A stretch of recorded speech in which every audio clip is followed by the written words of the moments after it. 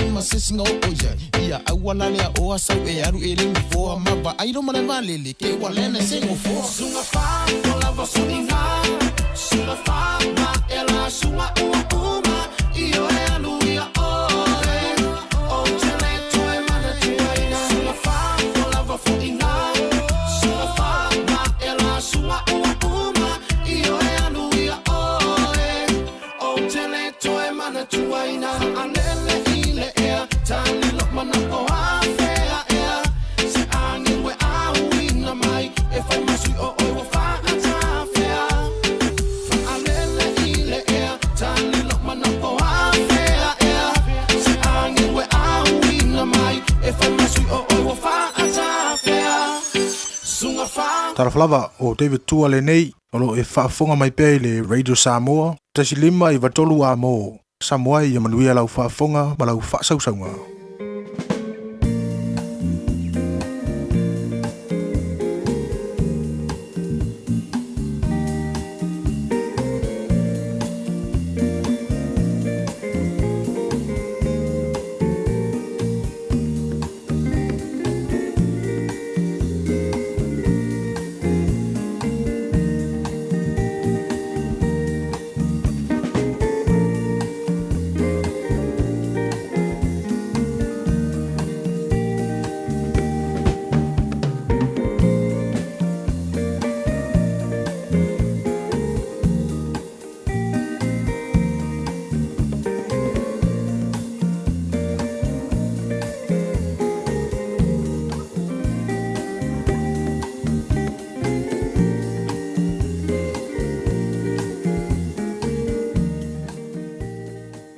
Ua na ole Radio Samoa se furulima iwa toru a mo e tautuaina o e ilangu ngana fitu aso le vai aso.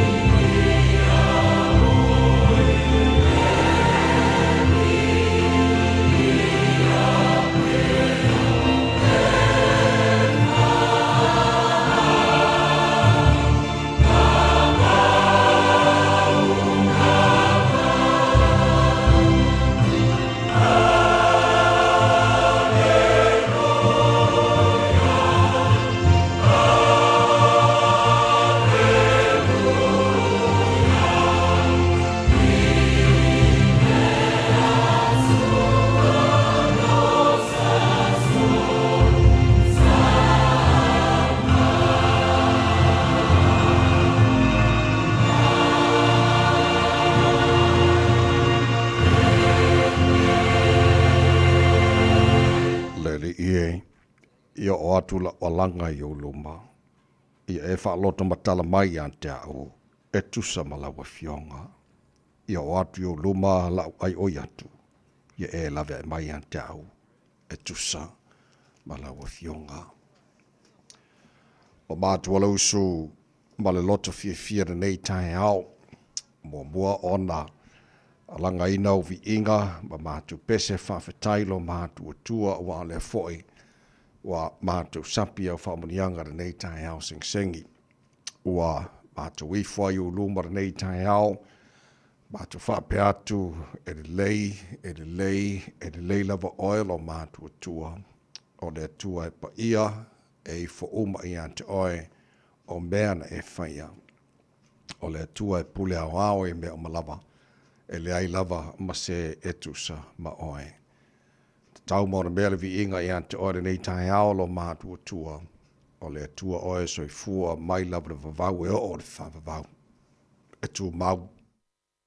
E le li liu o lo walofa. O lo wha maori mo lo wanga le lei. E o lava nga taanga o mea o malava. O le tua oe malia i mana oe me le lei o malava. O le tua oe la e le vi inga o mamalu o le tua oe pulpulu le mātango fi. Mātua whaftailo mātua tua i lau mea lofa.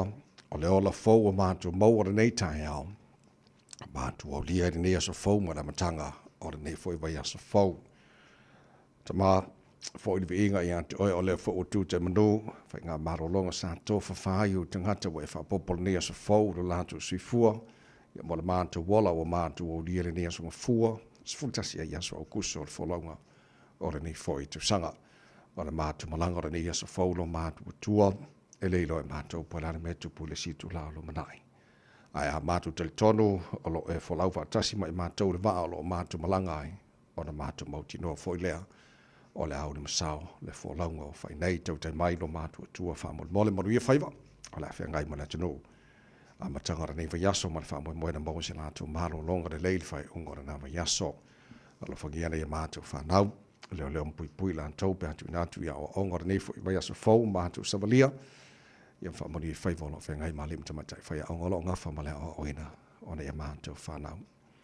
Mātua mana tua pele atu pele i Samoa na mātua te talo. Angara leima whamoni le atu Sauni molan whainga palota.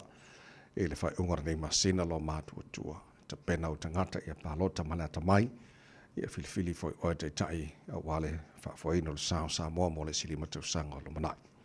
Na ia mātua ainga uma mana ia mātua tangata uma i Samoa ma le lala ma le papa awa iso se tafora nei ke lope angara lei. Ma whaamuri ai e lātua uma lo mātua tua. Whaamuri ai fore nea tunu uni sila lo mātua nofa mama wai. Whapena tunu uma lava o le nei lalo langi.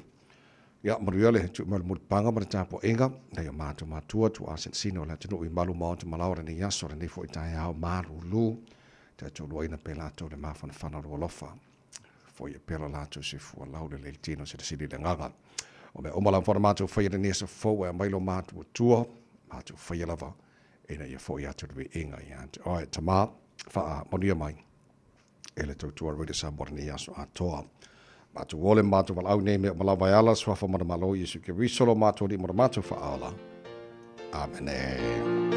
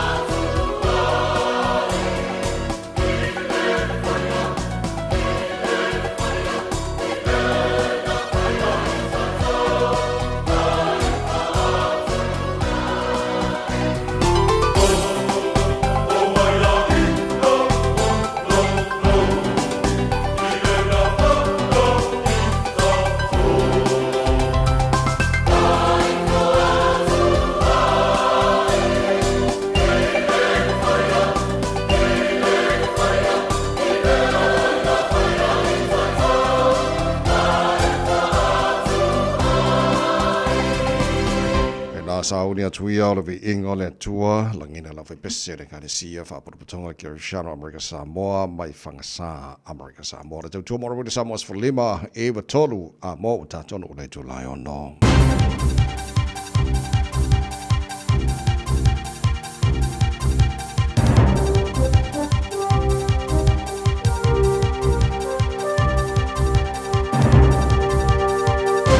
In this update, the Greens are reiterating calls for tax hikes on the wealthy as they're rallying up supporters. The party's AGM was held over the weekend, in which both co-leaders suggested the Green Party was leading the opposition. Co-leader Chloe Swarbrick says she wants to be a part of the most progressive government in the country's history. She's also signalled interest in a certain role should her wish come true. I mean, I'm really interested in holding the finance portfolio, clearly. Fire crews are working to extinguish a house fire in Fielding. Fire and Emergency sent 6 trucks to the blaze after 2 this morning. A spokesperson says they've contained the fire, but 5 crews remain on site. A series of alleged homicides in Northland has seen an extra 90 officers flown in since May. Teams have been brought in from around the country to work 5-week shifts. Northland District Police Commander Matt Sahoy says 9 alleged homicides this year have taken them by surprise. We have a high level of adult sexual assault matters and child protection matters that are a priority for us, and when we have to start drawing on those reserves to assist with those things. Police are calling on the public to help them find the culprits behind an endangered sea lion shooting over the weekend. 3 endangered sea lions were found shot at the Waitaki River near Oamaru. 2 were killed, while the 3rd had to be euthanised. And the insurance sector is urging the government to be mindful of how tough Kiwis are doing it. Treasury is consulting on whether to increase the natural hazards levy, which is tagged onto home insurance premiums. An Insurance Council survey has found 50% of people wouldn't be willing to pay $200 more a year to better fund the Natural Hazards Commission. Chief Executive Chris Farfoy says increased costs shouldn't be taken lightly. Essentially, we want to make sure that the government is mindful of the price of insurance so people can still afford it, and also the pressure that there is on households at the moment. That's news. To sport, and Corbin Strong has won cycling's Arctic Race of Norway. Kaboom! You can hear that echoing around the fields here as the cannons go off. Corbin Strong's crowned our winner. Strong has triumphed over the field by 11 seconds. A late field goal from Mitch Moses has seen host Parramatta pip North Queensland 19-18 in NRL League action. The Eels have moved into 13th on 20 points, 4 clear of the Titans in last, while the Warriors sit 5th on 30. And the Phoenix men have survived a scare, beating 4th tier side Nanawoding City 1-0 with an injury time goal to progress to the quarterfinals of the Australia Cup. At Sport, I'm Diana Vezic. Ua na o le Radio Samoa se furulima iwa toru a mo e tautuaina o e ilaungangana fitu aso le vai aso. Wabone tai ono whaatalafa mau whaawheloa e whaatulima fo I le matele lava man whaaloalo sa mola watero pele e ne pa ia man babalo lau whaafong anga e re dei fo I tai au sing I maa lo lava le sui fua maruia e wha malo fo le atinol fo lau I tātu ave ia le mua man whaasangi le tātu matai siri le langi e le mawai ha lelo fo le tātu utua le nei fo ua mboni mailu tu sui fua man mātu manosi e o tātu fsil whai e manu e le o mala nei fo I tai au le aso le nei ua whai e le tua tātu o le ori ma tātu fia iai Patia ia lona lofa o tātu o ria ia le nea sunga fua o sultasi ia so o kuso tāra fola wara de fwoi sanga lua fe losu mar wha moi moena mar wia fwoi le whai ungar nā vai asa fau tau tai mailo tātu o tua tātu fola wala matanga o le nei fwoi vas fau tātu sabalio si mailo wha fonga o le porkala me manu o le tai radio samas whalima Eva Toro Amo whianga manmana tāsha vai lua so sa mai insini o tātu Facebook mari YouTube o Rida Samoa Sarah Tasi Patea mari whianga pesta Aljo Sio Malto o na neta vai meni tau joina o se pai ele tu la ese Eva ele tai o nei malo se fo maria mana nei tai au Ia langi mai na fo ilo sisunga le awa o le nei tai au vi ia lava le atua ia ua tātau whai au lia nei asa fo whatalo whati fo I Samoa le atunu upele malo le se fo manuia Sora ke wha kōni o le mo ingi fo eri o le kahe ao ni ia se karusia ia o ngai koe ngai ia. Sa oi lo akan ngi kai fa pe ai fa pe maluru ngai kai mi ai ma ko i fanga mal malo io e fai mal ko engale ku ko ia fa tai le tua ai ai maluru ia le lava e mau lava le soi fu ala le lo sunga me sala tunu ia ma nei fo ia le sa bola mai mo ma fa fa nei tai au ole lo tau mo le aso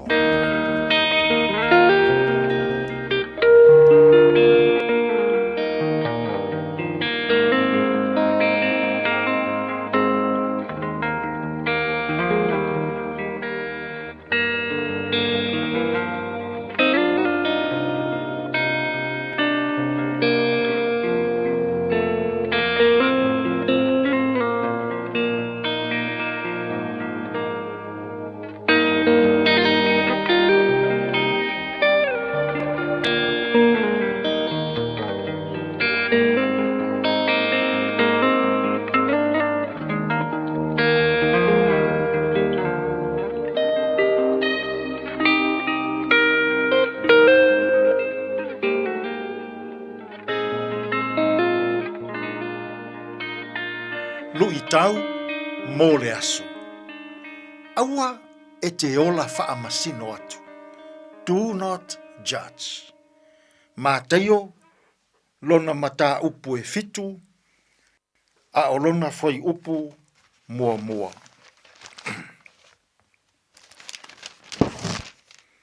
Aua tau te wha masino atu. Ina nei wha masino ina o tau. Aua te wha masino atu. Do not judge. O se whaenga rea o le launga Yesu i runga o le maunga. E wha au tū lava le launga Yesu i le mālo o le atua. Ma momoli mai le tele o ana a o onga. I le itu a inga o langa mo o mia. E tatau o na ola ai le tangata wha atua tua. Ua i totonu o le mālo o le atua. O le isi la lea o ana a o onga. Fai mai Yesu. Aua te wha masino atu. Ne i wha masino ina oe. O le ala fua wha Yesu. O le mea e te fua ina atu. E toe fua ina mai i a te oe. O lona winga. A e mana o e fesoa soani mai nisi tangata i a te oe. Ia mua mua o na e ola fesoa soani. A e mana o e wha ngalo ina oe e nisi tangata. Ia mua mua o na e ola wha ngalo atu. A e mana o e alofa mai se tangata i a te oe. Ia mua mua o na e alofa atu. E mana o Yesu. Ia e fua ina atu i le isi tangata. E pei foi o na e mana o. E fua ina mai e le isi tangata i a te oe. Sa moai, wa sawa ilo tātou watunu, i nei aso, le ola wha masino. Wa sawa le ola tusi lima. Wa sawa le au tilo atu i le anga o isi tangata. Wa sawa le vaai masei o isi tangata. Wa sawa le lalau atu o mea e le anga ua fai e nisi tangata. Aua e te wha masino atu. Ne i wha masino ina oe. O lea o onga lea a Yesu. O lona winga. Tu ia lo tātou wola tusi lima. I se maleanga o nisi tangata. E mana o Yesu. Aua e te wha masino atu. Ne i wha masino ina mai oe. Ia e whai atu le mea le lei. E te mana o e toe whai mai ia te oe. O lona winga. A e ona wha ngalo i le nei aso.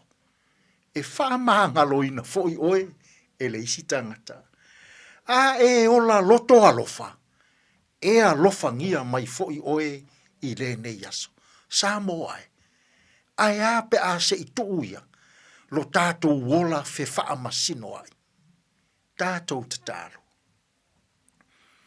Lea tua mamānae. A o mai a Samoa. So ia mātou te au tilo, se maleanga o nisi tangata. A ia mua ona o mātou va aifu. I o mātou lava leanga. Tātou malaua fio i le nei aso, e manu ia ai mea oma. Lou lava suafa Yesu, ua mātou tatalo atua i nei. Amen.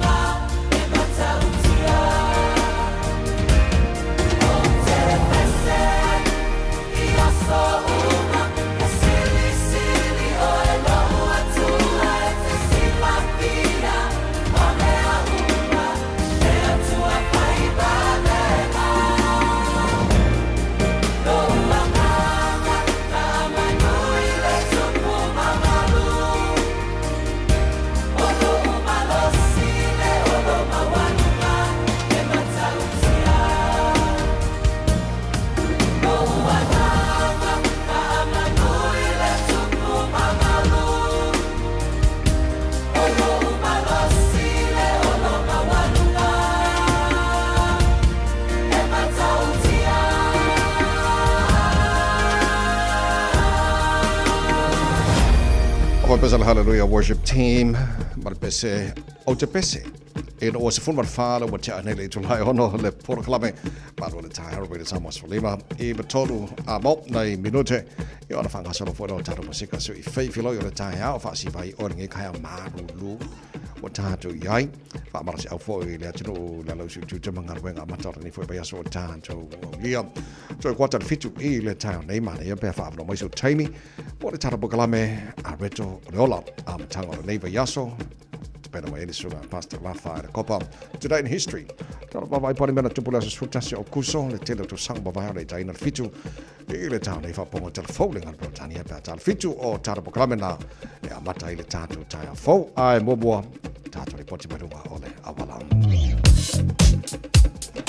Talo fata savale nei foi taimi o le tai au. Tātou wanga ilunga le au wala ia o le olo o mai tau watu. A matanga le nei foi tai au fou ia o lo so longa le leila va foi ia matoa file mu mai lunga wa tatou au wala le nei foi taimi mai tawatu le ai se fa la vela tau ta vale ia o le lava foi o lo o mama le le foi le traffic tau lava le ta vale ia tau tu ana le am tanga foi o le nei aso ina ia saunga le mu pe la fainga malanga manu ia tele am tanga le nei foi vai aso mai se le nei aso ngafua am ta vale ina ua toe ina was fulu 5 minute wa te ai nei le tu la e ono.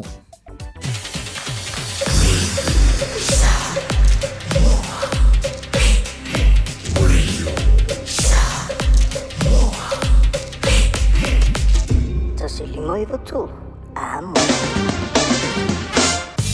Mai ka matal nei talon tower nei foi tai au fo tamaki makaura wa kilani no whanga whasalunga radio Samoa.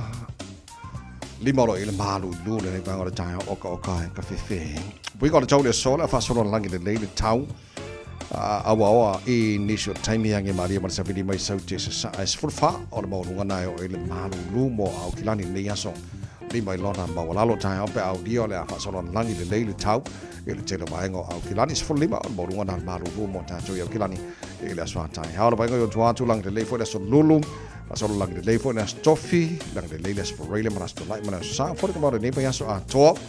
Tu sai pa mau la bai tau ona fa so langi le leile tau nga pa wa o le maru lu ya ka ko wo ye fa penga ka siu ma ko ku soma so la ko ma maru lu ya o le tulanga na e fa mau la bai tau nei taimi o le tai hao tulanga masani o fa nga solo fo le por kalame maru le tai hao le sa mo la fa intar pa bai tulanga ile tau te roi si bai ka si la fa pena ko le tau sa mo o le so bai nga o le kelope to jomo le sa mo so lima e tolu a mo no se football fitu Watch it anele July. Ono penino te fau vi o leo talaina fa fianga.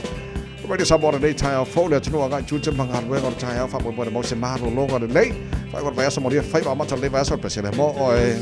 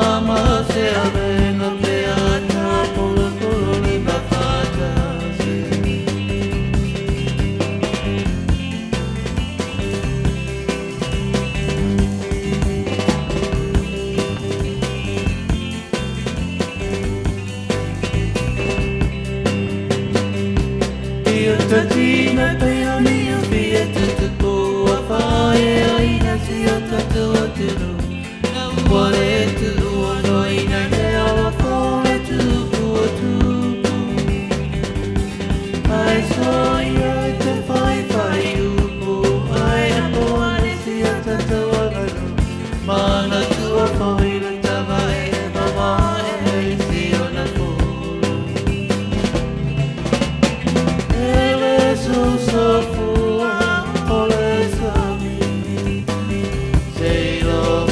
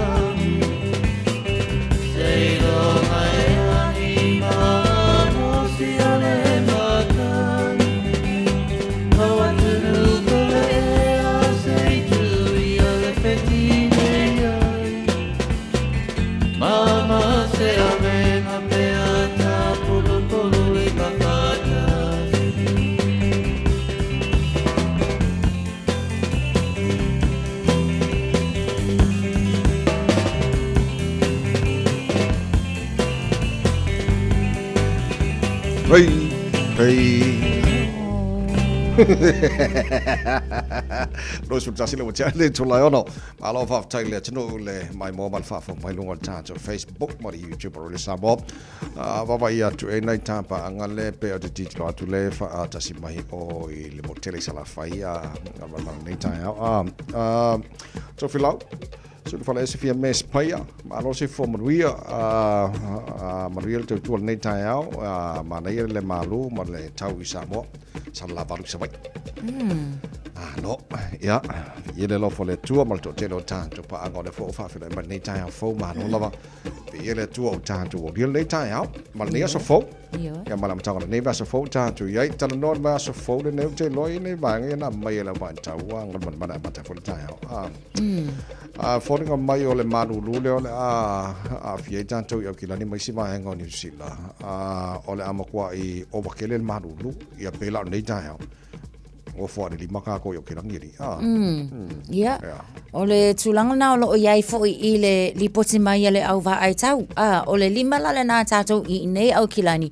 e au ina o atu lava I le aso lulu ia ua o I le fa so o le malo sile na o le malulu o lo iai niso o tala o lo iai ia o e ma ngai ala e la o fie pa le tulanga le ua iai ua fa amautinoa ia o le ala ngona lava ia le malulu mo I tatou e o la ila so lulu ia ua overtele le malulu o Wellington lava fo ia tu maule ma lo si o lato savili e o fo ina o lato I le fatikeli I le aso lulu I le tulanga lava le fo o le malulu ma fa au fo ila nga ia tu I le aso tofi ni si o vaenga the coldest Hamilton e au ina o I le 0 degrees ia le malulu o lato foi fa pena fo ia Masterton and Taupo o lo mai tau atu pe o tu le so tofi ma le aso faraile ia o I le 0 ia le malulu mo lato Queenstown fo ia lo mai tau atu e fa pena la a mata mai lavana nafi ia se ia o lava fo I le aso atai pe au le lo fo le tua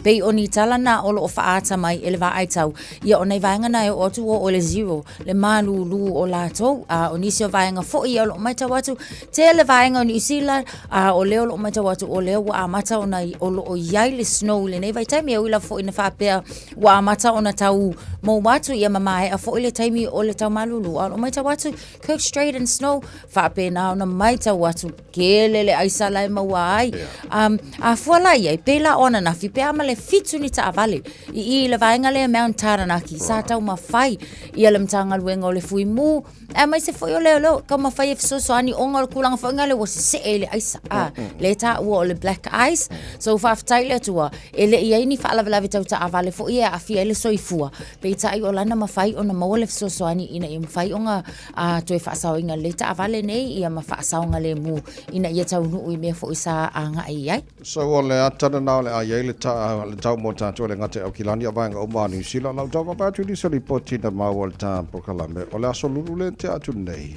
o titi lotu o ia kala te mai si maanga le -3 so le -2 ai o atu te mo le aso fole le balu mantua la ka ko kilo lo le -2 ma le -3 o ngau ki o ngā mea o isale so tu langa na iai a mantua fo o lo tātou iai le masina o kuso le masina le nei muli e le whaasenga ino season snow no New Zealand o le masina muli o le winter ia e le loa ka kupesa o ia vaenga wa te lau isi fo I tausanga e sa wase te ma o ke topa wa kwa la e marulua ia ai karsia ia o le ata atora na o le vaenga iei tātou e iei le fono whantausanga a le Green Party na whai le whai ungona pa yasu o titilo atu le ko-leader ia Marama Davidson o loo iei lana moe mitinga o le whainga balota New Zealand le tausanga fou e te tau o na lead e le Green Party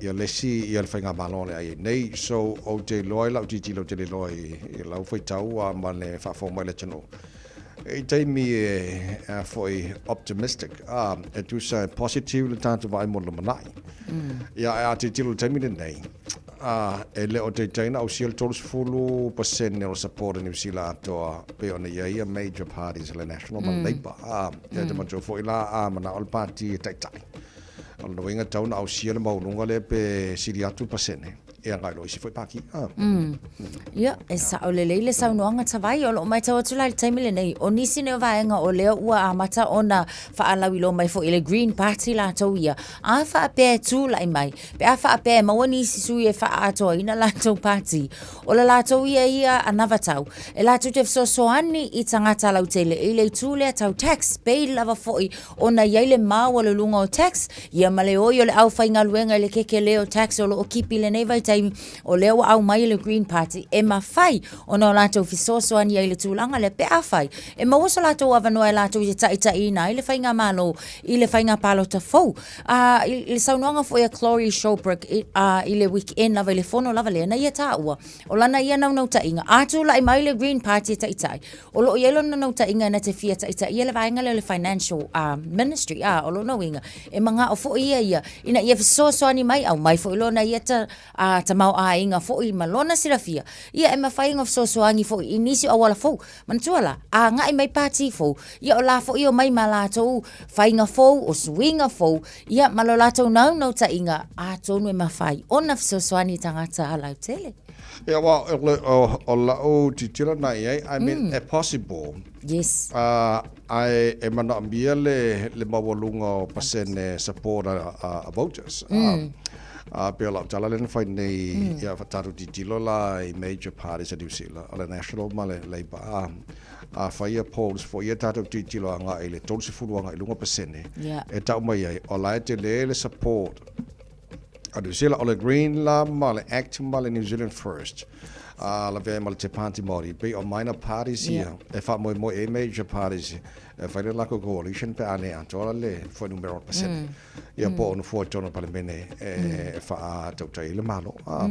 So either if afa pengai lai ke wale mangwia le la tau party fo ile le ono tu la me wa like ai pe ole wa mai la wa fo ile fa mtalanga ina ia mautino afa pe ke wa mangwia ngai se si party o party ia o ia o no winga ola wana mo meeting o le wa ia nei ia ai talo si I saw the late so on a vangana on Talanoina ile annual conference in a fight. Yeah, al Green Party le una pa yaso la tatu titilo wal mena mana mia le mtua I alu lungo support New Zealand.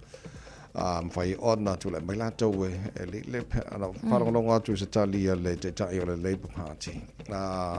E na te le tali ina le tulango ia ile ia la tel tonu le Labour Party na to o le Green e lo de China o sia pasene tawona te tai se malo ia ana tata va vai pe ia e nei vaenga ia pe ia sia fina fia ia le Seaview Hospital ho ke tika la te tiro te poti fa ngol basa ngaman io e vai o se tulanga fo le fai fo sima o fal ma fo fau ia pe tilo tu fo ile fa ale ngaina ato fo o le na fo vaenga ile nei fo fa lave ia ai pe ai fa pawal me fa ta ia fo onga o le pe ma le tai au va o le tai au po la va fo o le asusa ia le na tula mai ai fo ile na fo fa fita uli pat o tulanga le lei ia e wi lava fo ina matua mawae ia matele fo ia le fa ale ngaina na tula mai ile fo vaenga ia ai fa tai o la lava na mafai ona vavele so toani atu ma vavele so tai fo ile so soani mo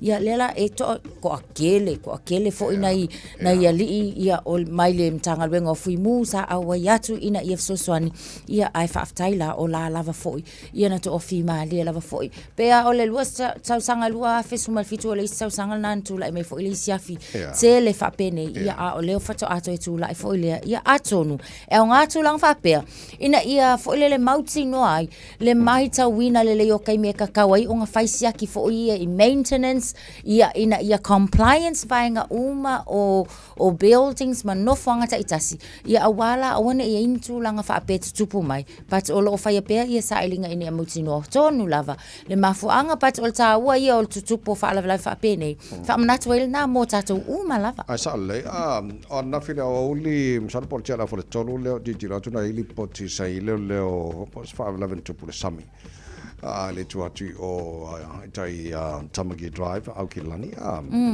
Whanau noa fo ile mawhau whauta vai pe a fo ia isi tamale. Ona o le tulang fo ile le whaapea na pa u I whafu. Pa u ile sami mai le waa. So ele I mawhai fo ila ia sātam whailau fo inga luenga fo ia whaola peta. Ele mwhai so mau ila alono soi fo I Tamaki Drive I Parnell. Pea ma le lata lava fo ile whana na while uli. Le ntula ia wha mai sela ngango le tua wa tātou te le mai loa. Ia pe o se Samoa, pe o se po le lava. Ia ai tātou la ngona wha atasi le whanau noa whai mai le tua a whanau noa mai lo uso. Ia e sili le nofo il whalo le whanau noa nei lo il whalo le ul. Ia ai tātou tau whai la ngona. Le la ngona wha mawhana whana isia fo ia inga. So lo sumala iwa bino tolo talo le tula e fitu au e whawhonga le pokala me mano le tai. Au rene samas whalema me tolo abau. Whao taro whawhianga tai au si leo tai. Malo si whamari nei tai au fo le tino kia ora kumore. Tamarie.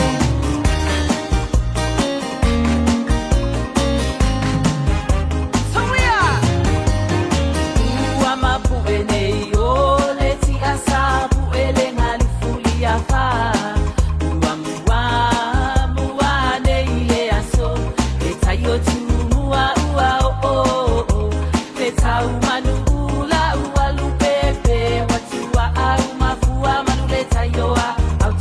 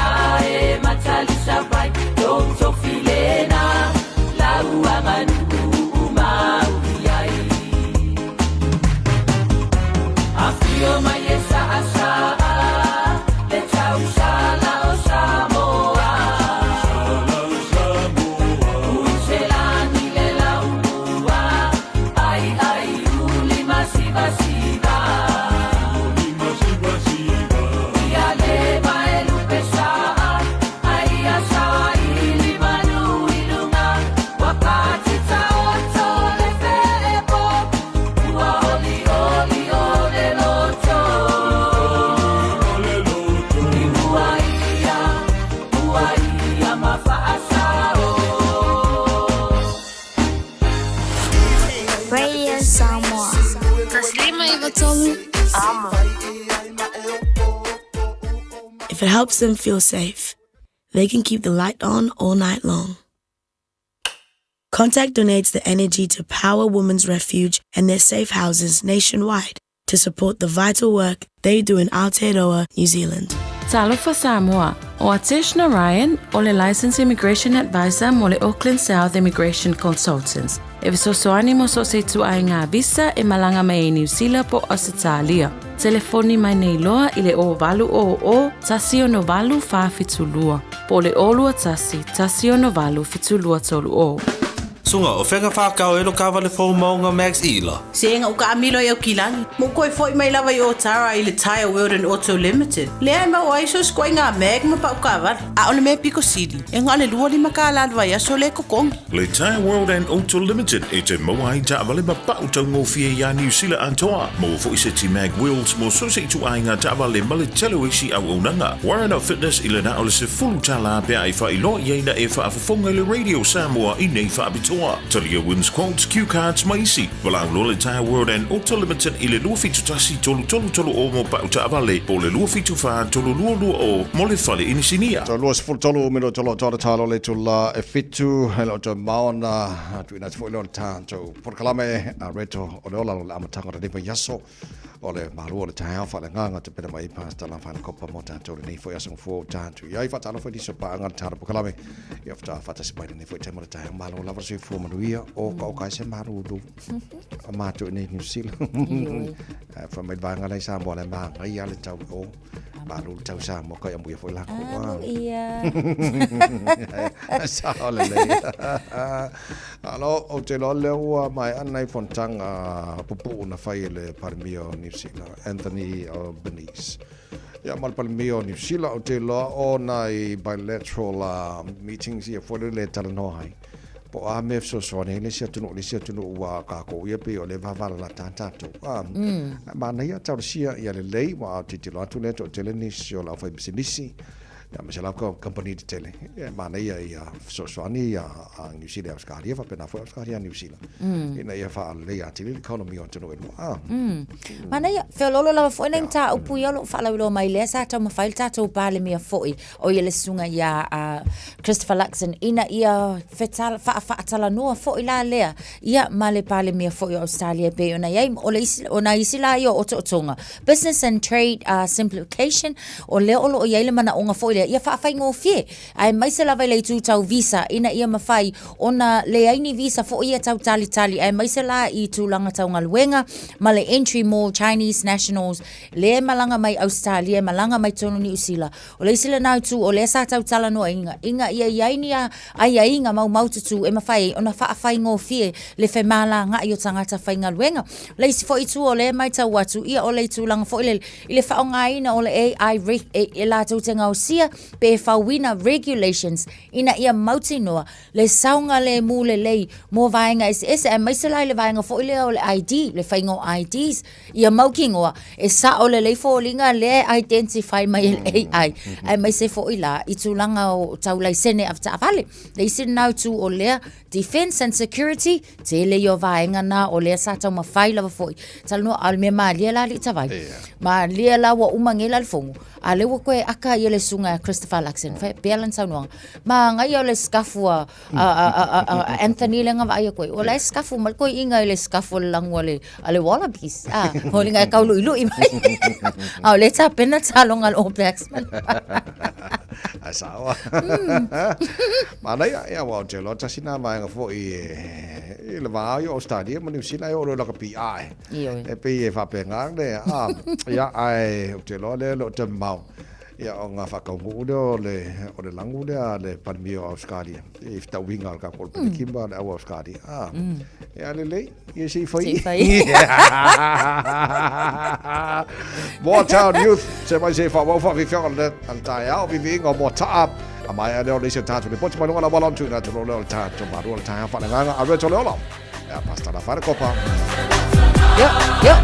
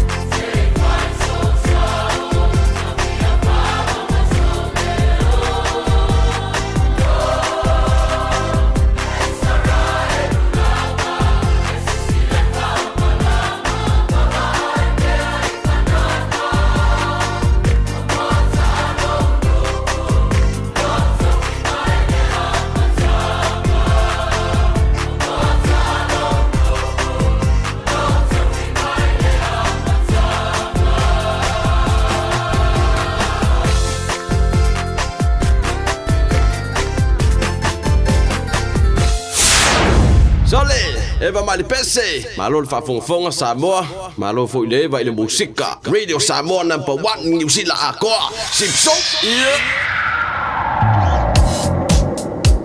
Lo tu mau lava le feo lolo le taimi le nei o tātou traffic se ivanga nā si vaenga le vau Pine Hill ia ma Sunny Nook interchanges o le nao lo mai tau te taimi le nei ia na pau le nao le vaenga leo o lo o ua mu mai po le nā la ua pisi i le nei fo i taimi o le tai au o nisi o vaenga uma lava o tātou wale tele afta avale o le nā lava o lo o iai lava i le feo lolo ia kilia le ai fo i se faa lave tau ta avale le nei taimi tau ina ia manuia whainga malanga le mamano le atunu o le nei taimi ina otes full 5 minute ona ta leo le fitu malu le tai Radio Samoa.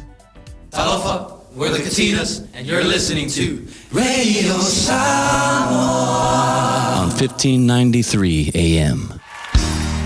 Bread of life sent down from glory. Many things you were on earth, a holy king, a carpenter, but you are the living word. Say it now. Come on.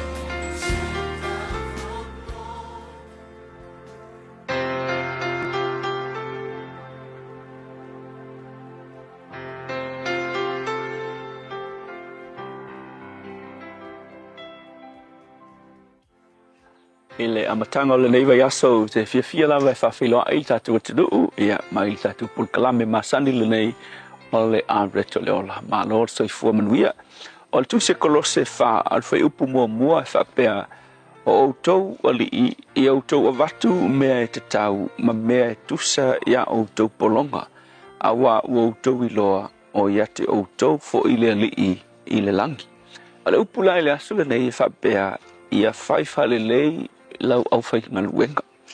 Whawhitai lava i le tua ono le nei vai tau a tātou iai e leo toi iai ni menei o polonga ua ave sea le lalolangi a le whai o menei o polonga i lalolangi ia ma ua le aisea tunu o toe whaamalosia e nei tu ai ngā au nanga whapenei.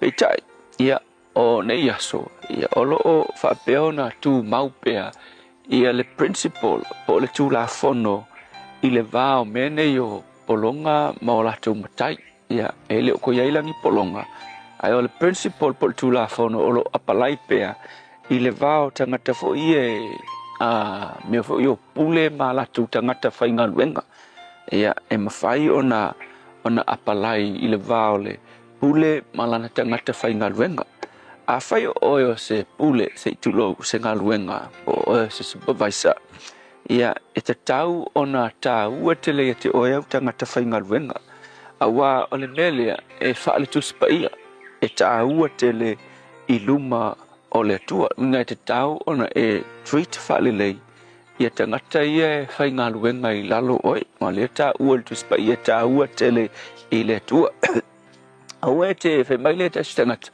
awa e te waai i au tangata whai ngaluenga ua pei o lau waai se masindi ngai lo le masindi pau al mea le masindi e whai o le whaonga ina e produce ia ma maua mai aini mea whai maila le tala le tangata lea awa lava nei e waai lau au whai ngaluenga e pei ona e waai ia le masindi ia e loa o tangata o whai ngaluenga le whai ngaluenga i lalo oe e le o i masindi o i lātou o tangata soifua e tā ua tele i lātou i lumo le tua. E o isi la tangata pe whele le e pele tangata le whainga o ngaluenga. Ia e maua mai engi mea. E ele si ele ina sa whamatala le uso. Ia sa whailana kon karate whele a avelori. Whaianga lori e ukau le inganga ka avelori. Ia sa ura waku se uso walo uso ngai ilanga lai senge whele a avelori. Whaina avelori titele. Ia luloa whainga luenga avelori ai. Ia whemela se uso le a o ia sututongi. Ia ua fiu kawanga o kawanga kar kom e o lo le sto na foi le fa la kule ia na la kwale ile o ngale kon kala ke loli New Zealand la kwa fa mai ia kulmele fa il ko wasa ia ngo singa kupe foi le va ko fa ile sa ia ko le si va yaso ia ko ki nga inga fo si uso le fe me al fa ngaluenga ile lodi e o fo le weekend ko ngape ai le ai fo se pe ko e pi le fai fa le foi le pi la ko ko fa pe ko le stona ila la saia akul mele fai ko wasa ia fai me fai so ala ia itaro uso fa ku vai ele se me fai sa mele su ele me ko selo ai nga mara fa nga u yas ia tele foi la tanga te fa pena nga nga manga nga oe ki nga lue fai nga luenga il vai so ato ai mo fonga nga ole me fai le so sa mele mana oi ai le upu mo oi le aso ngai ia treat fa le ia lau o fai nga luenga o mea ia e mana tua o lo o iai lo matai fa peila va nga ve o le pule mo poso le tangata le fai nga luenga fa lango ia te oe e va ai ia ki oe lo treating o lato mai la apostolo ia e mana tua e fa pena foi oe e iai foi lo pos o Yesu o Yesu kai mi o treat le ngai o Yesu e o le angal fai nga o Yesu ai longa ia e mana o foi la le tua fa pe o nga lofa Yesu ia te oe ma treat fa le oe ma fair fai nga oe ia fa pena foi ona e manatu i le fair o le whainga o tangata whainga luenga. Ia manuia te lenga luenga nei aso, manuia foi le whale whainga luenga o lo e whainga luenga ai. Le tua whawhitai, wha manuia so se whale whainga luenga, sili o na e alofa ma e angalelei, ia maua le alofa o le o lo pule, treat le lei ai, nana au whainga luenga. Ia vi ia lo suafa Yesu. Amen.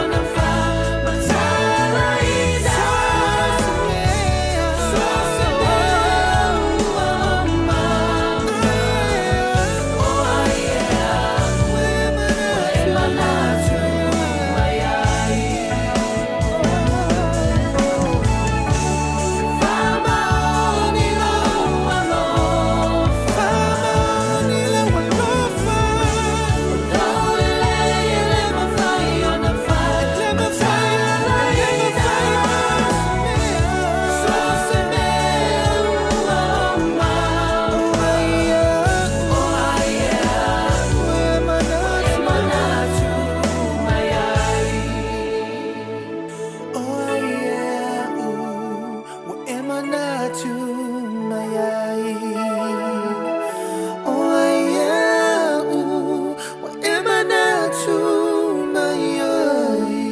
Maunila wala fon pese mana pese heart of worship.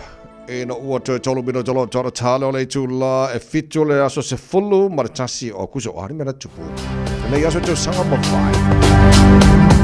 Isa mena tupu I tono New Zealand I le nei aso I tausanga mawhai si iwa fitu lima I le aso ia o laso le nana manu malo ai ia le National Party I la lato whainga palota fo ia mwhapena ai ono tula I mai le sunga ia Robert Muldoon ta ina le whainga malo I le nata sanga ta siva tolu tasi I le aso whaamawina I tala whaasol pito I tono New Zealand se tasi o mafu a sili ona onga I le whaaitu lea I Hawke's Bay malili wai lato e lua selau lima sfulma leono I vaenga o Napier ia whaapena fo I Hawke's Bay region I le tausanga la I le tausanga tasi iwa lua iwa ia o se tasi le nei o tangata I te tono Amerika na manu malo I le taalonga fo I lea o le baseball leo lo o whaingoa ina I se tasi o sukalati o lea lava o te manatua lea ta o le Baby Ruth o lo o whaingoa ina le sukalati le na Amerika I le nei fo I tangata sa whapena ia ona ia manu malo ina ia le lato taalonga I le vama in tia ni sinau va ainga mena tupile nei aso tausanga ua mawai Radio Samoa Tasilima Ivatolu Amo Radio Samoa Tasilima Ivatolu Amo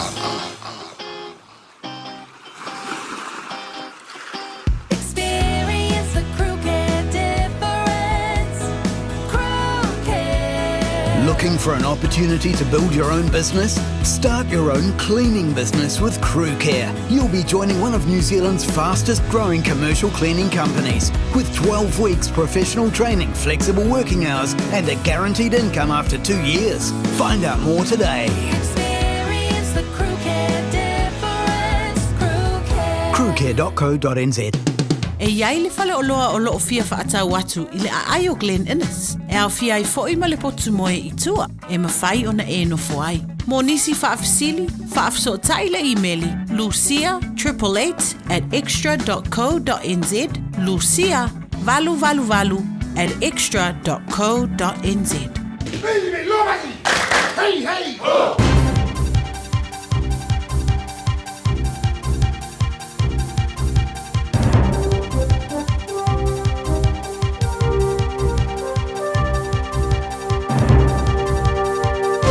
In this update, fire investigators heading to Auckland's Bombay after a house fire last night.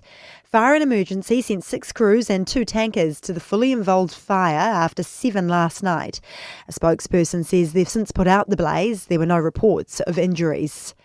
Belief Te Pāti Māori and the Greens should work together to push progressive policies into Parliament. Green co-leaders Chloe Swarbrick and Marama Davidson have spoken to party faithful at their AGM this weekend, saying it's their goal to lead the next government and be the most progressive the country's ever seen. Former Green MP Catherine Delahunty says leadership is required to build votes. The Greens and Te Pāti Māori are going to need to be strong in order to push Labour out of the centre to get rid of this government and make a country that looks after its people. A coroner has highlighted the risk elderly people face in house fires after the death of a 94-year-old woman last December. Tobias McIntosh reports. Margaret Gould died in hospital after a fire started in her Blenheim home while she was cooking. The report states 55% of fire deaths in the past 5 years are people aged 65 or over, many living alone. Fire and Emergency's urging those with elderly family members to ensure smoke alarms work and an escape plan's in place. Free home safety visits are offered to try and ensure elderly people have the best chance of survival in the event of a fire. And it's hoped 2 new seasonal visa pathways will help keep experienced seasonal workers returning here. The Global Workforce Seasonal Visa will be available for up to 3 years for the likes of rural contractors or winemaking staff who will be able to return on the same visa, while the Peak Seasonal Visa will be for up to 7 months. Federated Farmers Dairy Chair Carl Dean says it makes it much easier for the same person to fill the same specialised job each season. For contracting, for example, for harvest season, for the grass harvest, they have normally travel between the southern and the northern hemisphere. So it's quite useful for those contractors to have the same person show up 3 years in a row now. That's news to sport, and Kiwi Corbin Strong is almost literally on top of the cycling world this morning. He's won the Arctic Race of Norway by 11 seconds, meaning he can pack the Midnight Sun jersey in his return suitcase. Strong guaranteed the overall prize with second on the fourth and final stage. Incredibly stressful day, actually. I knew we were going to be under attack from kilometre zero, but it exceeded my expectations, especially the first few laps in the rain. My team was just incredible today, and those boys just put it all on the line for me. Shane van Gisbergen is sitting second in the early stages of the latest NASCAR Cup Series race at Watkins Glen in New York State. And hosts Parramatta have pipped North Queensland 19-18 to wrap round 23 of NRL League action. That's sport. I'm Diana Vezic. Ua na ole Radio Samoa se furulima iwa toru a mo e tautuaina o e ilaungana fitua so le vai aso. Na inisio vaenga I te ulunga le tātou awala leo o whaisipisi le taimi le nei o I le whaetu lea a pāhurehure southbound anga I atu takanini o whaila wasipisi le taimi nei whapenai fo ila ma takanini I le on State Highway 1 Mill Road o lo mai tau atu fo I o le na fo I o whaisipisi mai I le nei taimi o le tai on State Highway Lewis fulu wiri o lo whaisipisi le taimi le nei whapena fo ila anga I atu le tātou Water Vitano ia ma le vaenga le nai Mount Roscoe whaisipisi mai I le taimi le nei o le tai au o lo o whaisi slow down o tātou o Nera Road I le taimi le nei avata avale tautua nā lawa fo'i le saunga le mu I le nei taimi o le tai au ia au e iai whainga malanga o lunga la telo niso vaenga nai whio lolo lava fo'i tātou ia ilo iais whaalawa tautua avale tautua nā tau se sialo saunga le mu avata avale manu ia tele au whainga malanga nei taimi tai au tolu minu te ai leitu la e fitu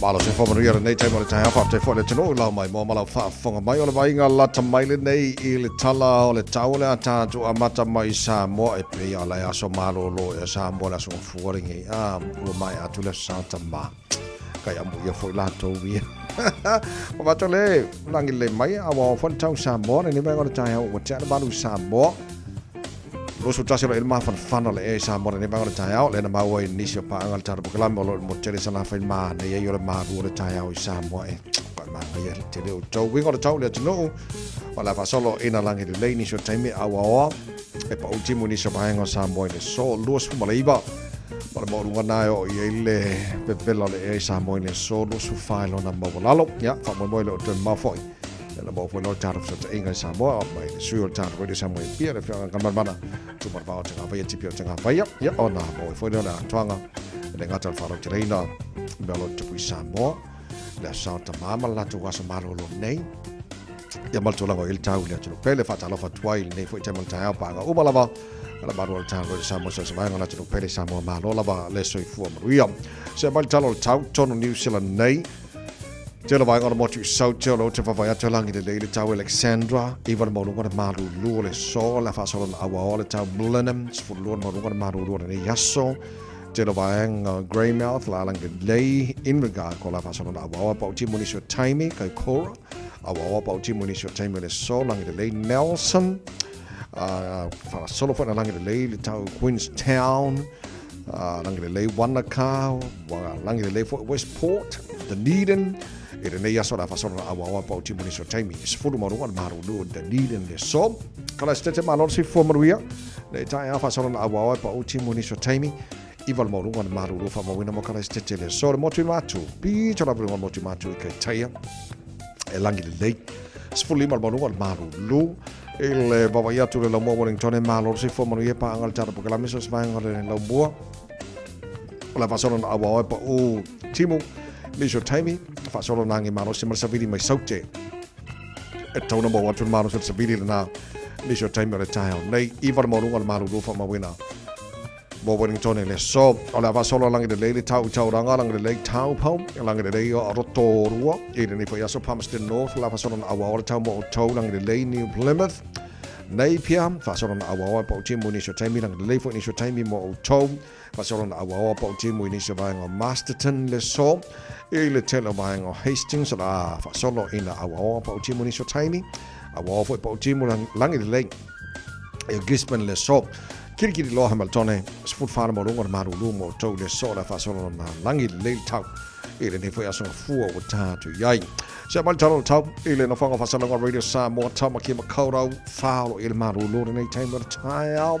kind of fine maru lu tene e tu mau winga langi le o tau ya mo au kilani ne yaso sport farm mo rungo maru lu fa mo winga mo au kilani ele ne yaso fu ta pe au dia o ka ole langi le for the tau sport lima mo rungo maru lu tai au Pasolo nang de foi la so lulu nang de la toffee pasolo nang de la for relias to na imana sa oka kai mangai fo ngi va yaso na de malu lua le polo ngai ka ko ale lang de ya oka o le vai ngala tamai na ile tulango ile tau ele ngata sa mo fa pena fo ile tele vai ngonu sila ya mana no fanga fa salonga radio sa mo ya kilani le tunu ala lampa pa au ni sa vai ngor kilope ya ele tel tunu Lo Maria Mari tau mo tau ni sa fo ta tu sabaria. Tau tomo re sa mo sprima e mo tau amo. Ole wa baru wa ai le tu la e fitu a maruru ro kaya mo ko i va ai sika ko i ki ma ngia. Popo ele maruru le tai ha. Ya. Ya, ma ia pa sika ko pai koko. Ui, kua manga ia. O ia langa. Ia mimili anga le puka. Se ma ko mili anga ia. E ala na le leila fai ko pai ko fai fa le lei ia ko pai pe ia le leisa pa lengi leile vai mar koko ia mapuka ke vo over puka ka ko ia ai leisi swa vai ia ma fa vai la puka mo ngai tama matua mana tina matua awa ia le puka em fai mo ko fa malo ia si fai puka fa vai awa ngai nai tua amatua Ya, le manato maria le tai ha malu dum bon tanto malo ya o tanto lo ngafa mana yo tanto matua ya make sure ma fan leila e to ina malo matua ya ma vai se ki ma fan le tai ha mo to ma lo le lo so le tu se manga wengo le am tanga ne va so tanto ya so le kele mo ya ka no hari nga fai ri fa ngol va so ri ko manga ngai yo ka lo nga so le nga power ka lo ngol en pc ngo makaka au ki langi ma Canterbury Sole ai se ma ngai fo iso ka longa sole ai le umalango makamakai ai ngo fa pia ka si ma longi o kilang sole ai mo fo ma lo fo Canterbury o kilang ison ya uso so ngai fa inga ka ko ia ma ngai ale me sile ma ngai la makamakal ka longa dia ko kero ka maki fo le ka o kilang ai si o ka masa sa o ka mo pele o se bu le o ka mo ya o ka mo ko di vai o ka mo le o Xavier Tito Harris o ka mo mai ka aro le kai ko fiku ngi sila o le e ala bu solo ka mo I au ia NPC le fanga so ia al kulanga langa u ku for ka ko o kina mo se so ngi ka ko ku ia le malo e Canterbury su iva la to ai les fulima malo kaya ya ole va fo i si va enga ia malo fo la ia Northland la to ia Southland ale fu o ka solo ke fa ia kula taranaki ata vai fast fu longa lu fu fa no thapa ka lo fai kama sa o kama counties mano kau ko kam fai mai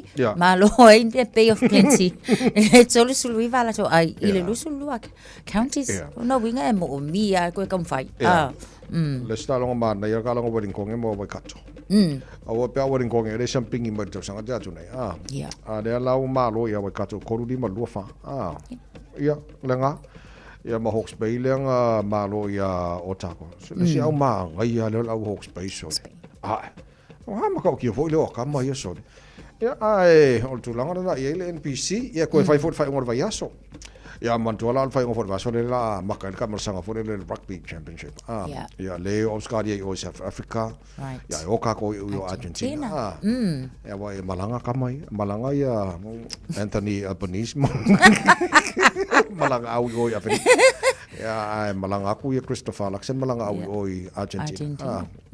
Ia whakakan laka me koe fo mai ngi kama ia koe whero i fo no budi ia nenga. Ga umana meeting fa angafi. Ai kul kaulu lu i mai ali wala pis bale. Ai sa kwa ba ia wala bilas no boy. Ya le am salpe nga fangi diki pe ya. Ei umanga ngalo ia. Kita ba. Oh, ba ko le au. Umanga o fa moe ngali mal kam fa ya ko ali. Oi. Da man tu lango au ia le lunga au le ia ni Australia. So dem ko seki au. Wale o pe o lo kuli ma le Warriors ya. Ia. Ya, o se ka longa le lo mangi, kwa ka longa nga ka au ia le mai ka mai su ya la mo lo top 4. Ia. Ya, le o te loa le o te mamao na ta alon ta to manusina ma Fijiana. Ia. E le fa ngon va so. O la ta longa muli ana, ia ngolo le World Cup wale la. On le World Cup. Per fa ngon masina ne amata le World Cup wale, mai ngon mai ta. Ja, le foi ol tanto manusina, e ol au New Zealand Black Ferns, o Australia. Ja, maar even nga tamal sang. Yes. Maar le. Ja, o le mo tino mai po o le aso so lu il fusi le la ma le usik. Se ka sia ya mo i fusi ava no va venga bo sia vongo. Le sunga lu fusi ai lauli Joseph Bach. Ja, le. Ja. Engis ka longa lo piko pe wala vai ka. O tatu ta longa na mo nei tai o me foi afa ingara ka au ka le fika longa ka. Lei. Sponsor la hotel tu la pitu. Le tau to mo re sa mas felipe me tolo abo. Aswao dala tanga bo fa dese Mikaele. Fa fi fianga tai au. Yo.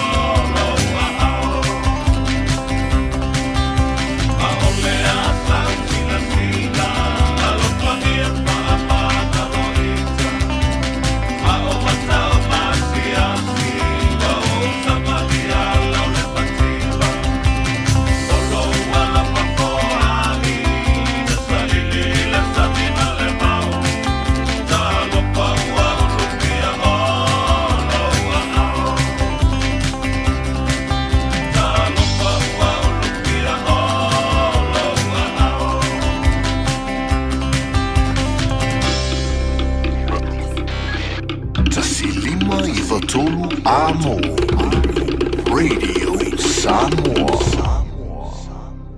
Just think a minute. It could change everything.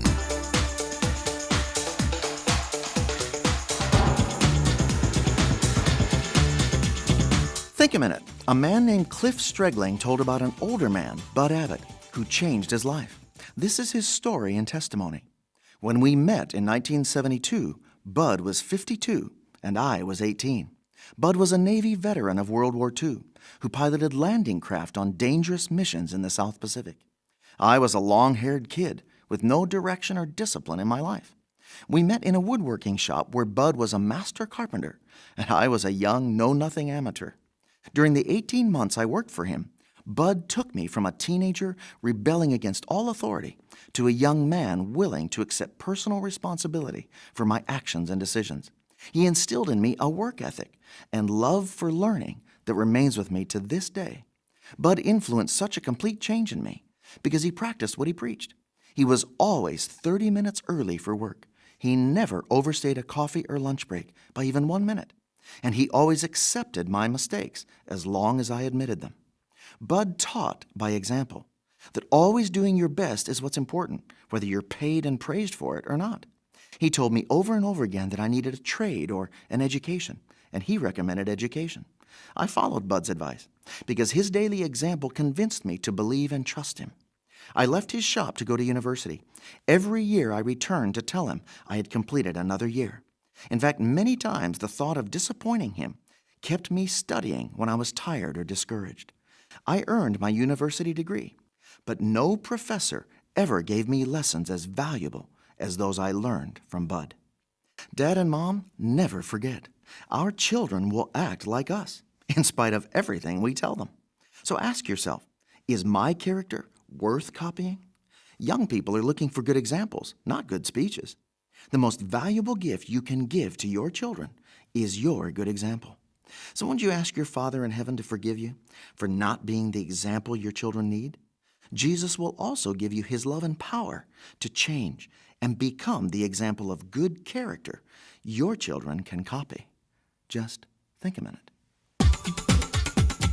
If you'd like a free CD of our top 40 programs, write to us on the internet at www.thinkaminute.com and catch us tomorrow at this same time when we stop and think a minute.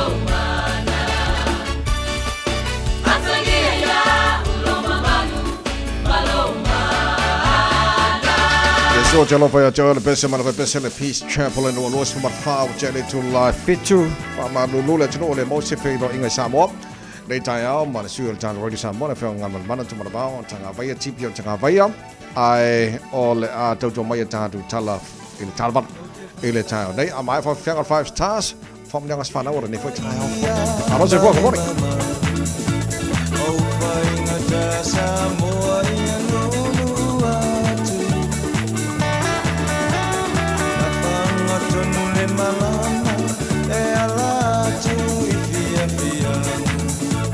Samoa ole mea uli si o mata e ua la le te o Samoa o mita o lo ua mama alo mani o ba Samoa i tai ni o pua puanga e tau tai po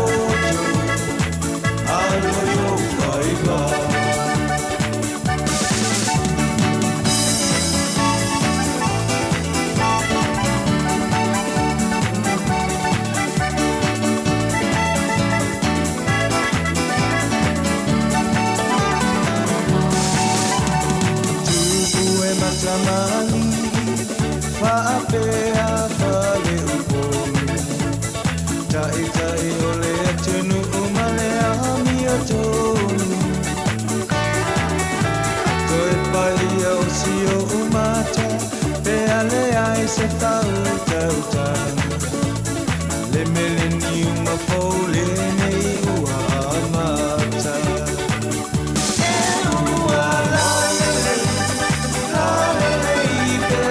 Samoa, o mita o lo uangana alo mani e lo va Samoa i teni a pua puanga le tau tai poto alo yo whaiba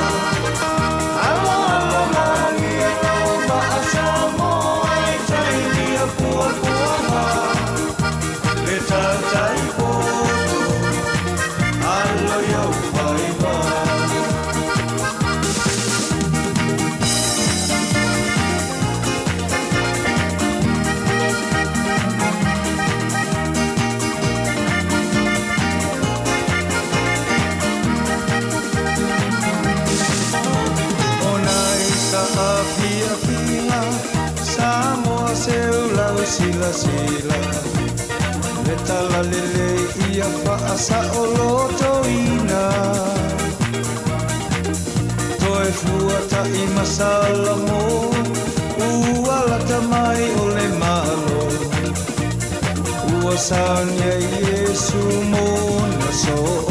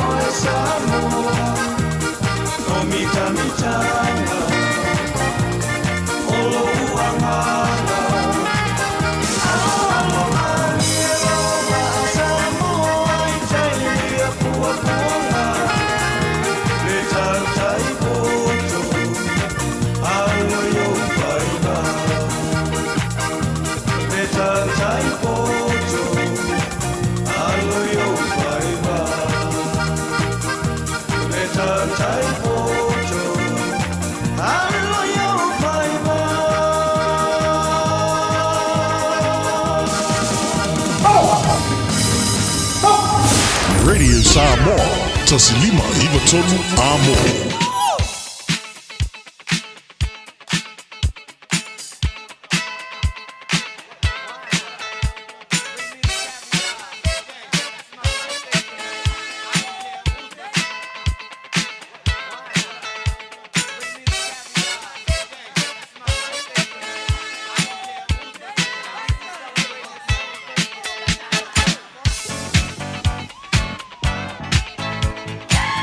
Afatonu le tula fitu fa mo ngas fa na wala sanga fuara nei full tasio o kuso matalo le telefoni pe ma fa na fa ngai ne mo ne se fa mo ngara nei ta ha tolu fitu tasi limba iva tolu o pode no ngal tato email On air at radiosamoa.co.nz. Alo no fa Facebook mari YouTube ro sa mo pule po fa vanga na va na me la fa mo ngas fa na nei ta ha ta telefoni ma lo sui fua Yo soifua lau le lei lau sunga le di awa o mal kausala o kaiao. Ya, mara soifua. Ya.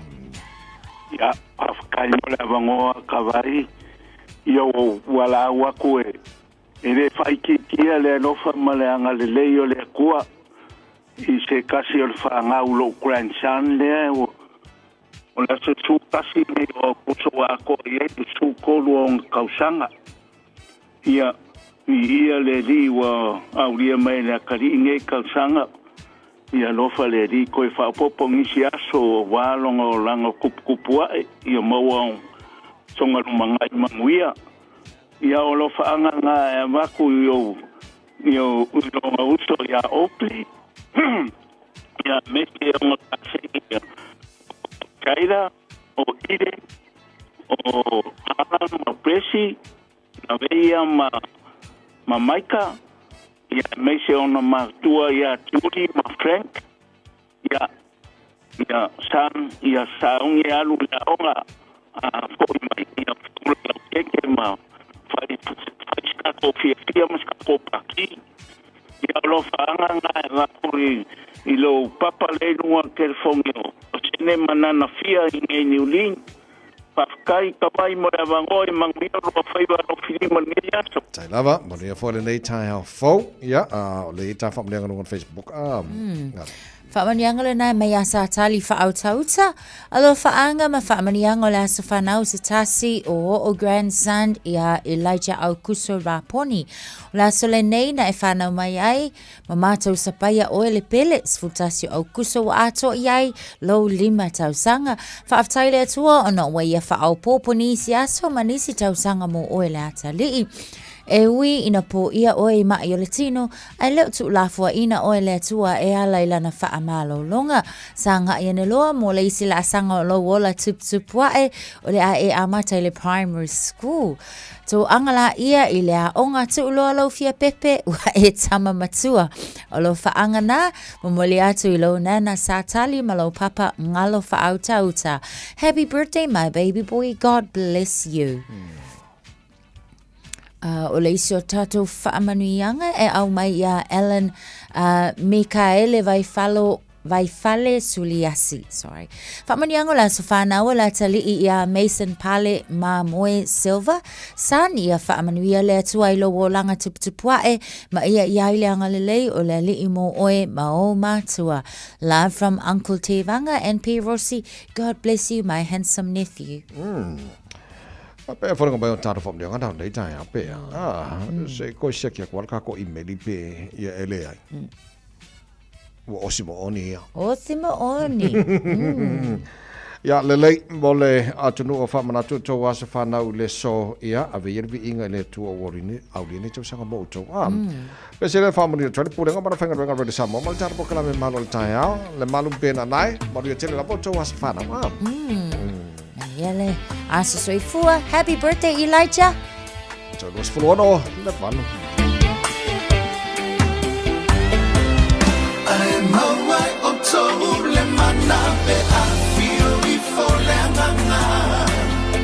If I mamo limau, Jerusalem, mama, you tire, malava, Osana Maria, eo oitunu ina olela lolangi.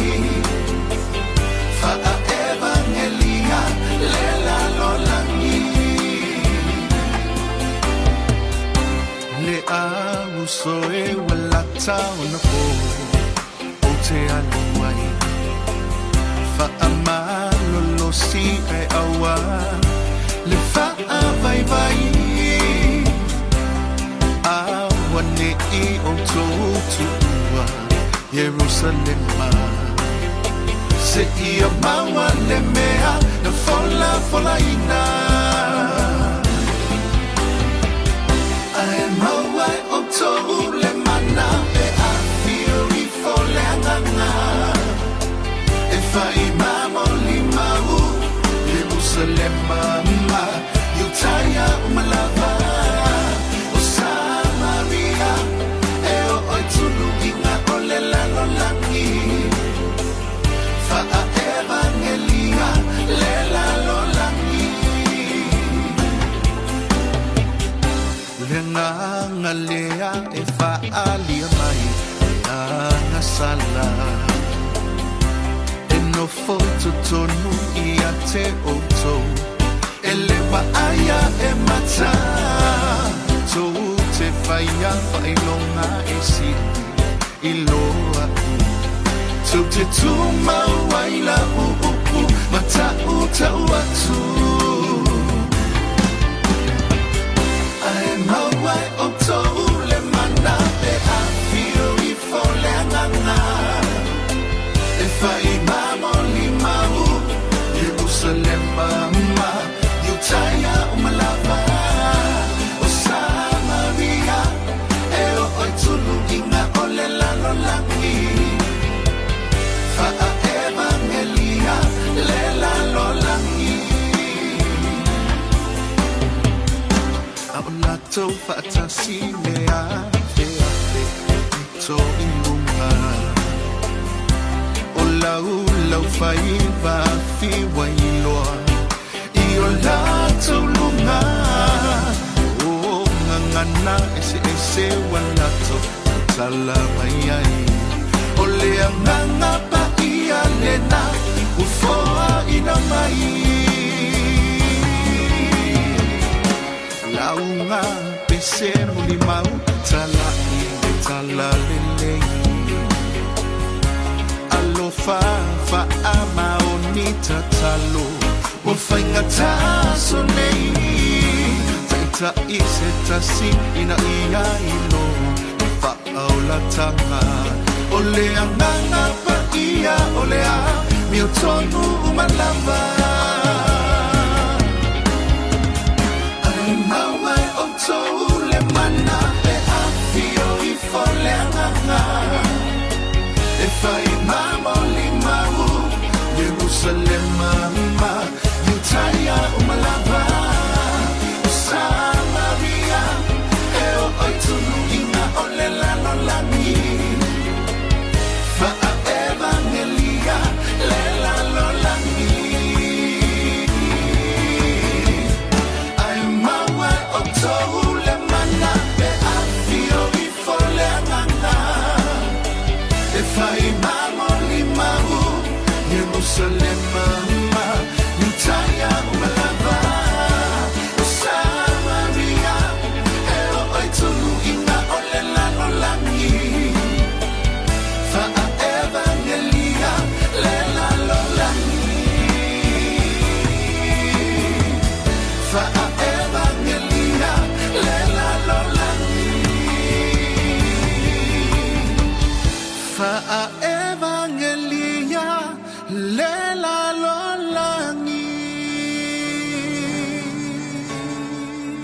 Talo falava o a la pimerna, mau pelo li tio, I le radio Samoa tasi lima iwa tolu amo. Na I swing o nau a mata na ilunga tato a wala ua feo lolo manga I atu fo I ina ma mafale tato traffic. Taimile na ilunga State Highways Fun Maleono a hatu a lavalo o matawatu, both on the southbound and the northbound olo o faisi pisi taimile nei I le va lava ia a Helensville anga I ane I le taulanga. ia pea male se fuluiva minute le na olo o iai le delay o whainga malanga i le taimi le nei.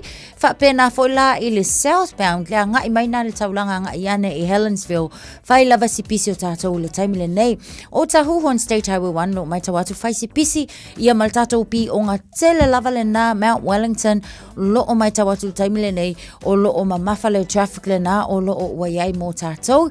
Whapena foila tātou Offline Princess Street State Highway 1 whai si pisi Takanini and Papkura le vale na le fo'i wa mai tawatu le taimi le nei yo le na fo'i wa si le pisi le na o lo o iai mō tātou ave ta avale lungo le tātou State Highway lua se fulu lo o mai tawatu i na Cavendish Drive whaanga iatu Lambie Drive whapena fo'i la i ina le vaenga le nai pui nui interchange o lo o whai se pisi mai i le nei fo'i taimi o le tae au ave ta avale tautu ana lava le saunga le mui lunga o le awala nei taimi o le tae au Whenga iei fo mwhenga malanga molina whanau ia o onga tautua nal saunga le mūtoi luas full minute o na tā leo le tu lai valu malu o le tae o le Radio Samoa. Radio Samoa Tasili mai batolu Amo Radio Samoa. Tasili mai batolu Amo.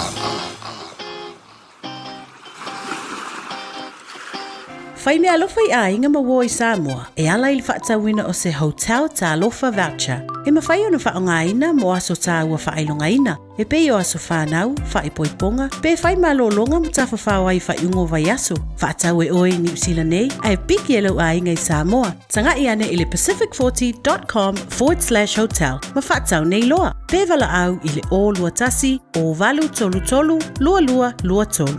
O lua tasi, o valu tolu tolu, lua lua lua tolu.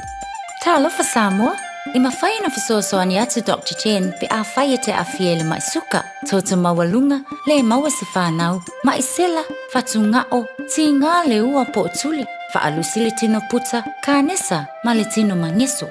Maua fo'i le kulimi fulunifo mō nifo ti ngā, ma toi whaafilesi ai lau manawa. Tele nisi o loa e fisoasoani I lo soifua maloloina.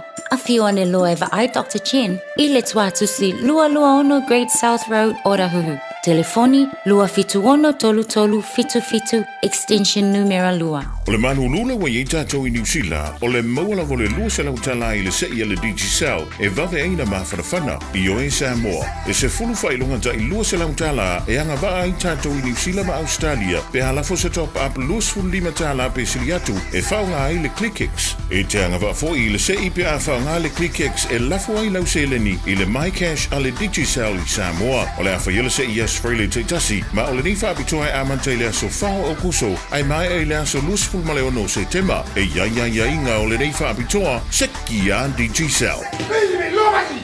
Hey, hey! Oh!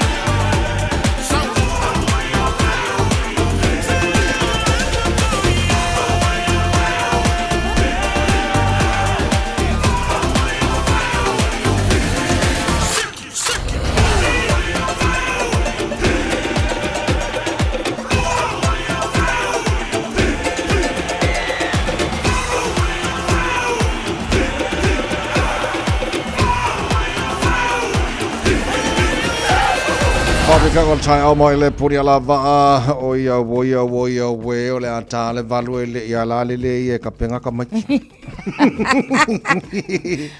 O ia we pepe. Malo ia ele tio fo isi o maruru kai. Ai vai. Ia sisi ko ngonga se ma adidi kai me fa pale na il tama maltene o mola na degree mai o inveske ai mawala e amata tu nei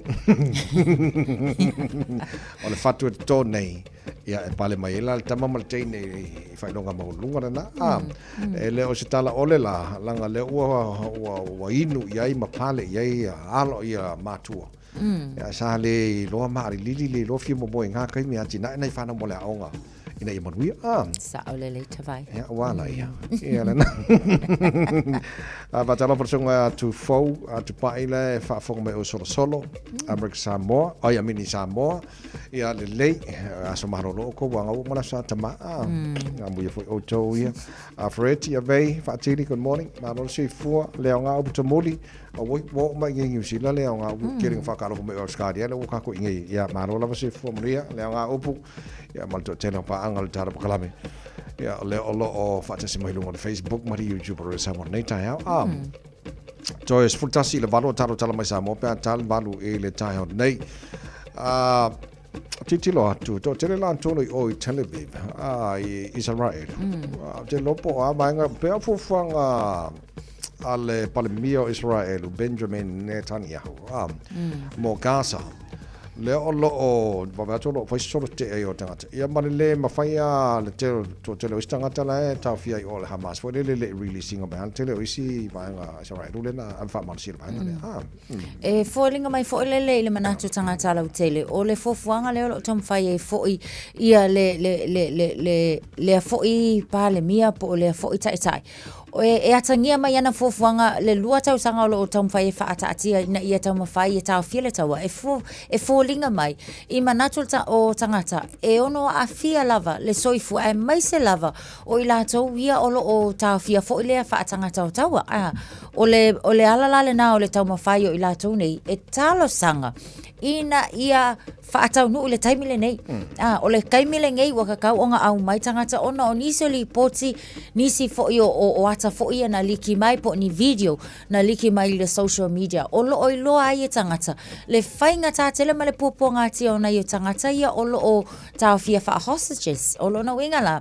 O nei mana, o le mana onga o nei tangata. Ia au mai o la kukangaka. Ia ai wha solo pea wha talanoanga. Au ai pe o le ai whai talanoanga. E se le vaenga e kalangua. Ai e se le vaenga lai so onga whai a ia nei tangata ia o lo o tau fia a wha tangata o tau. Mona sila fia la tutu e o mali temine to 50 tangata Israel o la tau fia ele Hamas. O le tali tonunga mai le nā whai numera te lopena o le 20 o tangata na o la il te tonunga o lo soifua mali temine nei. So o le tulanga na iai ia sala fo ala na solo te tangata. Langa le la fa solo fuanga le palemia e le bainga ma le puleo Gaza. A le a ele tau nu wale mena mana o tangata Israel fa sa lo tu mo mai manu tangata ku sa po fioki. A mai uma nei ele o Israel. Wow. Ia. Ya te lo la me tau mo mo fai. Release mo mai tangata ia na fa lo fuanga te lo mena le solo te tangata. E tono Israel. Wow. Ka lo fa so. Fai si fa mi a fuala ia le lua afe lua sfutolu ile ia o ke topa. Mai la taimi nel fai tau pea male afe lua se lau i la toa ia Israel ua mauti noa ia o lea na fasiotia pe maali liu foi ia ai a fuafuala ia e lua se lau 5 sumaltasi lea na aveina fa amalo si e tutono Gaza o lea lava laolo o tawa nau lava ile taimi le nei ina ia mawhai ona maua o nisi e pen saunua tawai o na ua maali liu isi o isi o lo o mai tawina le leanga o le tūlanga foi lea ai mai se lava ile lamati o le songa le mu ia male so fo malalo ina le taimi le nei sa le le late so tantala no Israel ngal mana sen mai na ya wo so ke lo lai ka lai o Israel le na malanga mai o mai samo o Israel wa ona winga la tala fo le ta mai ai e ia mai nga Israel la tu ma wan sanga le mul taimi le nei ma sen mai la na ya o friend dia le antana po ai baka o kiel mela wo e kama ia sol o mata wo le bai fo le na filifili ai le au tau a kitiona te mato fo ile talainga ale le ia kitiona a vela le no le bai o ngala o filifili ai au ka we o fetawi mitiana o kikila kulanga po o ngai ngoi ko mai au ka mai o ape okay e te mato foi la tu ia nei no e to la tu la ni filfili e tu o la tau na kitiona ape kon se la we ngu melanga ko ngol famsino fitu ya mo o ele fa fo mai a ke nga waka uma kwa nga be uma e se fia o va ko la ngoi ko mai au ka mai nga po va o ko la le filfili la ka wa a kitiona ya taifu salapu mal ko au malanga ale meu ke foi o le ka ke pisa i ka wa isala eluma ma de Hamas le ma Iran ale ai o ka o longo winga e se ale piko la ka we ko e se foi pito la saunga le mo Israel wa so ka ambu ya foi la ko wi e le la urila la piki le au ka wa akitiona se vai li se la vei foi se au ka mawa foi ele ka sole ka kia o titilo antu ile mele mana al Salvation Army tu se mali potilo a mai e mana na e to tilo le malo New Zealand ko fa ki la no ye tu la e fa tawila va malos ona pe la tu te no mali potio mo o la va malos le sidi ona tele io fa fitau in fa la o le tupu mo tatu tono ni sila yo e vai o le tele lava fo yo fa ele o ma fai lava fo yo na utu le tele o fa lave ia mai se lava fo mai tu tono o a inga le taibile nei wale na tua o le swinga le sa ia sa mai le iva a ile tai au se o ile iva ile feflo no nga sfulu lua itu la sa ia il fa tawina fa tangaina so o le la sa tam fai le malo o le swinga la sa ia o le swinga le nana ia mai le fitu anga ile se fulu tasi le po le ana ma fai ona suia mai loa i le iva anga i le iva peitai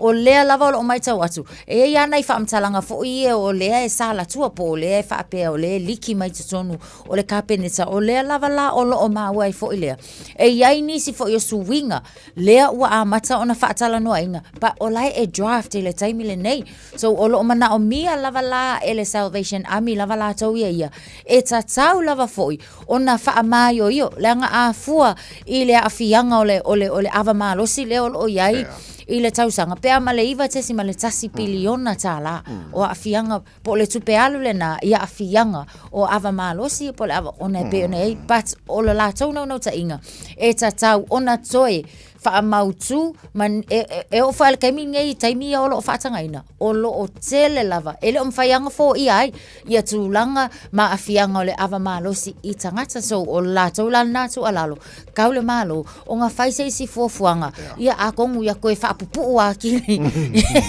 ia i kula e fa kau ava i vaenga la ia e lawa o tilo a fa pe le nga reduce mai tu la mua e le vaenga le taimile e nei a le se swing e ka mai ai po fea o ingu sila fa da kiki kula a le sui al attitude nga ka le ngol ava malo si de kai pe ku nga le lu pe ko ru kula poi lo le leia la bodi ia kai mio fa ka wila ko ava malo si lo inga ka sui si awat e fa ia si ma ia la vaenga ia le suia ma ia la ave o ave ka ma fa to me vai o ai ko ingu ko ko fa fo mai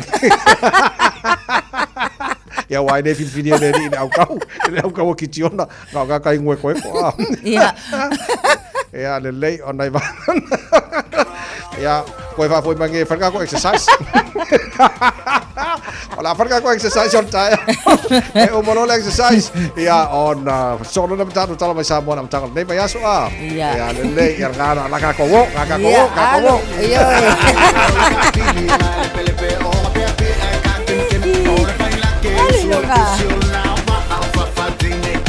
Aya, manaya usapa.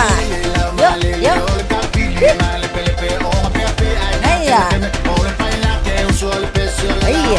Aya. Se luma. Se usapa. Aya. Yo.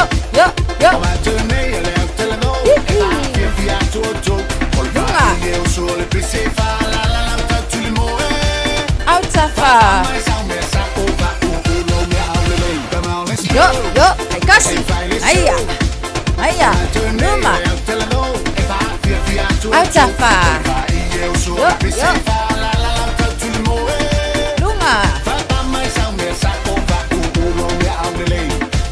Sabali. Aya. Numa. Billy Numa. Autafa. Aya, mangaya kui. Yo. Numa. Autafa. Ya se.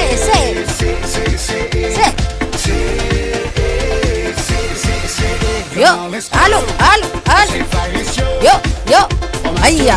Lunga. Aya.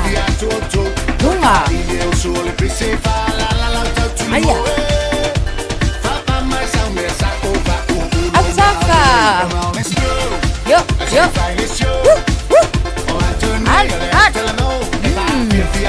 Luma. Aya, lunga. Yo. Aya, sabali. Unga aya autafa. Yo. Kasi. Dua. Tolu. Aya. Kas. Dua. Tolu. Lunga. Aya. Luma. Uka. Autafa. Aya, se angai luma. Yo, lunga. Aya. Luma. Aya. Spurse. Aya. Ya moko i foloa luma. Aya. Iya. Lo, mana betitono. fafo mana me tonu. Mana vai fafo. Mani e telele nei asa Malo soifua. Ole se fufonga Samoa, Radio Samoa, tasilima iwa tolu amo. Se kia Radio Samoa. Usi mai alau whaafofonga o le whaapoponga fo ele nei o talafau mai Samoa. Awina sa mai mo oe e lau leiti o whalongolongo le Radio Samoa. Tasilima iwa tolu amo. O te whatalofo ilo tātou o tunu a matanga fo i le nei vai o sa fo o tātou whenua tala tau longo mai lo tātou o tunu. Wa mautu nei le viso swani le porkalame le malo Australia. Mo au nanga i ngā ruenga whaatu si tala ma whaasara lunga i le Pasifika e tā ua o le PACMAS, po le Australia Pacific Media Assistance Scheme, e whaatu bea i le wha ngā i o le ofisa tūtu tonu, o ngā ruenga le JAWS, po le whaalaputonga o tūsi tala ma le au whaasara lau lo tātou o tino. O le asfarele o mawaina wha mautu wai lea viso swani, e tu sama le fitu se furu toru afe tā la, mo le umi e se furu lua masina, o se tupe le ātu tongi ai le tangata le awa aia le ofisa, ma ngafa fo i maisi ngā luenga tau fiso tainga, ai maisi o le whātino ino ngā luenga le asosia mana o mi ai lea au au nanga. O le whāmoe moe fo i o lea tupe atoa, e whātau ai ma se masini kompiuta whāpea mea whale mo le ofisa. O se whawhita uri e whenga i pēa i tausanga uma, ma le asosi, o le ngāo i o lana whaasoa tau tupe, e wha ngai o i ai se ofisa, ai o le whenga inga wōsia nei ma le PACMAS au Australia, o le ālanga longai le wha ngai o i o ana ngā luenga, mo lona ofisa tūtu tonu.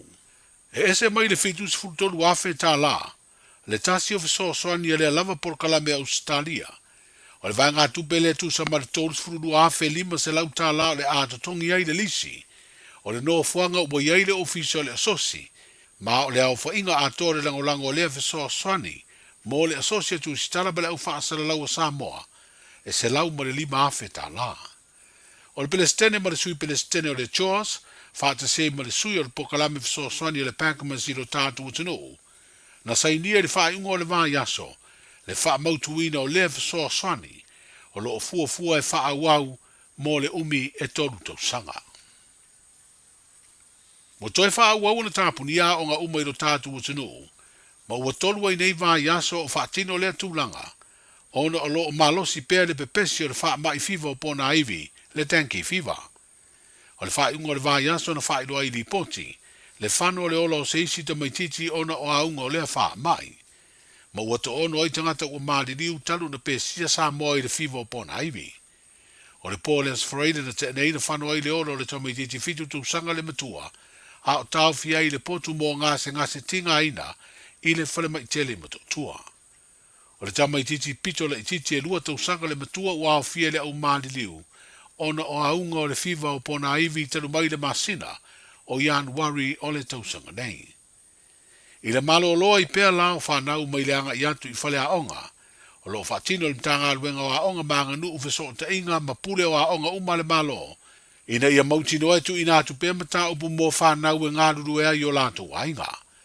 O awala tele vavave fo i o fiso ta inga wha ona po nei ua wha o ngā, mo le wha awa wina o awa onga mata upu ese mō whanau, a ona nofo i o lato a inga mō pui puinga o le wha mai fiva pona aivi.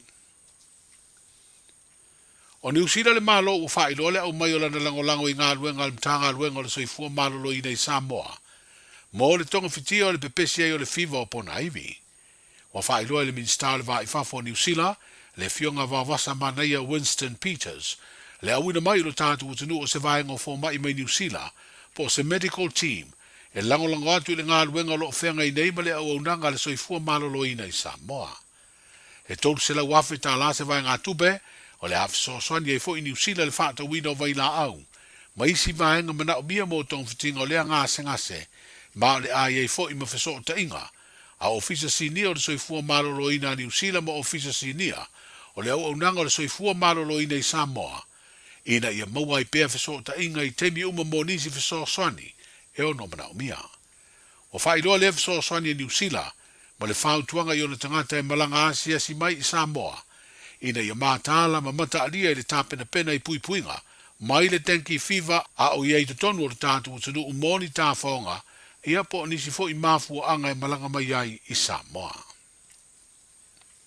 O le ua iei fuafuanga o le toe ae o ngāluenga uma I Samoa I le aso lua o le vai aso nei, pe a mai a le aso ngafua le aso malolo le aso tamā, o le asi tia uma I le whaletaalo o le multi-purpose gym I tona I mato, ngāluenga uma le official komisio whai ngā pālota, ai tāpunia mō se teimi le tu maulono ofisa au tui muli no.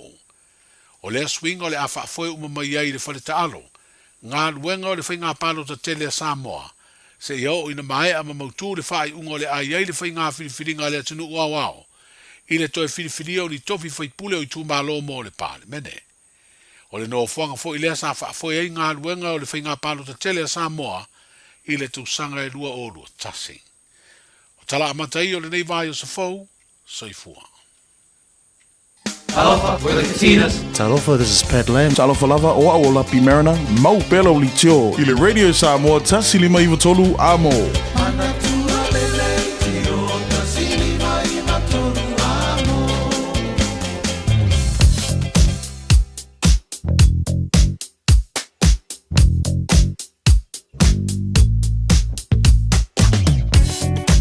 Le poche la samai lunga la wala nei taimi o le tai au faua vaenga nei o lai po loka mo le silfia le tunu e malanga mai North Shore. Pasi mai Albany, fasolo mai Glenfield, Wairau Valley, Takapuna, Northcote, po loka I o le malanga mai North Shore anga le taulanga i Kilani. Pasi mai Northcote anga I Onewa. On-ramp. I on flow di dia lea pasi mai lunga wala papa flow di lei se pa ela balcha langa Kilani mo tato malanga mai North Shore. Lesi side on North Shore around Green Heights ile highways full valu poloka ia le yo mai fenua pai fasolo mai le link o full valu anga full ono anga Westgate Royal Road Lincoln Road poloka ne temo tai hao fe lolo ia teara tu anga Rosebank pasi mai Rosebank Road on ramp anga Ponchevelia male off mai le luasi fulu ile tano vaenga po loka nara ne vanga tai hao. So o le luasi fulu pasi mai Mayoral Road on ramp, Dominion Road on ramp po loka ia ne vanga tai hao. Pasi mai Hillsborough anga I Saute. Fa pena for malanga mala vale le seki pa lengi ya tato ka ko po loka ia le luasi fulu ia le pasi mai Lambie Drive on ramp around Rainbow's End. Male link o le luasi fulu anga the southbound State Highway 1. Ia vaenga po loka na ne vanga tai hao. E malanga tu nei Saute anga taulanga Kilani la flow de le pisi. La flow na o le Manurewa on ramp la po loka. Fa pena foi ia le Istamaki Road on ramp pa solo aku Highbrook. Pena ia Mount Wellington on ramp pasiatu Tip Top Corner. Ellerslie Penrose pasiatu Green Lane flow de le se pa ile taulanga ia Kilani o le tele na vaenga o po loka ne vaenga tai mo fa fo mai le tino. To le time lava on sa ia ta vale fa mo mole. Ma mana tua o le fo pisi lo wala moli nei tamaiti la onga ba ai vaenga la wala lo ko se tamaiti. Avel fa mo nei fa na mo la tu sanga le mo o ni fo tai hao. Te poti la tamai na lunga la wala nei tai hao fo. Talofa Samoa o Jerome Gray le nei. Pe o ti e lau ta vale po e fa fonga mai I lo mota. Ia tu pele ni lo lau le tio le sfulu lima I vatolu a mo Radio Samoa numera tasi I New Zealand.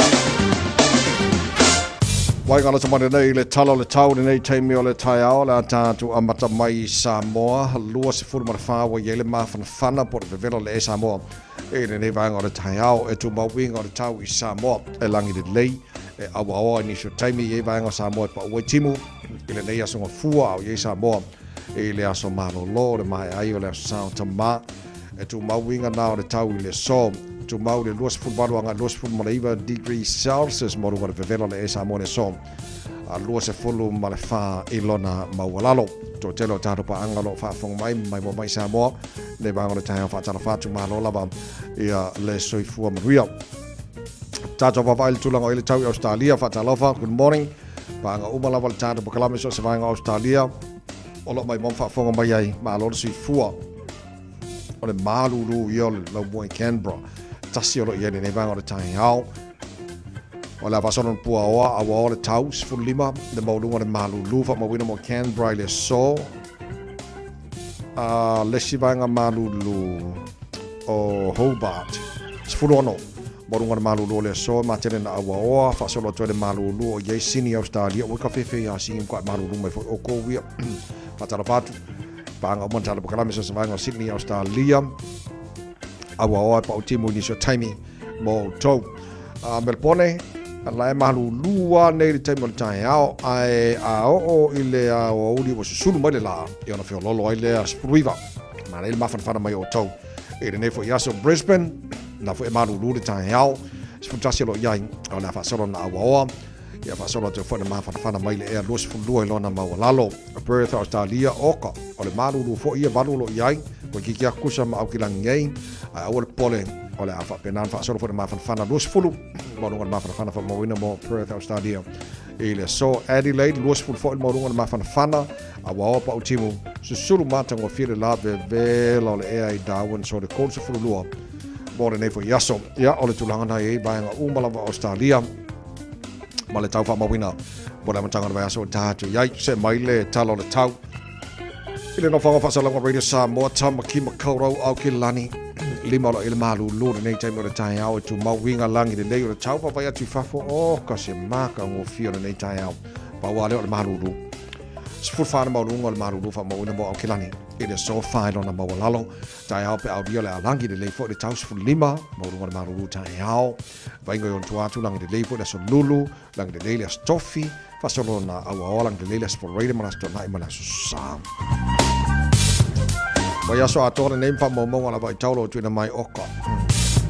Maka o kia. Le langi le lake. Ai koe maruru fo.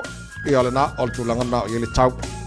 Fa mawina e le ngate Samoa. Fa pena fo i le na i tuatu le vasa tasimeni i Australia. Ia male no whanga fa samlaunga Radio Samoa au kina nei. Ia le tunu o lana papa au ni se vahenga re ke lope fa moi. Lo moria mai le tau mo o tau le nei aso fau.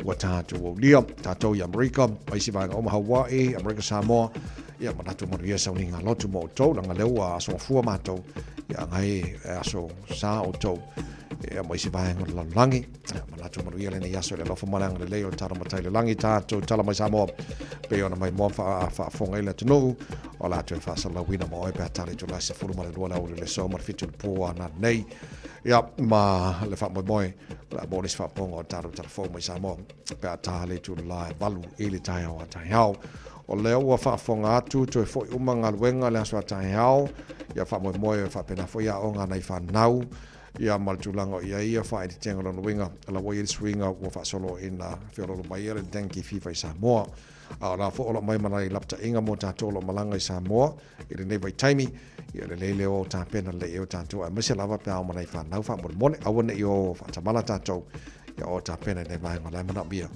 ia mo le puipuinga o le fifa pana iwi pe o na fia i tātou i Samoa wha mone, o lo te pena le tunu, ia mo le whainga palonta la solo sumale iwa le masina nei, la vo wha whongatu le tunu, ia ua no ta pena foi le whainga kom sina o whainga palonta mo na ofisa, ia ua alfa foi na foi le whainga palonta le tātou tunu, lau teimi talo nei aso, mana tuane le tunu, i le aloatu lana whainga palonta, ia whai malata mai, ma le poto, ia palonta, tangata palonta oma, ia o ila fo i te tai o le tunu, la filifili mai, i le mai o le whainga palonta la solo sumale iwa, tātou tali ma le fia, ia ma te talo mo le whainga malo fo, la tu le mai pe a, whapea o i lava i le whainga malo le atu le mai, tau meirena le Samoa, mo le sirima tau sanga lo manahi. Tau tō mora rili Samoa swarima i watoru a mo, se fulma whaala o te aineile tu la e valu.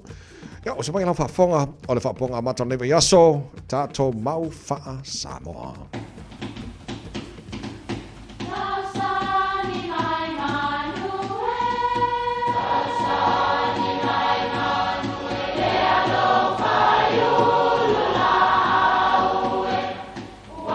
E o whanga manu i ululu o la au, awa e whawhanga i funga o la au. A o le tangata, e whawhanga i upu matala. O le mawhileo o alanga upu mamuanga ngana Samoa maona whaapongai, e a fua i lona si o mianga. O lona lea sao i le whaatufunganga o le iloa whaale aso, mai le tautua se ia o ina pule.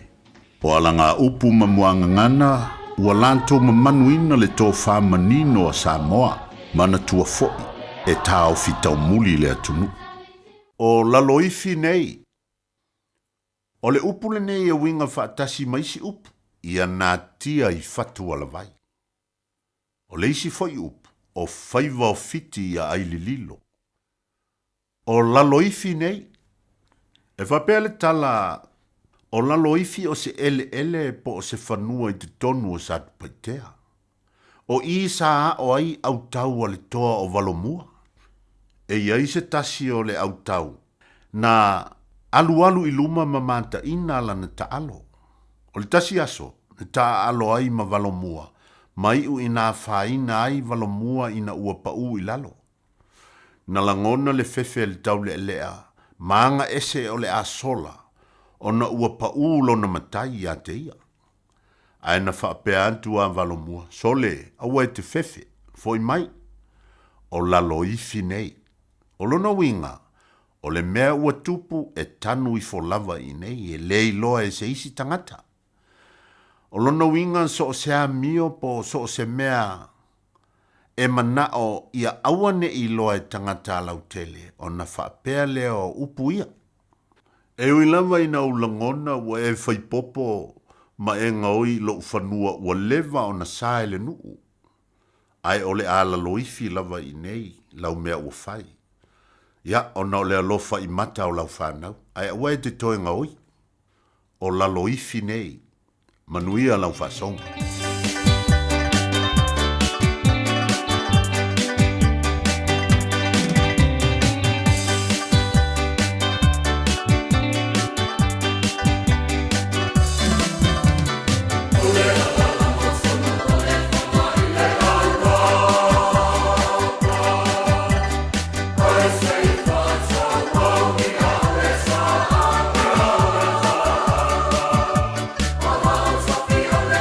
Oh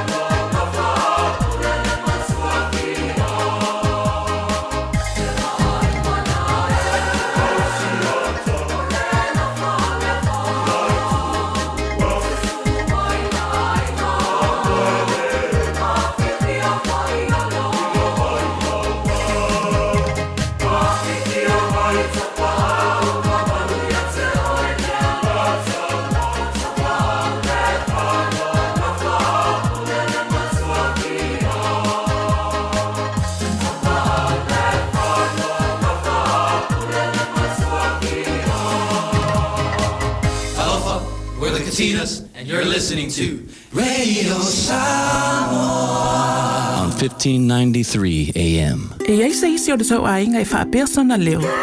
Pe whaapea foi. Whaamata e avea le tale i ma le tale maasani e tau fia ai lātou ma le whai o lātou mea maasani ai. E tatau na lātou e whai suenga o le tale a ngā i le coughtest.co.nz. Pai le suenga o le tale ma whai loa le fō mai coughtest.co.nz e le ai se tatongi. Whala au talavai e iai tūlanga la matia ma tūlanga le lei o whala au. GlaxoSmithKline, New Zealand Limited, Auckland. Ang whaialo esa i lina lau papalelei ma anong hata mo whale Samoa, New Zealand, po le Pasifika, o le Woodmart i Penrose wa whainatila nei tautua ini tautau ngofie, ma wale finance wa apitoa se fululua masina ele ai se interest, peha o vai le 5 awhita la le whatau. E kalesia, ma wale 5% to e whafo i mo le ngalwenga le tua, su mai le 5 fitutasi Great South Road, Penrose, Viva la au ia Chris Ulberg, ile numera o luatasi, lua whaono, 5 Woodmart, laupa angai laupa palelei. Talofa Samoa, o Ateshna Ryan, o le Licensed Immigration Advisor mo le Auckland South Immigration Consultants. E visosoani mo so se tu ai ngā visa e malanga mai New Zealand po Australia. Telefoni mai nei loa i le o valu o tasi o no valu whawhitulua. Po le olua tasi o no valu whitulua tolu o. O silia ma le luasfulu tausanga le tautua le Aro Memorials. E ngau sia lantou maafa amanantou i o loa anangata. Maua maa e fua i lau whaasoa. Ma whaifoi o na lei bai, fausia i lo manao, malafoina i Samoa. Tatala mai le asunga fua i le asfarei le mai le iwa i taiao i le 5 i le afiafi. Ma le astona i mai le iwa i taiao i le tasi le awauli. Afia ne loa i le lualua o Massey Road i Mangele, tolu tasi tolu Great North Road i New Lynn, po le tasi fan tolu Cavendish Drive i Marukau, pe taga yane e le aromemorials.co.nz. Le Aro Memorials, wasilia ma le luasfulu tausanga o lana tautua. Radio Samoa. Taslima iwatolu amo.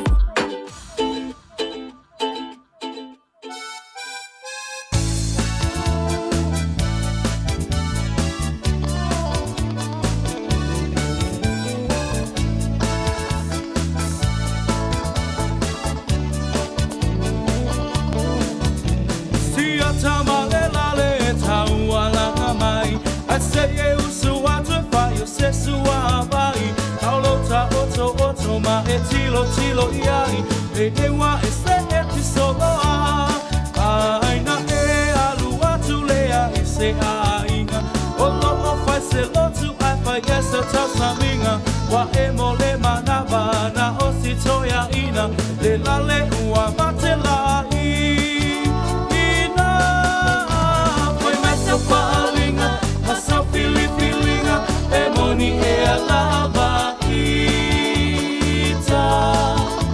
e te tala noa, e te leiloa, mana tole tawalanga no.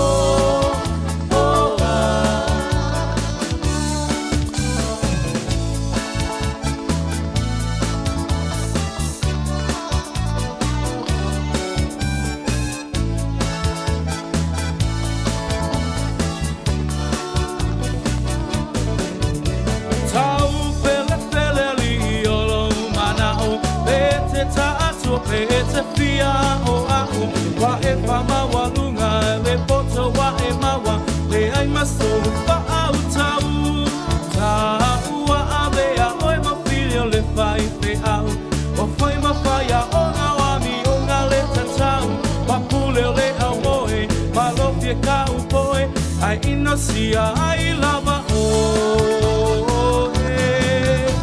ai maisa whalinga masa filinga e moni e alava ita e te tala noa e te leiloa mana tola tawalanga no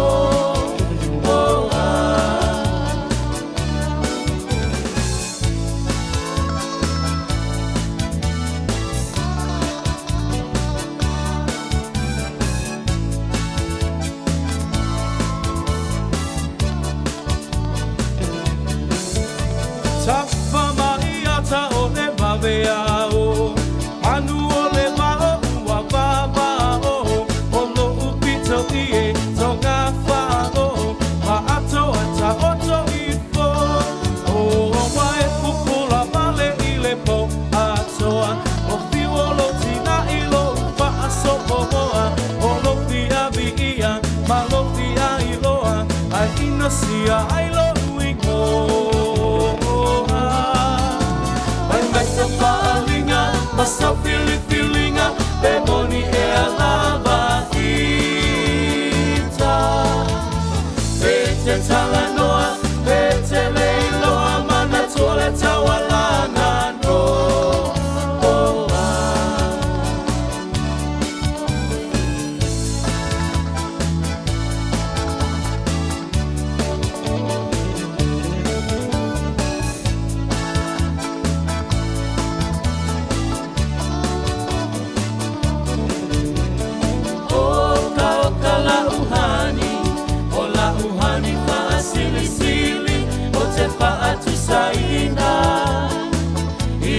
apa ela pi o se pisu pasili o se masike que mai piti o sina sapasui o ni tamato maniti afai lava uatonu lo fina ngalo tapa aipo ipo avane ile malo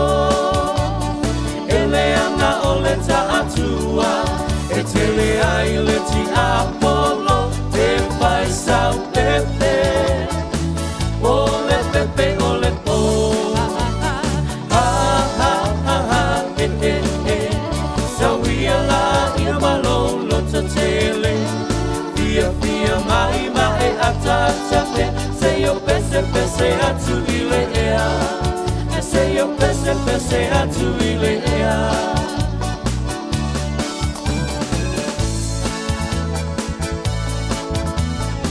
Taraflava o David Tua le nei o lo e whaafonga mai pēi le Radio Samoa tasi lima i watolu a mo Samoa i manuia lau whaafonga ma lau whaasausaunga.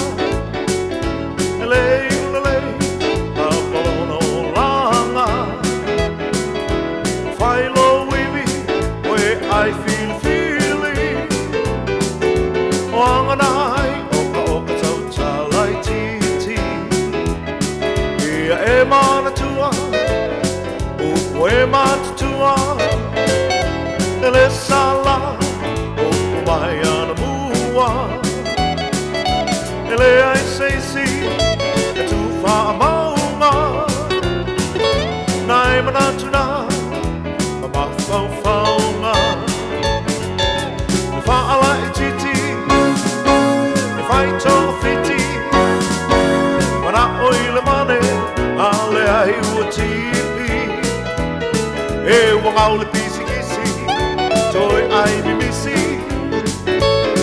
Eu na tau muli, sto alu o seisi. Oh so toffee, tu maulo iai.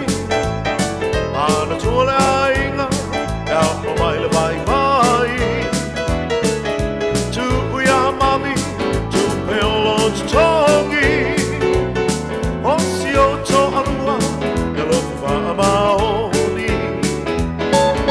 ona e matua e vai o le whanau lama e te tua iai o le o langa nei e le tu mau so le wa e toe ina e te le toe au o le iunga lea e te iai Tangi sina I vai Ua e sele Yo winga sa fai Ua e salamo Haile anga watuai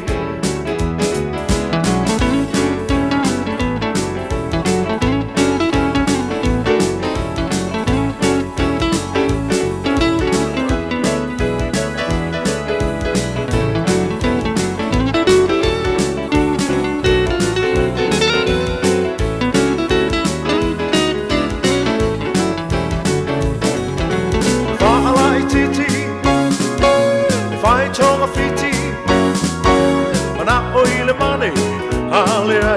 tipi e wangau le pisi kisi toi ai ni misi e una tau muli muli sto alua o seisi awe wa tau muli muli sto alua o seisi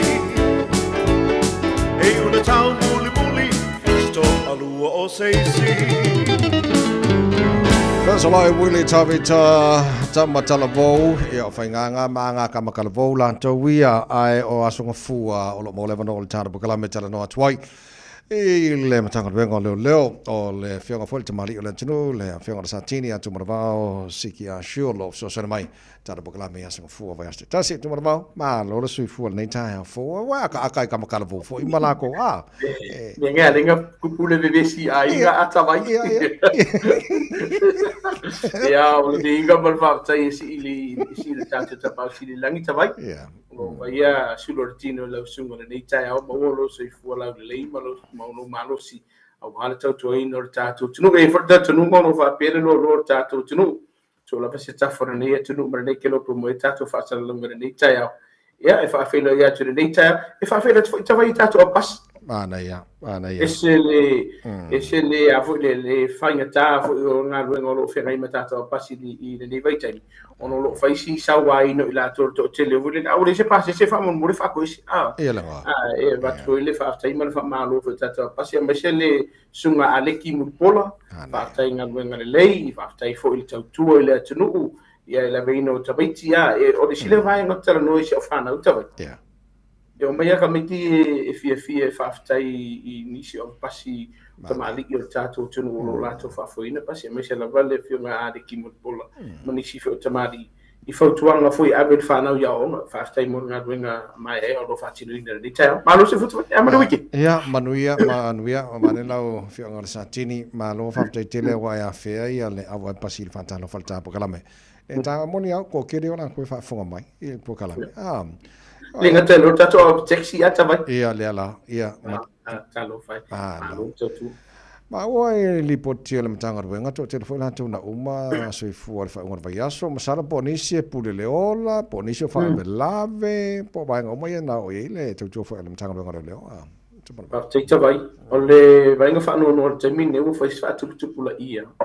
O ila to pule la to soi fu. O le sila vai nga den titi le matanga ruenga le weekend la vai ia. Ke lo la to le na ma lo soi fu. Man to foi vai. Pe tasi pe lua le soifua mau le pulo le soifua. O se numero telele o se vai ngai le tauna tupu a. E la lo fa isi so enga ntanga luenga le lo ye la to le na mau la to soifua. Ni so la to e se tasi la to le na po se mai le ba. E ba tu fa tuanga i le tunu o e fango ta fa mol mole. Vai mo mo su mo le o fo so na alu le ba. Ya wa si le vai.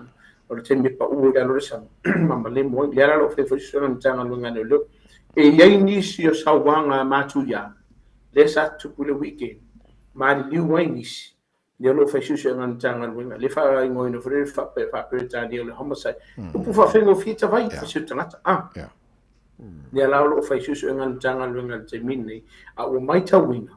Wale asa la vale vai aso. Ma ila ato e maulu la ato so i fua. A le o sauanga. Ia po fa o ngadima. A o le pule fo so i fua tawai. Na si manga na maua na pise fo nto tanga ruenga o tangata leilo a me se foi na tamai te leilo mai tono lanto wai nga to mana ba. Ya. O mata fo na polo ye sa ye ni alo samo le na le lo samo a. A lo tupu fo ni sila. E ni si o alo ma fa na o le na i tono lato fa le peita e ko ka pa kuma bo le ya o le vai ngai fa aftai ai. O le e fai e mo ia na fai si umio sa idea. Peita e le na mau lo se fo malo lo ina fa na matua. Famal mole ta una sila mo le sa ngole mo fa na me sila ba fa na mo o le imana mo fa bito i va fa lo autistic e fo se e polimento how famal mole ta ba o va na pito si le ona ta ai mana tu fo ta ba o we ke mo fo o le timi e te ba e to le fa na bilim tanga nga le mo fa lo nga lo si ki a to lo fa e te dia li fa e le ya le fa lo o la wala au le ta ti al tanga lunga le amakanga mingo ye tanga lunga e fai ni se susu na ile no fo ke vai ko ke ale fie tu la fatua e wi e yaile te le le avano e ono a faina ele soifua ma sa ngole mo le whanau ia e mai se lava i le tau maruru lo i whamanu tama. Manu leo e sau no le mental health. O te loe a fia le to te leo nei whanau fo. Ia manisi fo i e te tauana le leile wa ai ngō lātou nei. A wana e alo ta mala tātou langa e ese fo i ale lalo langi o lae. E o i ele maa fo fo lātou nei. Is time ia. Sa o le tawai. Ua whaisi to te leo tātou tunu o lo usau wai na i te tonu o lātou wai. I alo ma whanau po mātua fo o lo o iei ngase ngase o le maa fo fau. O le vaenga pito i sila na tāu o tawai. Wha o ngā ia fuala au mai e fo mai. E inu e I lātou ni, ina ia so swani no lātou ngase. O le kaimi e mi se whala au, ifo, o le a iai lo mwhaafita au, o lo no winga, tātou o tātou a inga whamana mole, fe so swani e lātou e inu whai mina lātou whala au lua. A whai e ki sila ko la matia so i fua oi pera lau telo lo ainga. O le a lo lo whai lo ainga, boi I tangata o tō ainga le ua iei le, ngase le mawhawhau. E ta tau ona e biliina na mtanga luenga le leo tas. Ma vili li whanbai ina ia whaia se fsosani mo lātou. O lo pomoni ta vai. O le ngase o le mawhawhau. E ona o I lātou le vaenga e pule lo lātou so I fua lua. E whao o lima. Ma whasi o tia I lātou ma na mani liwa inis. Ono I lātou. E muri anka vai. Ma tuale I loa le mentupu a. Ono o le ngase o le mawhawhau. Ono no winga. Ta tau ana tātou sa ili so swami. Pe a whai wei se sura tātou ai ngolo a whai ni ngasa kasera mawhoko whamu mura tamu. No, whaptai mo le whapnatu nei vanga tā ia o lo o tātara noa whaafonga mai nei mātua o le fo I momoli nei whanau lea onga. Ia on whautua ma sani lava le mtanga ruenga sa o le mu whanau sa o le mula am tā vale. Vanga tā ia nei tā au. Ia, lesi vanga tau whamu mura tamai de rasan se mea tu nei. Lea sa iei se ni ta vale sa whiawhia wa I au I whawhoto tātou au mai papatoi. Ma le tātou e really manriua. Lea na o te whawhatai mātua. Ona o le vale babi bilion tanga luenga le leo. Ma whawso ta ila au. Al me pito silon tāua. O le va ai o le numero o le ta vale po le number plate. Lea tamai. E te tauan abim tanga luenga le leo. O I lai o mai e tātou whautuanga masani. Mātua whamona mole. A ma whai ona mamoli le whana. Mamoli le mo lātou whale au. A whai e ne ma whai au saba vali le whana. Whamona mole. Pai se tangata matua e o ma le whana. Ale ai. Tana noa le whana o urso na tara nois tangata e le masani ai. E se ta wol vai. Ngale ta vai. Sa whai ana mātua whontanga le vasan te mea tene I ma pule a onga fo ima manisi o whai a onga rao leta ule au. Alo whaali ere lātou pōlenga. I le lei ona va ai o le whanau atu ia o ranga momua. E le leila valava. Lua, o kuiska me ke lengi se vai pe masa sai fu se vai. O le si vai nga o lo ele o ye ni me ai le tamai atu le au. Mana tua o nisi o onga lai whai la ko lanche whai fua. O nisi o onga ele ai se vai nga whapena o luna winga. E te tokuna tā pena tātou mātua. E iai vai ngore tu la fono. E ono sei tia mamoli e mātua I le whaatamala le tu la wha I le whana neglect tata bai whamole mātua a ole level whaaso sa ili sef soson sa ili sef soson o tātou te ele le nganga fule le pe tātou te mama e whaailoa e te tauon sa ili sef soson mo le whanau mana tua whaskul kilomita le sawa sae ma whaina e anu e numar kolosi ma whaina kuku mai le iki lalo whaftai e tā ua le saunga le mua le whanau ma vaenga mun murita bai se fulu 5 minute ale pikin ale tuwala anga wata una istanga te pikin al whanau o fusi pau ono foa ia baba ia lau ponga se kui fora ponga nga ngai lalo se lau ata vai o le vaenga pito silon tā ua le whafifi ina le o le whanau o whasito telo mātolo moria terminate vai ile sa wai na o le whanau ile ngā teno whanga whai te lewa o ngai mise whutonu a inga e te tawana alo fiel vaenga le ia ma tātou vaenga masani tau i o tātou numera tas i o tātou numera le para o tanga alunga le leo le whaula whafusei o lo tupu te minei e lo vili me la telefoni whamon mo whamon mo le te tawana e vili i le tas o le tasi o lima o le telefoni po lo penga te whailangi e ma whai o na whai elau li poti le po se vaenga te fitara noa ni tanga alunga le leo e leo se whaula whafusei o lo tasi o valu faiva o le plankeke kavai o le plankeke ta fai mai mo le plankeke e mo wole sosiali mo e sa mo I lau lava ngana fa mama la mai ngol tu na fo e fa mama la mai fo mo la wa ya tau o le si vanga tau o vaenga ta te talanoa ai e ngā oe ama e le inoe le lautele o ke le kuonua te Facebook e le inoe le tinama le whanau o le valawa i o ta ua ta te whasoa ai i vaenga i te mana ami e se fisosoani e le nei tai ata vai whaftai mo le mātou a wanoa whaftai lau tau tua mai e le tātou tinu whamnia le tua i o whai valo filin mena nei tai ama nei vai aso whamnia le tua i le tātou tinu i lava sa inga lo whenga iai e mana tua te alanga ina vela veo lo so ye fu ata vai whamnia le tua nei tai ngalo la tali se so i fu me manuia Whaftai lo whenga Santini, tu malawa siki a shio mo le tāpo kalama nei tai au moni foi whaiva mata nei vai aso? Taida, sai foi. Sai foi, ia. Whenga Santini, tu malawa siki a shio mo le kalama mani matanga wenga leo leo le nei tai au fau tues fuluano i leiva tu pauna bino tolo toi o le tāna po kalama mahua le tai au. Matanga nei vai aso tātou molina tamo i tile a onga, nei tai a pesele mo oi. Junior Youth e whakasate ara tū.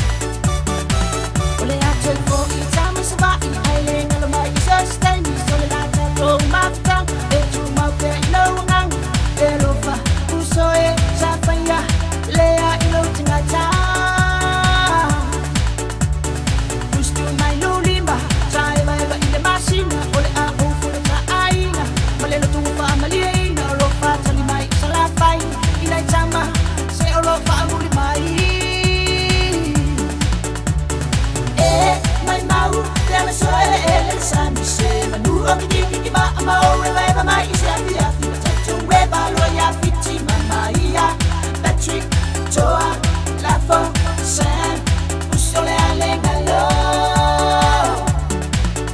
Ako no kuma mafu faru seba ifu fosi fuala au Kita kaonga mamafu tang ao Iya liba tuku pia pia Ele mafaila le onangalo Ile locho Sala sam malo nganga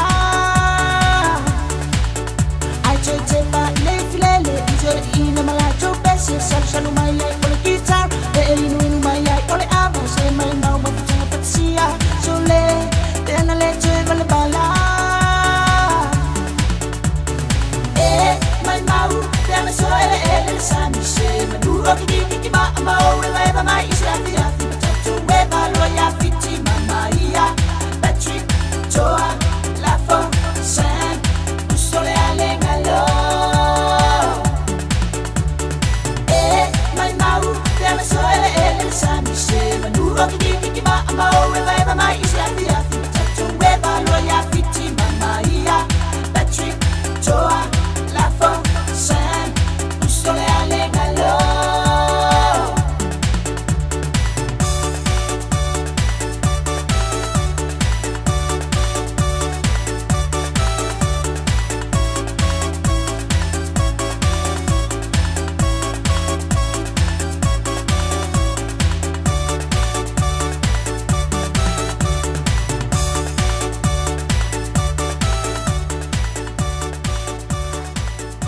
Tai logo e pule mwhapi whianga na tai au na tau tō mara Radio Samoa se wholo lima iwa tolu a mō ino mo choice e wholo mino tolo tōna tālo le tu la eiwa.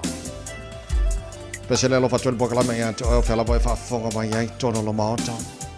Tono ta vale tono whaiwhainga ruenga mahalo lava le tawa tai mana lusi tutu mga ruenga le tai mahalo lu. Mai mo mai nungon Facebook mari YouTube Radio Samoa. Pese le mo.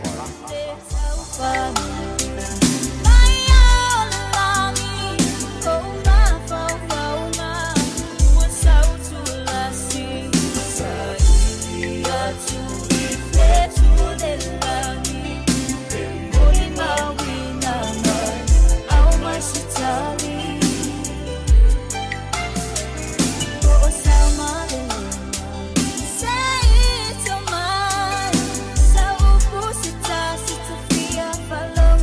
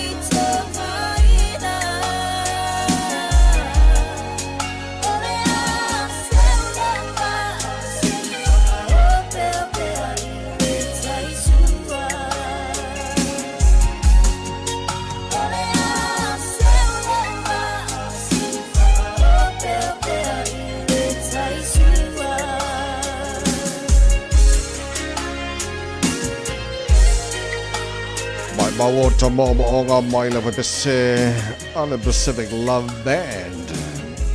Ya, Samoa Tulu Pele, Amala Yellow, our Batulo Limota, Ufato Fa, all the time, Harold Tail, and now more than a 4 years or 4. Talafopia Talaiba, on the program if you might follow to Toro de Samoa, all in a 4 time. For the Jamie, take care, God bless, 2004.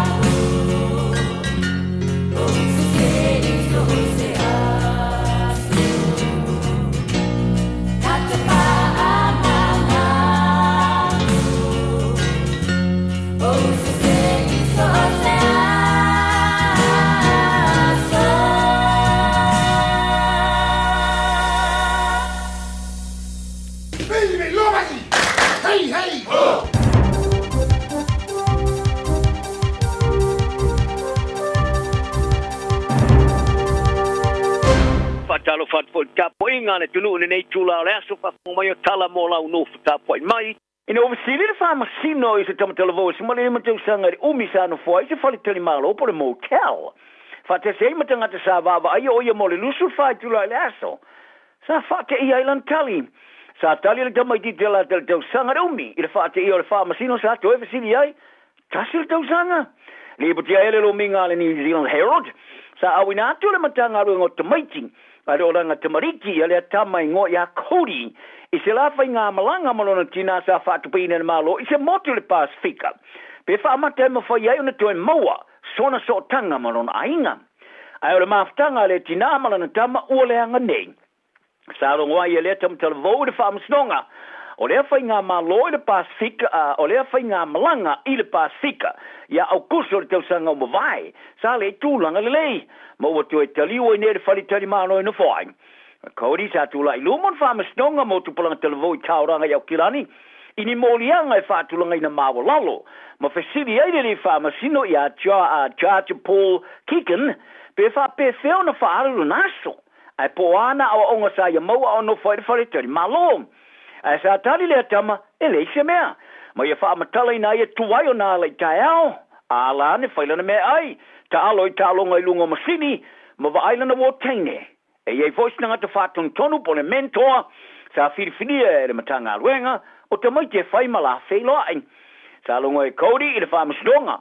Sa whaate ia i tangata i lunga sa whaakona ka le teina le matanga aluenga motomaiti. Mo le wa i oia, lea e tai tōlua le sifi, e tai whasul walu i tula masuing. O Cody sa atolon sa malilima tau sanga ia February, sa moria le whaaleanga maliloa, tala noa ma whaamatau, mani whaamatau leoti. Ma le aia fua whasul tula fono i se ta vale. Sa longa ia whaamasino kiken, o nei morianga sa mafua i se whaasengana o tiltiru iai, o nore le mau tono le tama i le tūlanga wōlai nei. Sa whailo fo i le whaamasino i le fufulu o limo le tina ilana tama. Malona tamai lo i lopo feo iai. Ma tau mawhainga e tue so o tai le tama ilona ainga i New Zealand nei, o se fatu le o palasi i se de ele lafu a. A o tau tu tō ia wha lau iloanga vanga wha whai sa moa i wha lau lo ino la tu manifesto mana wa tau. Mo le whai ngā pālo te lau tele le tunu i la sulus fruivo le masina ni o kuso. O na wa tau le vanga wha whai le pātia le wha tu tō ile tu sa mo o tasi le fast. O ave ele i oenga si tamari to mai wha apito i tamau ainga. Se fau tua wha apito mo tupe. Mo se whai business i longa i sa moa. O tangaloa Eddie Wilson sa talano ai le wha tonu mare over Cecilia le vanga o tala ale talamua. Le fionga ia patu a Pulu Lance Polu. Ilona sila ma whaiala na wha wasengana ia na watau uma pati de tele tolu ale fast, HRPV, ma le sap. E ulava o fia e na watau uma ne pati tolu. O no le tilo le imanui o tangatala tele le leo a onga ma le ola marolo ina o tangata. A sa longa tangaloa le talamua. O le manifesto le fast, o le ngatu ina le leilo na folo ina malo na anu fale, o ana watau o whetau i aile te mineng, pe a whaia mana na o sa mo i tilo i luma, ma si tilo na tama a inga maua e iai. O le whaapase ngana tinga loa sa silsila ili toi longa, o whaatinonga mo atina ena malo le Pathway for Development of Samoa po le PDS, mai loa ai, lelele tele o ngā lue whaapa anga malo mai tu malo. Mai e tau ai, e tu tai male le lei o le fua mai o le porkalame le fast mo le atina ino ala fanga mai tu malo. O tala whenga i le malo na ave vai ngā tupe porkalame whata mo e tu malo mala la fanga la wala tau. A wai whata avili e le whanga i o ina o ne vai ngā tupe.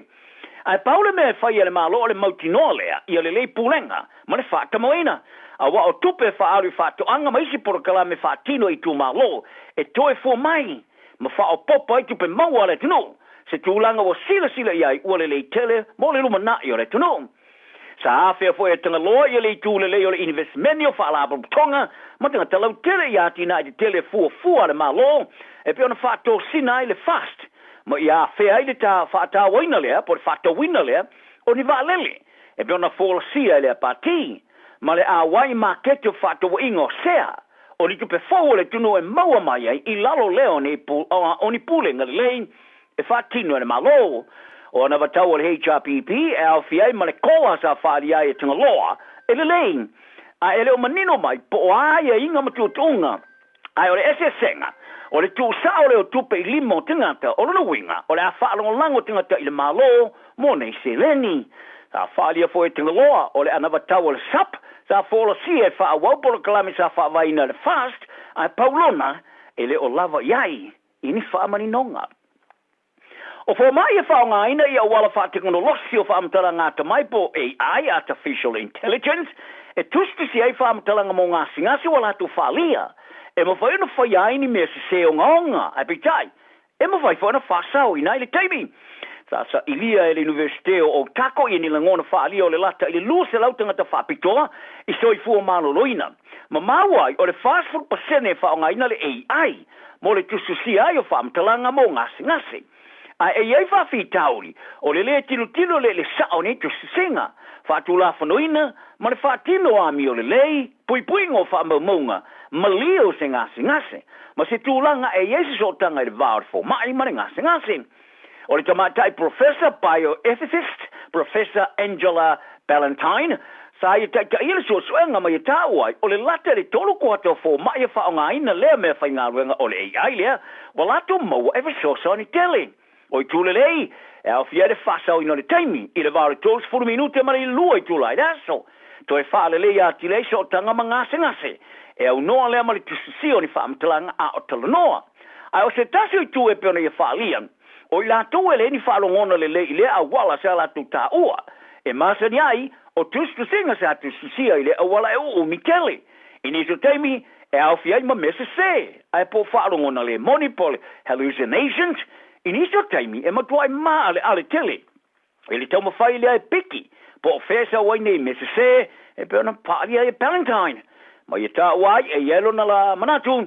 O niso taimi e le puei na le uti o talanoanga. E pe o mea tā ua moni i taimi o talanoanga. Iniso taimi e misi ai whai unga pito i tā ua. Ua whai loe le pāre mi o le atole mona i alo na manatu le pongai e le tau wai. E te tawai le lo ifo ma le luas fulu atunu whapaanga na poloka mai le awa i whono tanga au tū.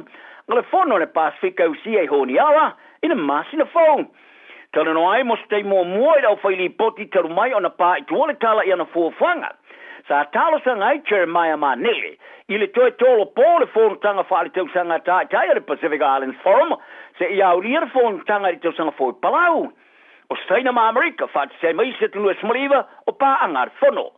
O lea fuafuanga o se mea langalongoina le Presidente Palau, Surangel Whips, J.R., lea ma losi lana ngolango ia Taiwan. Taiwan will never tell ona tulai mai eifte na ingam saina, ma o saina e ma whana whainga pā anga male ati Solomona. Sa tā mamau e manele o tunu whai pā anga ele o whape ua ave se ai o lana tāsanga e patino lea. I whātinonga i stoi roilonga i le whāta o tonga o le tulangi ale Pasifika, lea o mai te mine ele i whāma einan. O lea toi roilonga o se tali lea ta i le whono i le whātu i o le whātu sina, mai o le numero atunu whāpā anga e mananao, i ni o lātu no whoa ma so lātu leo. E whaali lea i le laulau o whai unga whai ali i tulangi. Ta alonga ua whaamaoni i le official le lakapia New Zealand Mark Robinson i le te ena rijima onga i le office kon garate mo se vai te mi umi vave ona toi teliu i le All Blacks. Ta fola le lakapia New Zealand le vastuluai o le tau le lea mua le All Blacks e tosu testo sanga o ia sa ini se whenga i o morsumar var masina e amatama ia i ulai o le roa whema le rufuruono e o ia te sema lua o lua fitu. Le o tu inai o ia se whaavaa mo le taamisanga lona tolu o le ipo le rangi e ta aloai i liru afe ma le rufu fitu e whaie Australia. E iele ma ango taro tala o maonga o lo ta alo laka pi kalapu ia pani o ia au sia mea umolan ta leni laka pi mana oai e tasi lewa le mea o misia o le manu malo le ipo le rangi le o na nawai e toe awai le All Blacks.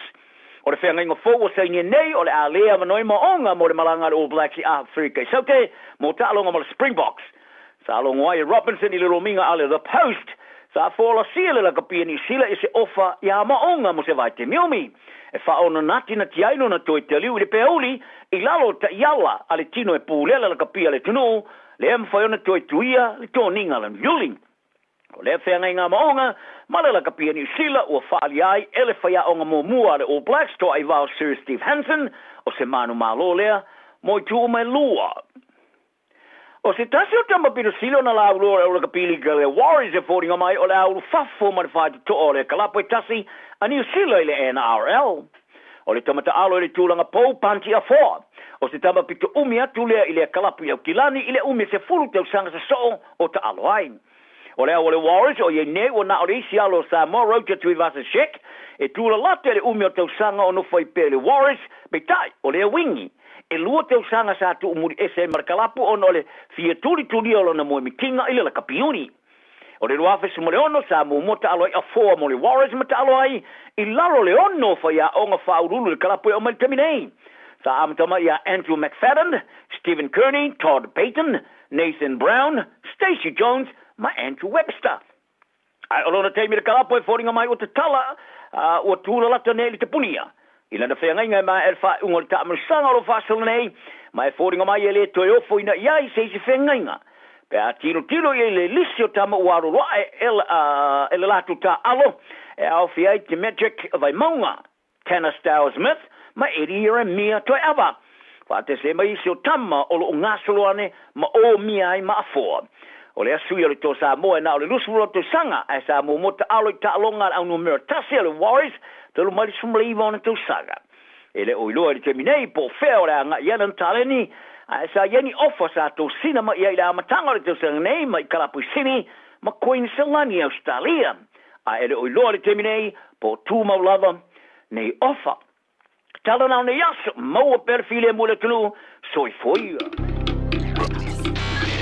Tasilima i watolu amo.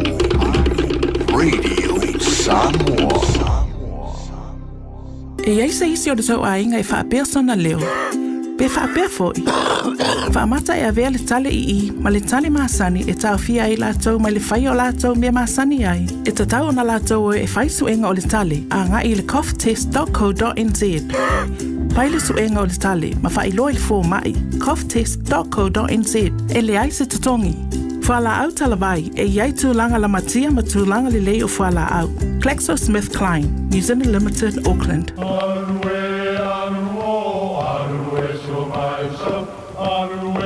O Samoa o le atunu ua mai au na tofi. O le la au ua mai au ngā tātulanga e le to e tau au whangaina.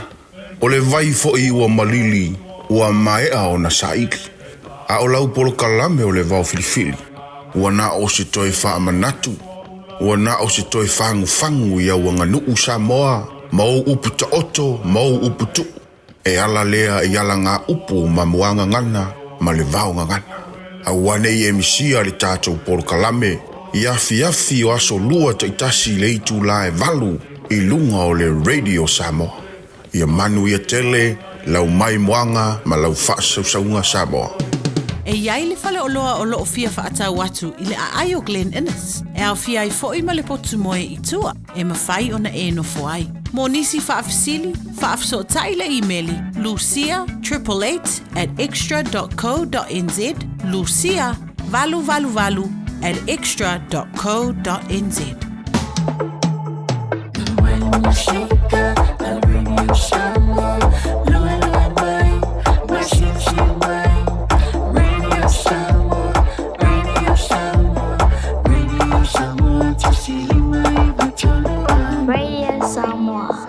Faitauina le upo le poto no le tautua matavela linga Fusi and Sons Funeral Services i Mangele ma Samoa. I taimi o mawhatianga ma whaanoanoanga ona o le maliu. Manatua linga Fusi and Sons malana au nanga o le a whaamama avenga atu mo oe ma le ainga. Wala au i le telefoni lua fitu lima tolu o fitu.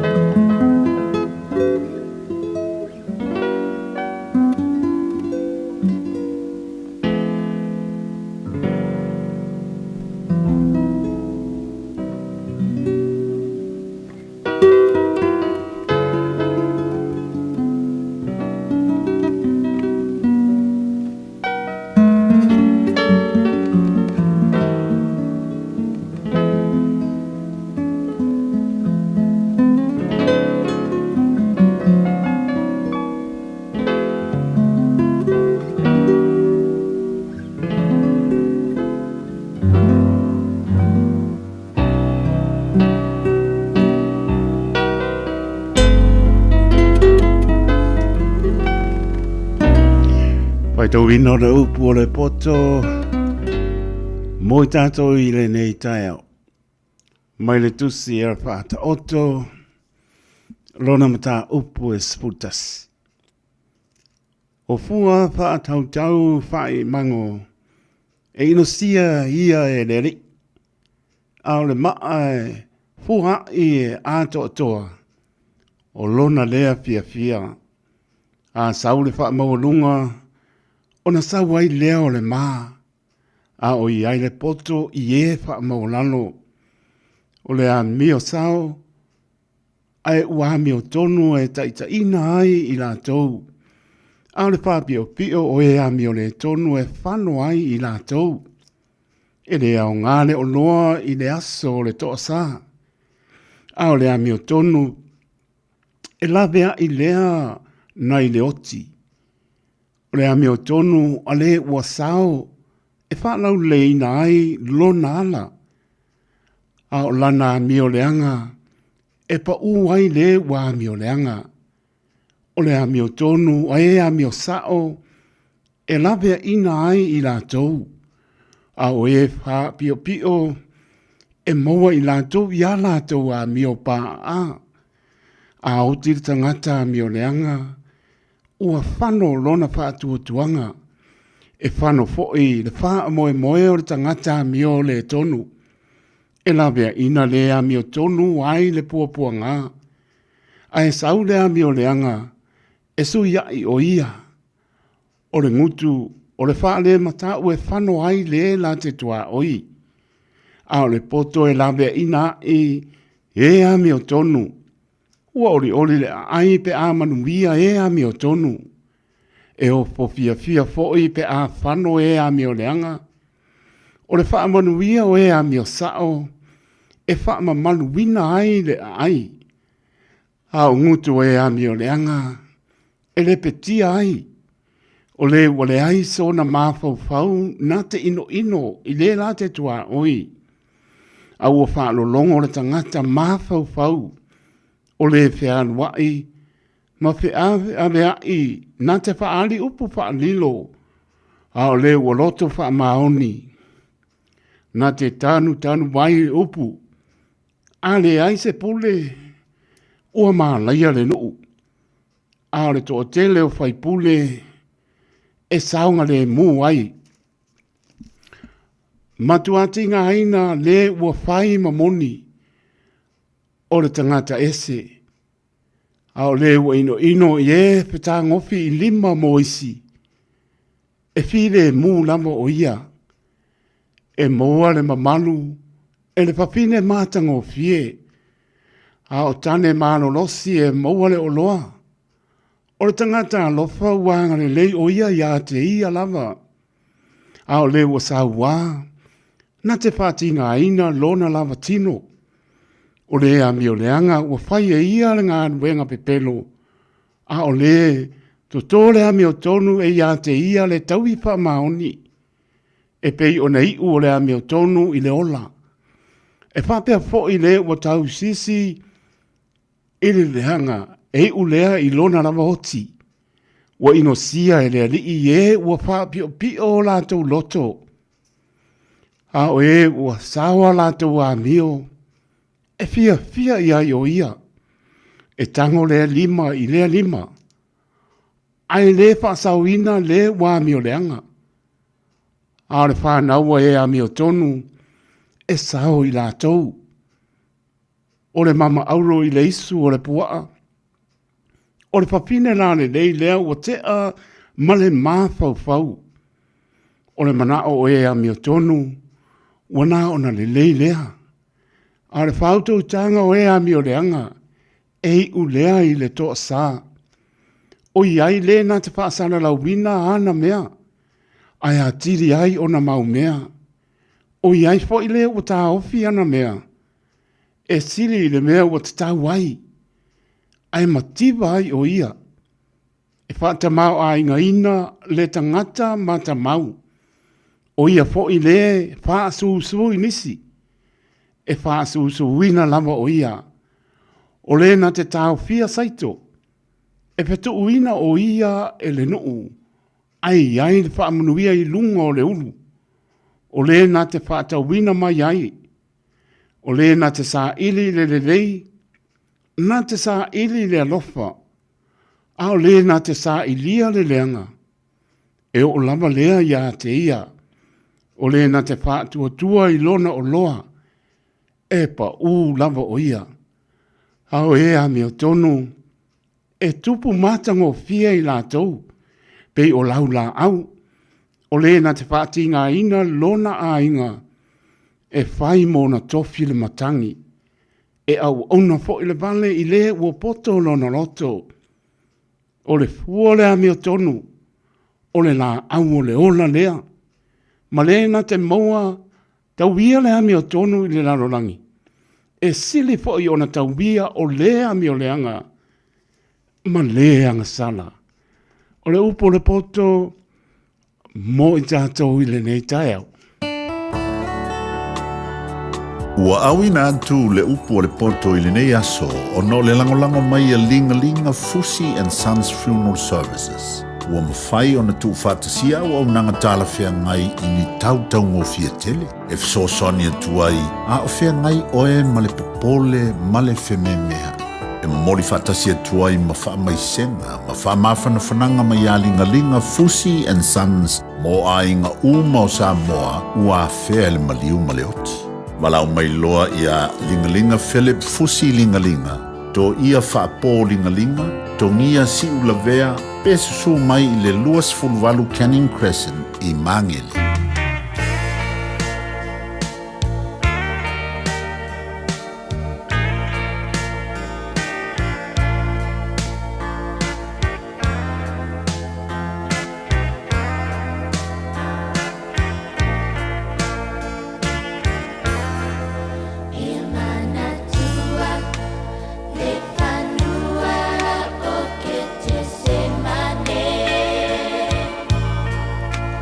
If I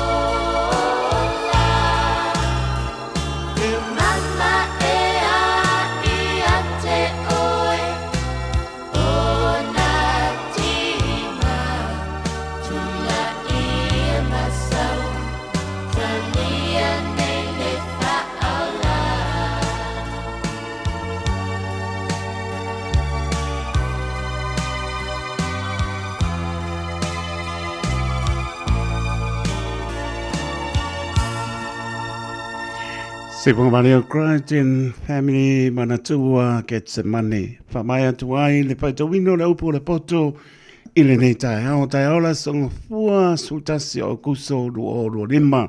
Sabau ponga pa. Paitawino le upo le poto le aso a tae hao moli ailo to soi fua mona tato wola. Luas fu warabidu te vote aile tu la iwa tautua pa awa le Radio Samoa so lima iwa tolu a mor proklami le fia mai show so tu lang poi. Talenga ya tia whalau tusi o nisi o popoanga no whianga i le uso vane suapa toi fo mai fo lana tautua i se taimi o luma suapa marama lolo tātou rio i esu ke riso le nganga pa alo e wholopan pata alofa tuai pa ia maurunga o lo tātou atunu o mai lava i maunga maurunga pa ia se o pito i titi ta alofa lava pata alofa hatu fo i lau pengarumenga tutofi le atua lofa penanta o suina le vai o lo soifua i so stopine o alama ni nganga mo ye malona ma lo forofa pata lo fatu ta lofa lava pata lo pa tu malo le stro ma lo pale mai le lava ba ai tau pati mai le au mo le polo to talina mai nai tu la langi ile tau tu fa wa le Radio Samoa su lima e va tolu a mo forofa pata lo fatu ta lofa lava ele pangaruina fo le fatu tolia nga sanga se o tino le malu le tunu so te mauta ngase i mauta malawa o whoropan pa ta lofa atu, ta lofa lava, pa ta lofa ia i lato turi o lato whasalanga, ia o whoropan pa ta lofa atu tali tonu. E leo tu lapo ia lava i o tau alo o manatua o tau talo, wawe mai se lau fia la ngona le salamo. Wha manantu pēr le salamo le wi, o nā ta mai ai leo ia, ma toi fōi lo na ainga, ia e lofa atu o tau, wawe mai se lau fia, ia tātou fia loa ele mātang o fia le li. Lama na ianum pānau pa tarapātu pa o maua mai. Ia o tau aor ki ia tau la au te tonu o tau potu a onga. Ai e manuia o tau a onga. Mana tūle no mana tasi. Lenga nganan soi fua e tau mātua mōna e te tau auni ngaro. Maua lau paperitania. Ia mana no mana tasi le nā atoa tino tama e fia lo manai. Ai e manuia o tau lo manai. Ia pātalo pone mano le tono lau la tau le tai la tau le ea la tau le ana. Pia lama e malanga mai tu o ke lope a meso isi o tātou tono o Samoa. Ia, vi ia le ri, tātou maua pia lo inga i le mātang o fio le ri. Ai e maruia fo i lo pia i fo i nea tono o fōwhanga le ainga. Ngā te leo fōntanga, pia ngai fo i mo wōma i māsani o ainga i nea tono. Ia o te oro nea lapo staimi. Toi ta liwa i fo i. Ia pa pe nao na iai le lofa o le ri. A tonu lama le tu la iwa lo sa ili atu. Pe maua so ta inga matua man. Ia, le pionga ya tōre tai, David Tua, e leo pōrisi fiel maro tātou. Tano, ona panga sulu fo i leo tātou por klame, pa talofa ia i lātou. I lunga le apia fo linga, ia me soi le tina ia leaunga upu tō muli, ia mano lo maputa mai mangele, ia pa pe fo i le koutia le manu Samoa, ia lau pionga le manu, pa unga pesi, alofa atu uso, vane swafa, ria lo tu lai mai, so se oso, le ainga, pa pe na fo i, ia awa moe, nangi tāsia, ia pe fo, ia fosi tō vai, ia manisi al maro le tonu o misi atu. Ia e mana e fo i pēka ko singa siva sa moe a maka i kai au.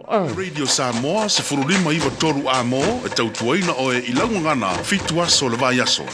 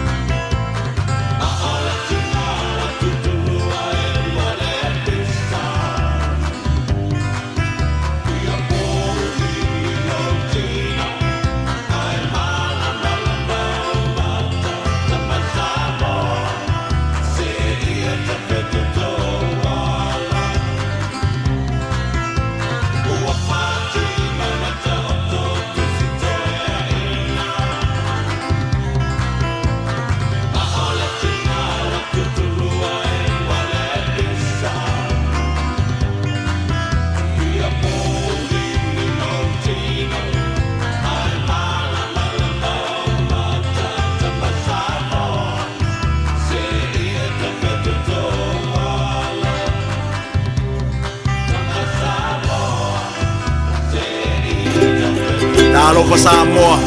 Wa ule ne yo kasu tialu. Awal suia ngila wa wekio. Ai vai mai ina se fulima iba ko. Radio Samoa. Vela fa ilongaina. E pe o aso whanau, wha poiponga, pe whai malolonga mtafa whawai wha ungo vai aso. Wha atau e oi New Zealand nei, ai piki e lau a ingai Samoa. Tanga i ane ili pacific40.com/hotel. Ma wha atau nei loa. Pe vala au ili o lua tasi, o valu tolu tolu, lua lua lua tolu. O lua tasi, o valu tolu tolu, lua lua lua tolu. Beta Drive Doctors, ili tau longa wha atau i maangele, wha pia manrua. O le vaenga o so ngase pe amana o mia. E whaatino e fo i matupui pui o le whana witi. O tupui pui la COVID is furiva, mo i lato es fuluan tausanga malunga atu. Whapea matupui pui o le furu. Pala au telefoni, 255-25 mo so wano e whaatino e nei au nanga. O fisa whama i maangele i taftafane o le McDonald. Aman rewa i taftafane o le Whaletusi po le Public Library. Peter Drive Doctors Clinics. O fia maua sau ta vale po sau piki apu. Ai tong i ta iwa yaso, lua va yaso, pe ta imasina. O le sleek cars o le a maua ai le fsoswani. O ta pena le au whainga ruenga a le sleek cars mo oi malo a inga. Au ai te popole i se mea i tasi. Te tala fitu aso, mai le sfulu i le tai au, angai le afo le ono le afiafi. Tele la lai au kilani i saute, vili mai loa, i le o lua tasi fa, fitu lua selau. Po le o lua o, fa lima tasi lima tasi. Radio Samoa, tasi lima ivatolu. Amo. Radio Samoa, tasi lima ivatolu. Amo. Thank you, mai loas for minute o na tano ne tula spulu tan spulu. So mina tanto tala I vai fanua pian paponga ia en pangasol fo lo tanto por clamise ia pa ia lava le tula spulu loas ia po le po ele tlinga ia ponga boa por tlinga para sala pai se one transition to te maputa se ia pa ia po stemba le fiafi ia ta tono lo real malo le tanto no to na at fo ita po inga I le li ta tonu tufi tau fao tau mafa pa le o tanga tana to la le mo apa peanga alu e tufi mai tau mafa wai whare tino o longo winga ia o tau mafa whare tino a koe fo mai mo e pe koe male whaalifu kalo ia o sapasui i o mo kwa owa a tau mafa whare tino ia ai whale konguru tau mafa whare nganga ia e tali tonu to sia I tātou whaamnianga neri tau whaafonga tātou whaalongo na tatala I lau whaafonga tala lau whaalongo le mantango fie o onga le I ala ia na pionga pa ia o le sulu I o tātou vai o le mamlama I o tātou wala ma lor wha mānosi I oi e o un pātu e angpo o le tātou wha mānosi I tāpo inga e mauano fia fia I oi ia e mai se po o le aso alea e pa I lau fia filinga e lo I tau vina e po I lau so I fua mara wola I oi ai mai se o le malu rua e le po lea ia matangi po I se tala noa I nai o tātou tu asina sina a malo loa la to I mauta mana o le mto au fia fia nai la to I maua po I ni staimi o tāpo inga ia mai se olo iai ia le tāpo inga le e ka le sia pa tonga ke sana Marek Samoa I wuri te pena ina sunga le to ina ia maputanga pa leo ngā manatua o le sutasi ngai lua tua le tai au le tupenga notu na ele misi tai au sa ia le sauninga lotu na lo pena ina le sunga to ina ya maputanga pa le nga I tai au sa e moa la tātou sutas ia pa pe misi po ina tu asin sina ia awina tu le si pa inga lotu I lungo le ana leo I le tu la ono matango fie mona I o tātou tu asin sina o le lava I mauta tāpuai po malu tāpuai o le ato toa le malas ia o sauninga lotu na tai au sutasi sauninga lotu mai le epaka asai wuri so ngato ina maputanga pa leo nga ia male tu la ono le fiafi tau tua le Radio Samoa e meso oni se ala leo maua tu iai po la po e pai po e la tau sauninga lotu ia fiafi ia morisi le fiati le malo tātou tuno ia e mese au po la paka le pape oi o le ele loku le sau sukas o ke le aru la palesa e o ele pape la pa ko sisitu o ngai po e mana ia la pa iunga e o le via po le tulanga na ma me e fai ese si Io o nga le o le fa sa o e fa lango ai le na o fa ngo fia a e ma le fo ma ya le ia afu ke le ai a va pe bo la nga ke ka po I lo mot fa le lo pe la o fa po si o pe nga ri sa linga ro tu nga le mon ya le o ke ia nga ma le ia afu para ke sa fa do lungo e le se me o ia pa wa me fia si le ele ni o lo fina ngalo ma le loto taito pa wana na pia sila ele e mana tua ele tau fa maluina le e ma malua o ia ar tangata soifua e ave ma maluna na tapo inga ile tua se mana manga ia wale mo ia mari fo mo no ia nga ngopola ino sa TV ia la ele o ia lo nganga po ile ia ngi so po tu se tara ia pa mangalo mai te al pa mana si au ia moli pa malo pa tan malo le tino sa pa man lo si ta po inga ia le wuto na ia tu le wo e ta pena fia po ia o tu te me faiva po I lea vaiaso mo le vaiaso ia moli atu nai ia lon pa nau ia onga we fia le na avela tau langa pese tau langa vi ngafi ia va pena ke ia le lo ia no ne li si le lo fin ngalo mo le lo to tait ya pa ma lo fa tai o pa ma losi e u mo le aso mo lo fia le na e o pa sa man e wa o le se kuruma singa le o fa ko I fo e kuruma singa le o pa sa ya ba tato ma na tu le lo fo le tu lo su fai tu la e le va pe ka fa ya ona vale se o anu o o pa sa ia fa to I fo fa ma si mo tato ma o ma o e le va me kana ko ma ko ai e le sa pa ni ma to o ngare mongi le o ngare o ka se le o tia mo le o le pe o po le tro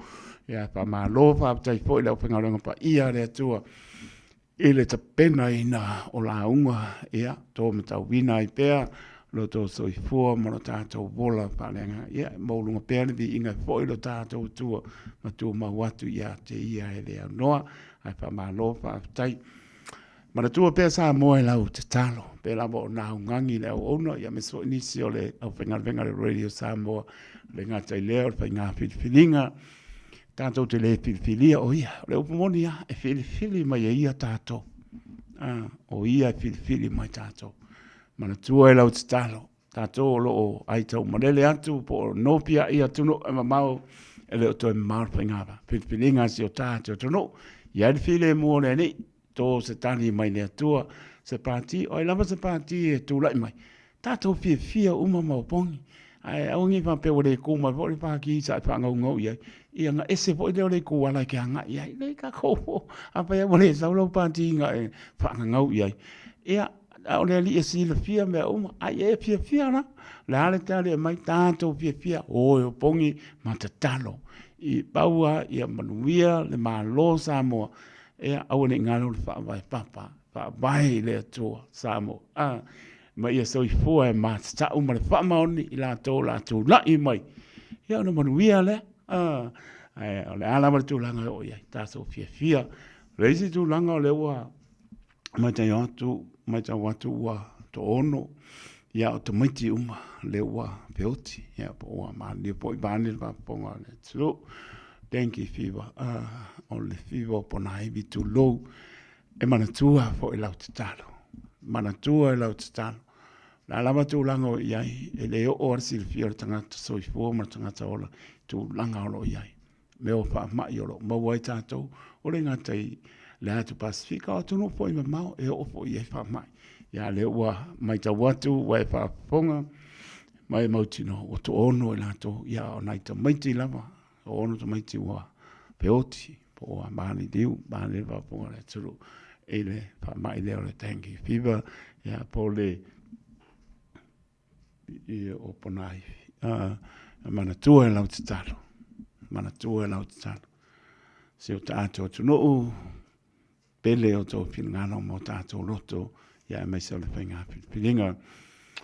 La tau lunga la wala, ia, whaamuna mole a ura whaunga ina telefoni, whaamanatu pēr mo tātou, fia na mai alu le atora tā vale, ia matani lau telefoni, whaunga lau telefoni, Io ia a tupu mo pa lave ia o nai ni fanga ia le tau alanga le Radio Samoa.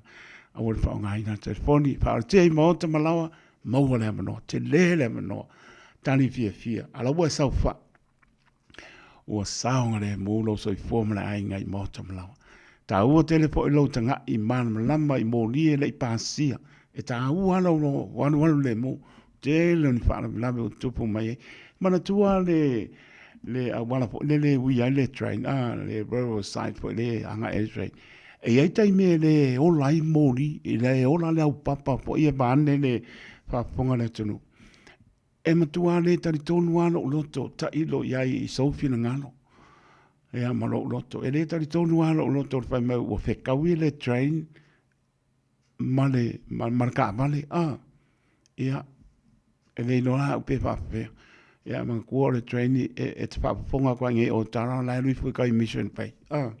Ia e ne i leo o ia lau tala i seisi tu langa pole leo tau mapale aba ona. Tau mapale whala au whasaina. Ia a tono o tu langa wapena la wanwa wa le dole pangi ka lai o lai ko inga ngā bāne whaponga re tunu. Ia wanwanga ia lai whapea mi oe. Aia whapea rau tanga tau lai mauti no lungo le ala ai pe kaui mara train. Peia o le tau a langa lea i aso e. Ngarua e poe mai se o nisi o le au pasala lau. Tā ua tele lo wano le mu. Awangi pa ie ka kou lunga le au wala. Tu lo e le patonuina le malo le tanu. Awangi pa ie ta tō lunga le au wala ma matala. Pi alert. Ie matala. Ta talo matala tātou. I lungo le ala. E leo ngare tātou te talo e patamana tātou. Ta ua tele le alo le mu ai mai se ala tu langa ia o walanga e wi mai e tre e tai me le ola ila papana ai la kusa o la kari kongwa o ia ole na ala ma sa mo train e le ola lo papa mai la me manga ia mo ta o le alo le mu e le pasia ia to inga a walana ia sa mo sa nga le mu ta to ta tano ai pa ta mana ia nai tu langa nai to pa mana tu pe mo tato ia mai se lava o si o tato tu no sa molo vesi ia tato mo fi le mo le tato vo le pesili le ona e mo ale o fi fai vai tapo ia e marmonu ia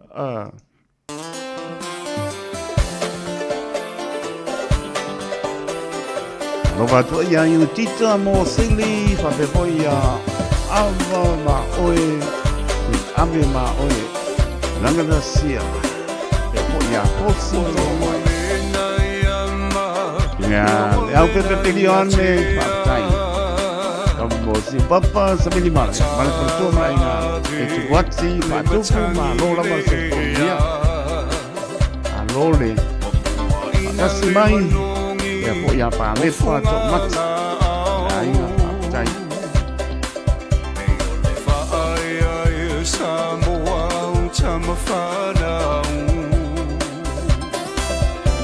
Neiti o le toia ina pepo Patita oto Ilo nalo sa tau sini o Manu malo le toa lona loto O le toa manusi E pule alona loto O le toa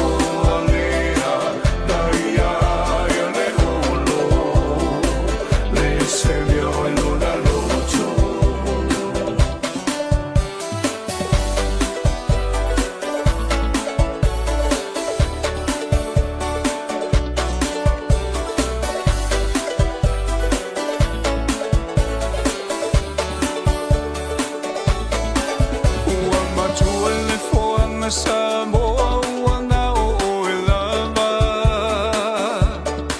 Ina lula mi tele o whanga tamba Tua whale le papa, uma whale le moana E uina e mativa, ai tau ma whai lava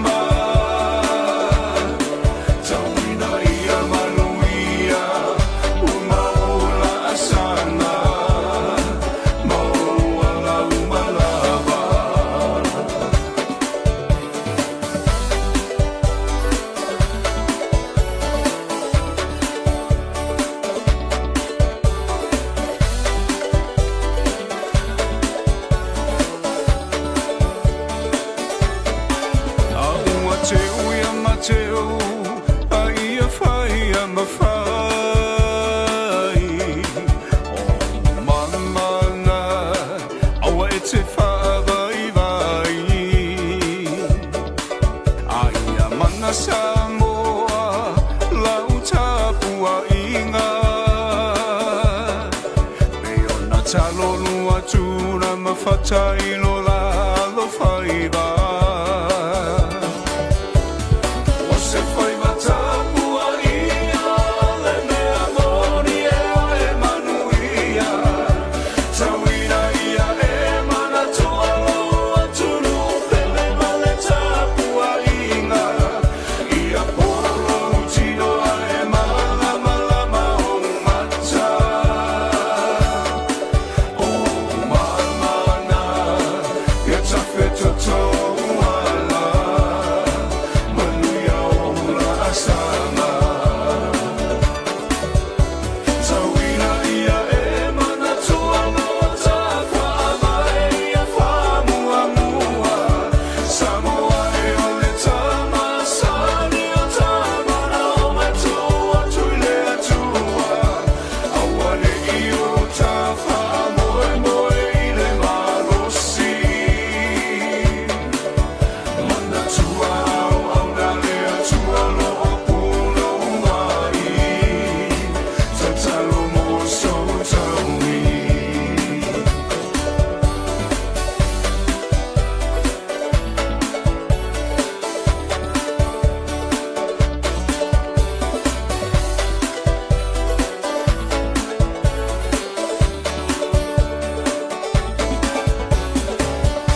Se pungmalia o le sunga whaanga whiu se mo le tupunga i o e whaiva e tāpo ia e maramunia whai mai i ai fo le sua wharenga sau i e te wati whaatupu so i fua maruia taito e moa le pese ala a sinapi lea e usu mai le HRPP i le la tō walaleo so le karo whai i o ka le lopo pe e le pese ngā le HRPP ai ia kaumwhaia kua, vai e marima kaumwhaia tua. E te wati whaatupu pese wa e request mai e la HRPP. Ia, pei au langa. HRPP HRPP Tarapa pole pare tua ia vai kalama ma le sunga le ri ka muka ia kalama ma le nofoalo o lo maputa mai i wainui ropa te wa olua kalama ma le tua ia vai ma le nofoalo Itia mawari malotulanga ua numera tasi o Samoa i le Pasifika atoa o aina si itia ina loingoa le HRPP toi sauloa o aina aulele ia i au taulanga HRPP o aina so o ai o awala HRPP o aina so o ai le vai ma le paua HRPP o aina tango fie ai le soifuanga HRPP o aina soia salinga lunga awala la papa HRPP le universite o aina au maya HRPP o aina soia le tele o falea o nga HRPP saunila ia sau e te palo toile HRPP oh my ilau vai nga fa upu fai ai fia sa alo so palo sa male foto sa e palo sa mai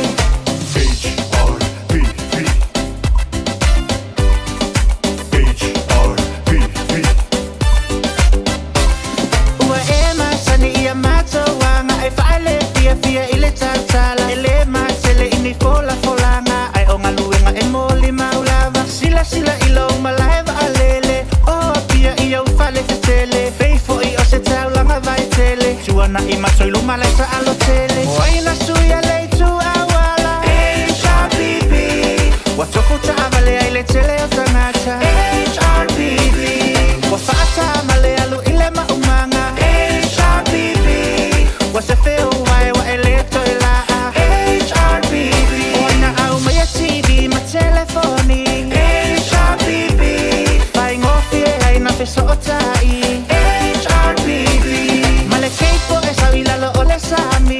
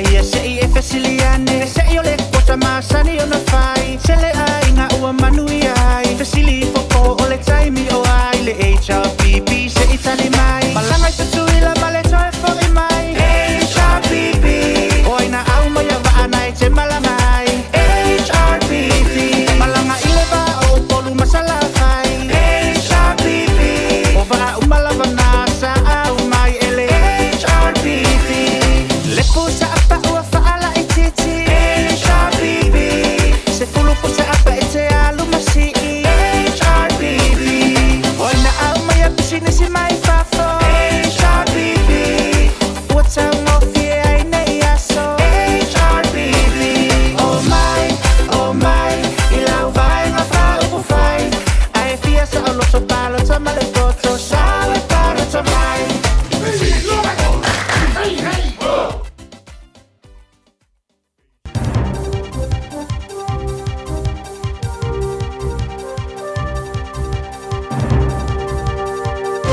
Fatalo fat fo kapo inga ne tunu ne nei tula le aso fa mo yo tala mo la no fta po mai ina oversee le fa masino is tam televo si mali mo tu sanga umi sa no fo is fa le tele malo por motel fa te sei mo tanga te sa va ai o ye mo le lusu fa tula le aso sa fa te i island tali sa tali le tam di tela tel tu sanga umi ina fa te i o le fa masino sa to oversee ai tasil tu sanga le bo dia ele lo minga le New Zealand Herald sa awina tu le matanga lo ngot maiting Ado oranga te mariki ale tamai ngo ya Cody.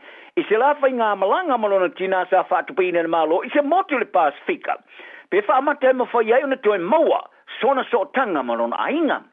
Ai ole maftanga le tina malona tama ua le anga nei. Sa rongoa i le tam talvo de whaamasnonga. O lea whainga malo i le Pasifika. O lea whainga malanga i le Pasifika. Ia au kuso le tausanga o mawai. Sa le tūlanga le lei. Mo wa tu e tali o ne fali tali malo no foi. Cody sa tu lai lumon fa masnonga mo tu pulang televo i tauranga ya kilani. Ini molianga e fa tu langa ina mawo lalo. Mo fesili ai le fa masino ya cha Paul Kicken pe fa pe feo na fa alu naso. Ai po ana o onga sa ya mo o no foi fali tali malo. Ai sa tali le tama ele se mea. Mo ya fa matala ina ye tuai o na le taiao. Ala ne faila na me ai. Ta aloi ta longa I lunga masini, ma wa ailana wo teine. E ei voice nanga te whātung tonu po le mentor, sa whiriwhiria e le matanga aluenga, o te mai te whai mala whailoai. Sa longa e Cody I le whamasdonga, sa whāte ia I tanga te longa sa whaakona ka le teina le matanga aluenga mota maiti, mo le wa I o ia, lea tai to lua le sifi, e tai whasul valu I tula masuing. O Cody sa atolun sumali lima tau sanga ia February, sa moria le whaaleanga mali loa, Tele no ma fa matau, mani fa matau leoti. Mare aya fu fa so tula fono I se ta vale. Sa longa ia fa masino kiken, o nei morianga sa ma fu se fa senga na tiltino yai. O no le mo tono le tama I le tulanga wall nei. Sa fa ilo fo I le fa masino ia le fo fulu o limo le tina ilan tama. Malona tambai lo ilo po fe o yai. Ma te mo fainga to e so tai le tama ilo na ainga New Zealand nei. O se fatu le o palasi I se de ele lafu a. A o tau tu tō ia wha lau loanga vanga wha whai sa moa I wha lau lo ino la tu manifesto mana wa tau mo le whai ngā pālo te lau tele le tunu I la sulus fruivo le masina ni o kuso. O na wa tau le vanga wha whai le pāti le wha tu tō le tu sa mo o tasi le fast. Ua ave ele I oenga si tamari I tō mai wha apito I tamau ainga se fau tu wha apito mo tupe ma se whai business I longa I sa moa. O tanga loa Eddie Wilson sa tala no aile wha tonu mare o Vasilia le vanga o tala ale tala mua. Le whionga ia pātu a Pulu Lance Polu. I lona sila ma whai ala na wha awasengana I na tau umai pāti de tele tolu ale fast, HRPV, ma le sap. E u lava o fia e na tau umai ne pāti e tolu. O no le tilo le imanui o tanga talau tele le leo a onga ma le ola marolo I no tangata. A sa longa tanga loa le tala mua. O le manifesto le fast, o le ngatu ina le leilo na folo ina malo na anu fale, o ana watau o whetau I ai le te mineng, pe a whaia mana na o sa mo I tiro I luma, ma si tilo na tama a inga maua I ai. O le whaapase ngana tinga loa sa silsila I le toiro I longa, o whaatinonga mo atina ena malo le Pathway for Development of Samoa po le PDS, mai loa ai, lele tele o ngā lue whaapa anga malo mai tu malo. Mai e tau ai, e tu sai male le leo le fua mai o le porkalame le fast mo le atina ino ala fanga mai tu malo. O tala whenga I le malo na ave vai ngā tupe porkalame whata mo e tu malo mala la fanga la wala tō. A wai whata avili le whanga o ina o ne vai ngā tupe. Ai paule me whai le malo o le mauti noa lea I le lei pulenga ma le whata mo ina. A wa o tupe whaaru whata anga maisi porkalame whatino I tu malo e toe fua mai. ma fa o popa i tu pe mau ale tunu se tūlanga o sila iai ua le tele mo le lumana i o le tunu sa afea fo e tanga loa i le tūle le o le investment o fa ala tonga ma tanga talau tele i atina i tele fua le malo e pe ona fa to sina i le fast ma ia fea i le ta fa ta wina le po fa to wina le o ni va lele e pe ona fo sia le pati ma le a wai market o fa to ingo sea o li tu pe fo le tunu e maua mai ai i lalo leo ni pu oni pulenga le e fa tino le malo o na vatau le HRPP e au fiai ma le koa sa wharia e tunga loa e le lein a ele o manino mai po ai e inga matutunga ai o le ese senga o le tu sa o le o tupe i limo tingata o le winga o le a whaalongo lango tingata i le malo mo nei se leni sa whalia fo e tunga loa o le ana vatau le sap sa fola si e wha waupolo kalami sa wha vaina le fast ai paulona ele o lava iai ini wha maninonga o fo mai e whaonga ina i a wala wha teknolosi o wha amtalanga ta mai po AI, Artificial Intelligence, e tustusi ai wha amtalanga mo ngā singasi wala tu whalia. E mo whai ana whai aini mea se seo ngaonga, ai pitai. E mo whai whana whasau ina i le teimi. Sa ilia e le Universite o Tako i ni langona whaalia o le lata i le lua se lautanga ta whapitoa i soi fua maloloina. Ma mawai o le fast food pasene e whaonga ina le AI, mo le tustusi ai o wha amtalanga mo ngā singasi. A e iai wha fi tauri, o le tino le sao ne tu singa, wha tu la whanoina, ma le wha tino ami o le lei, pui ngō wha maunga, ma leo se ngase, ma se tūlanga e iai so tanga i le vāor fo mai ma le ngase. O le tamatai Professor Bioethicist, Professor Angela Ballantyne, sa i tai ile so suenga mai tauai, o le lata le tolu kuato fo mai e wha o ngā ina lea mea whainga ruenga o le AI lea, wala tu mau e so ni tele. O i tūle lei, e au fia le whasau ino le taimi, i le vāre tōs 4 minute mara i lua i tūla i daso. To e whaale lei a ti leisa o tanga ma ngase, e au noa lea mara tususi o ni whaamtalanga a o talanoa. Ai o se tasi o i tū e peona i whaalian, o i la tū e le ni whaalongona le lei le a wala se la tū tā ua. E masani ai, o tususinga se a tususia i le a wala e o Mikele. I ni so taimi, e au fia i ma mese se, ai po whaalongona le monopole, hallucinations, iniso taimi e matua ma ale tele. E le tau mawhai lea e piki. Po fesa wai nei mese se e peona pāria e Valentine. Ma i tā wai e yelo na la manatu. O niso taimi e le pueina le uti o talanoanga. E pe o mea tā o moni i taimi o talanoanga. Iniso taimi e misi ai whai unga pito i tā ua. O whai loa le pāre mi o le atsola mona yelo na manatu le pongai e le tau wai. E te tawai le loifo ma le luas fulu atunu wha pa anga na poloka mai le awa i whono tanga au tū. Nga le whono ne Pasifika usia i honi awa, ina masi na whong.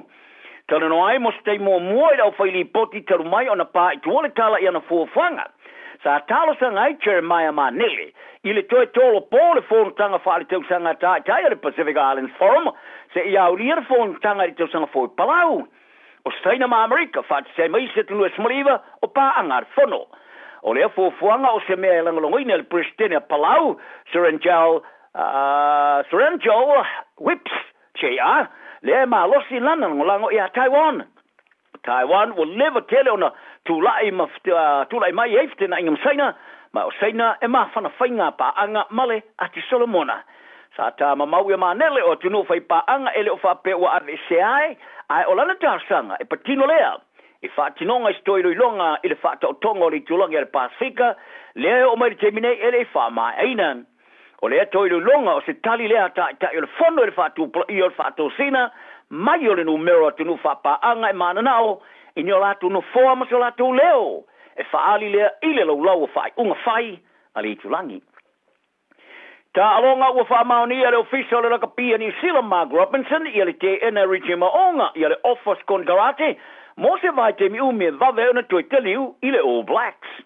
Ta fola le rakapia New Zealand le vastuluai, o lea tau le lea mua le All Blacks e tosu testau sanga, o ia sa ini se whenga i omor sumal var masina e amatama ia i ulai o le ruafe ma le rufuruono, e o ia te sema lua o lua fitu. Lea o tui nai o ia se whaavaa mo le taamirisanga lona tolu o le ipo le rangi e taaloai i le ruafe ma le rufufitu e whaie Australia. E iele ma anga taro tala o maonga, o lo ta alo la kapi kalapu ia pani o ia au sia mea umola ta leni la kapi mana ai e tasi lava le meo misia o le manu malo le po le rangi le ona nawai e toi awai le All Blacks o le whenga fo o se nei o le a lea manoi maonga mo le malanga le All Blacks i Afrika so te mo ta alonga mo le Springboks sa alonga wai Robinson i le rominga ale the Post sa fola sila la kapi ni sila i se ofa ia maonga mo se vai te miomi e fa ona nati na tiaino na toi te liu le peoli i lalo ta iala ale tino e pulela la kapia le tunu le em fa ona toi tuia le toninga le yuli o le whenga inga maonga male la kapia ni sila ua faali ai ele whaia onga mo mua le All Blacks to ai vau Sir Steve Hansen o se manu malo lea mo i tu mai lua o se tasi o tamba pino silo na lau lua o le kapili ka le Warriors e fōringa mai o le au fafo ma le whai to o le kalapo e tasi a New Zealand le NRL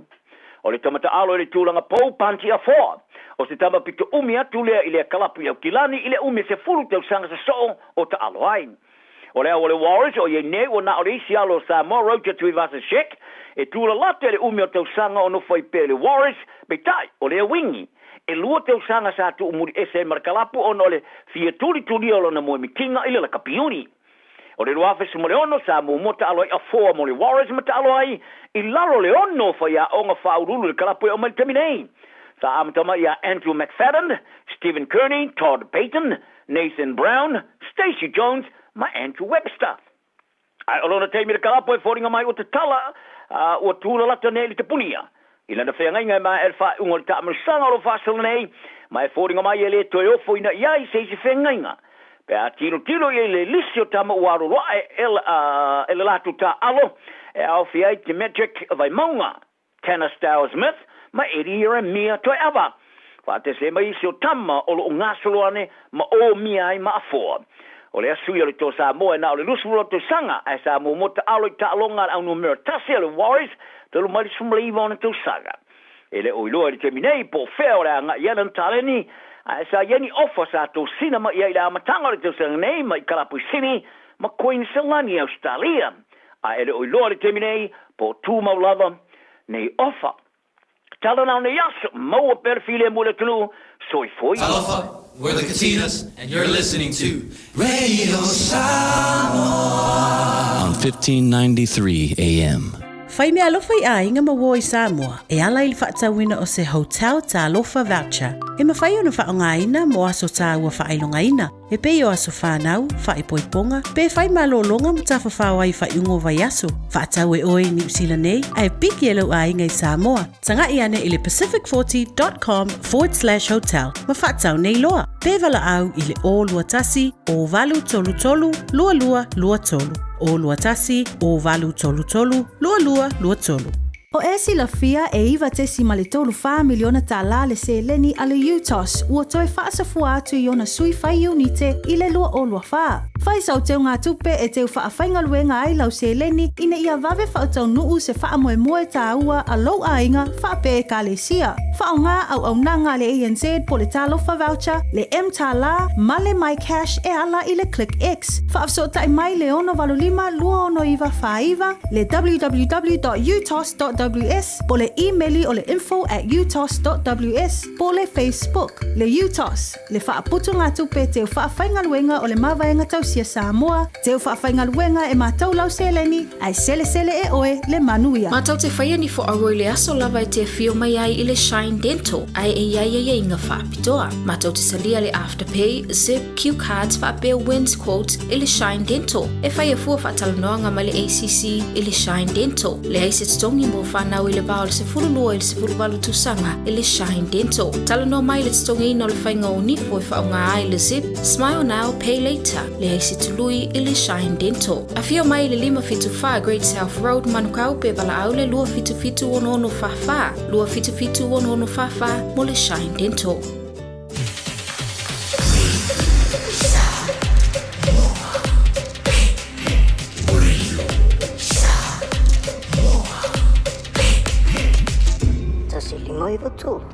So fa minute ua te ali to last polo le naua paponga mano le tātou tunu toi o minato tātou tana I vai whanua o lo te pena ina sunga asa I oli o manau mo le atu pa maroma pa tai uso Alo la ma tau tua tunu, toi po me po lan tau tua le aso a te eo.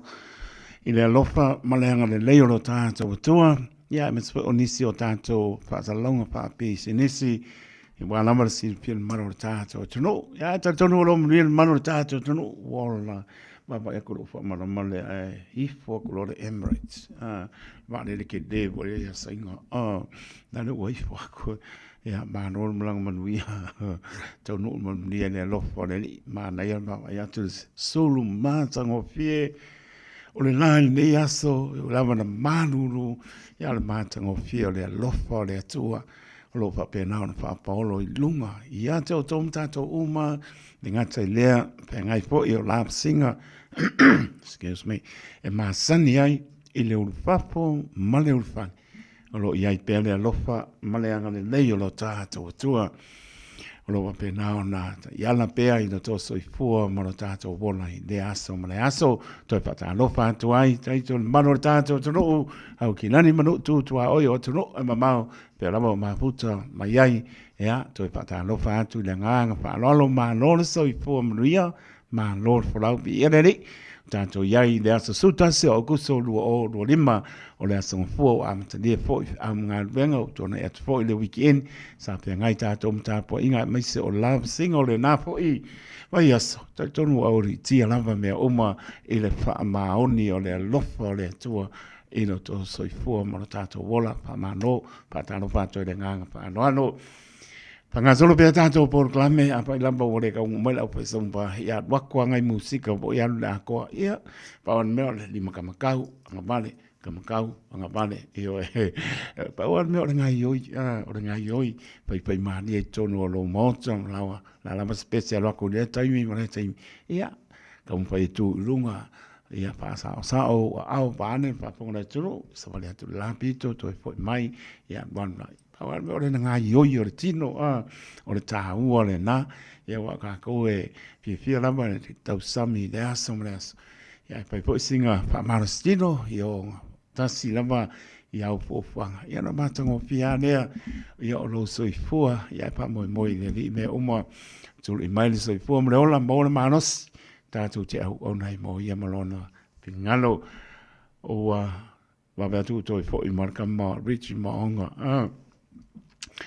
ala upuna pai lesi aso ia wahai ia le ufo i tote le ale ufo i mai kori mai ia le ulu mamao e o e tori mai le ulu mamao vane wapanga le tunu ia nga fo i mai fo i la ia koe sa o loko fo i le ia wane tote le o alo le tunu le ufo i mai ia manisi fo i pālangi o maori ia mauana kong kana ke fo i pe toru masina tasi tau sanga onim koe maanga ia o lai tori mai le ulu mamao ia uma mai foi a koe foi mai a koe mo foi ia wai le lau mo ha no va pene ia mai se o tunu o milionaire pe ia lai pai mai ia se wa ia ke o se ra o kala pai ia ke sila ia e pa me o pa tai a New Zealand fa mnianga po ia no pa na mai se o manuia o ala mai manuia le i tono nesno ta to no pe ia i man no foi ta to te le fa me a fono a pe o pu i le tu langi le ia tātou te pia ma bewe i lona lofa ma lona le lana pa so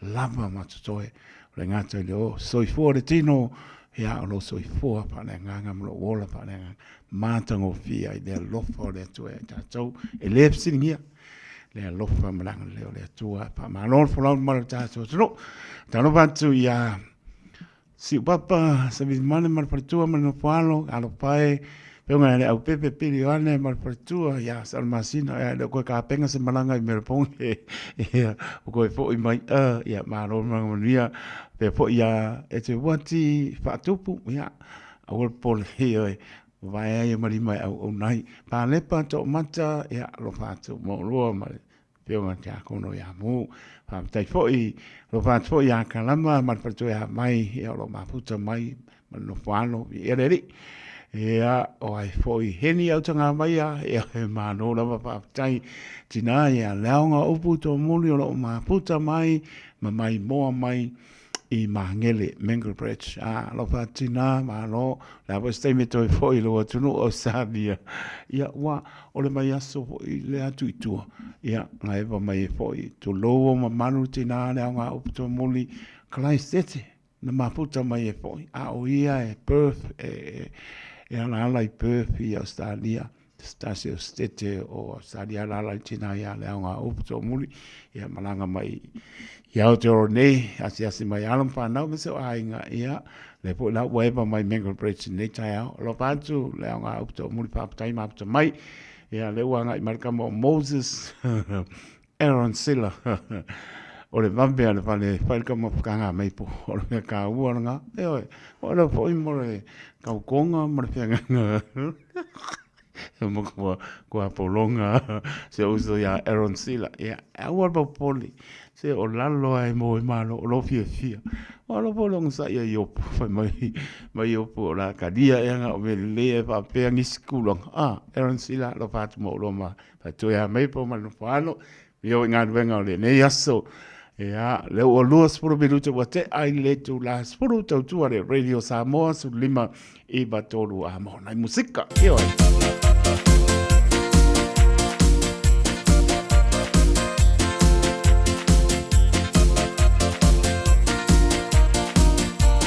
Fine whanua mai ia, lau tala manai ia, se au e te ita, paulava o Afrika, fine whanua mai ia, lau tala manai ia,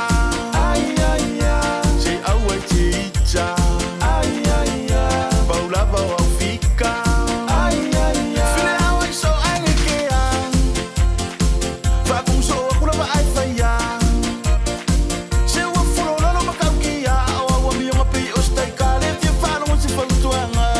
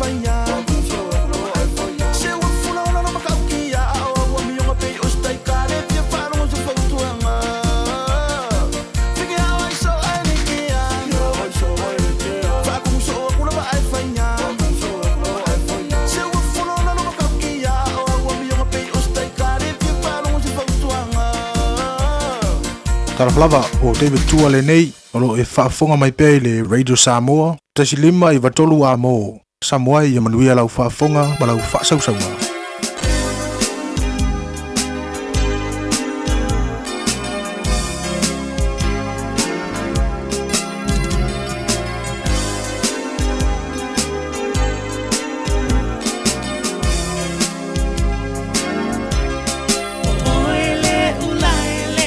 sa e manu malo ina loto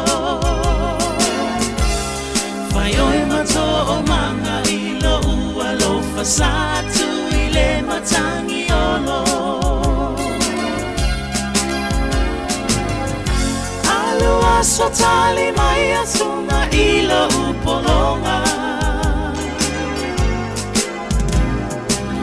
lo ua lo fasa fa anau nau sa ofesilingi a vai to e lau tua masana la urosa ne ima imau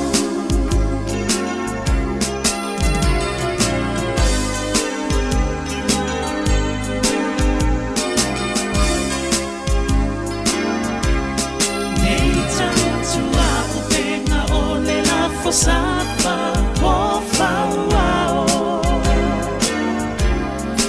manutia ita ilo pa o se io o ataiao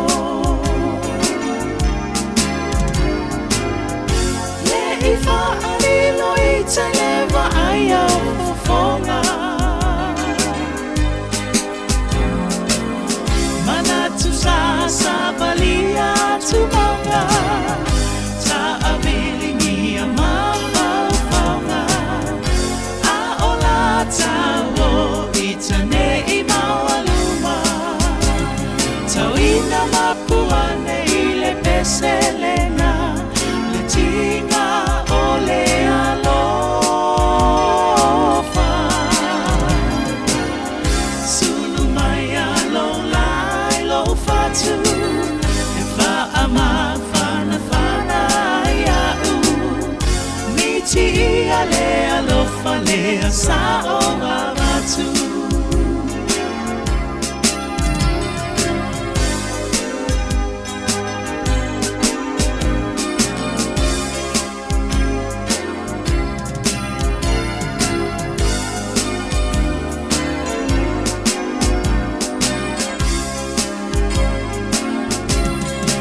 se lulu ale lilo e malo malo ia e iao se aso e malingi lo i mata la umalanga lutaiao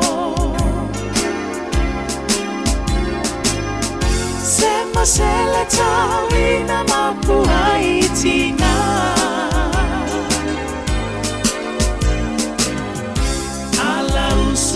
Valesa ilinga le tua civisa pati pati lima musu ene ia e fua le ngongosina tawina mapuane ile peselena le tinga ole alofa sulu maya lo lai lo fatu e fa ama fana fana ya u miti ale alo fale sa o abatu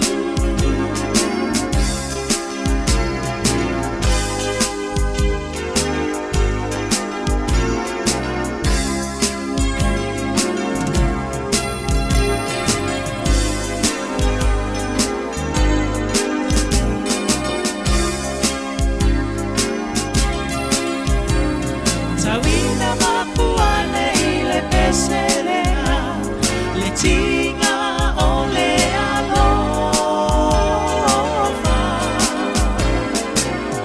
sulu maya lo lai lo fatu e fa ama fana fana ya u miti ale alofa le sa o abatu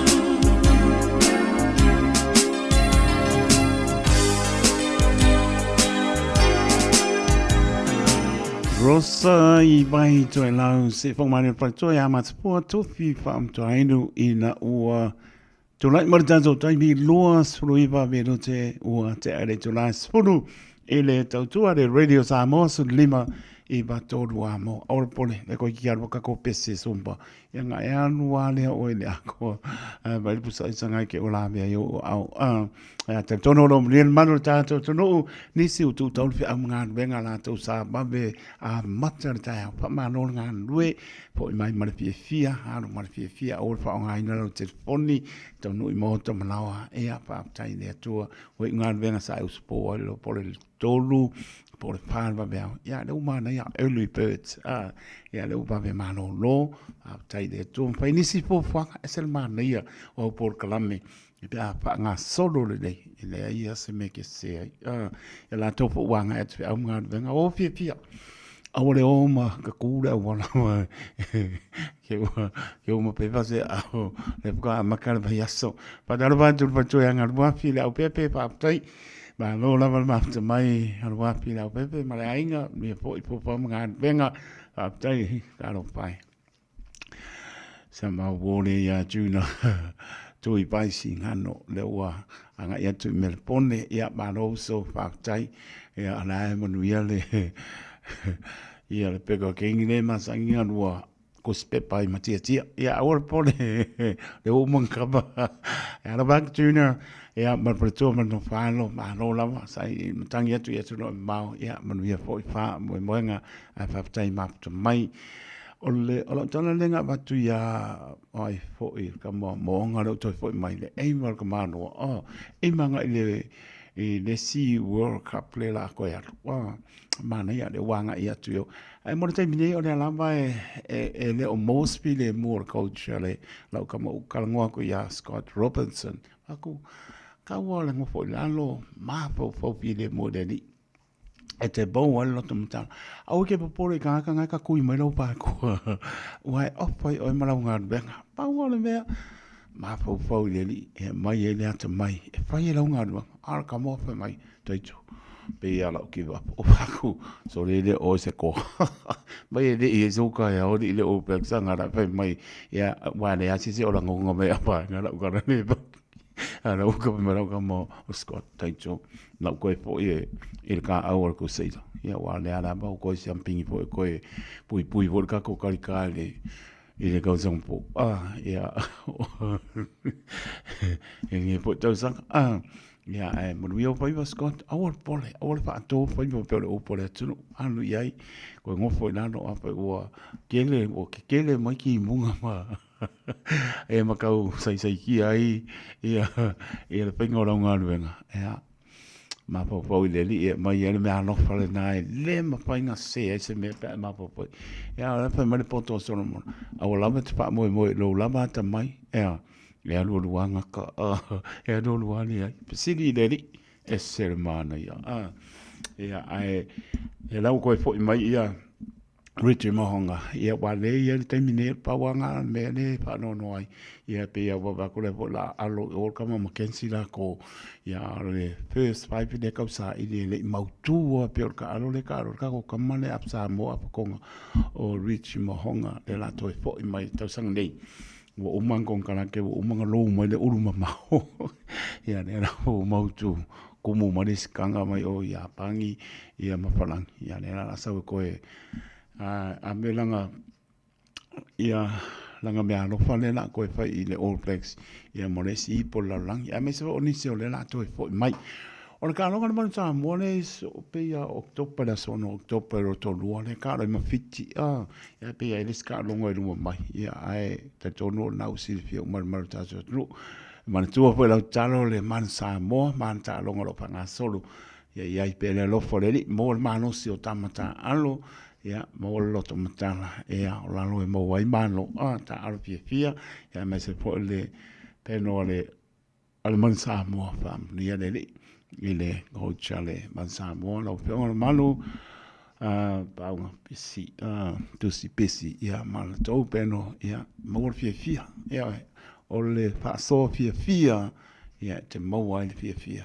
man via ia ta longa de mansa mo ta mi lu ane la ba ku ka ko kamai pe ka ko sumbo o le o mai la pa sumbo la po o ngalonga ingula fo la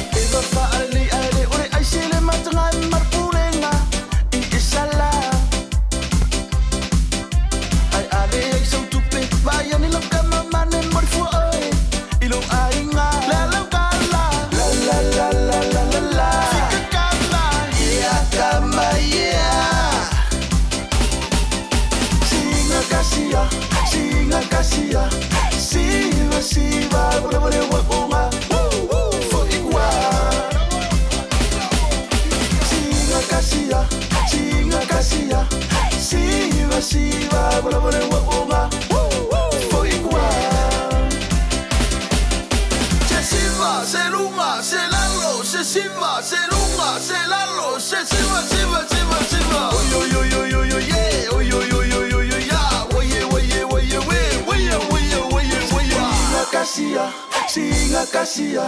Siva, siva, bra, bra, wakonga. Fogigwa.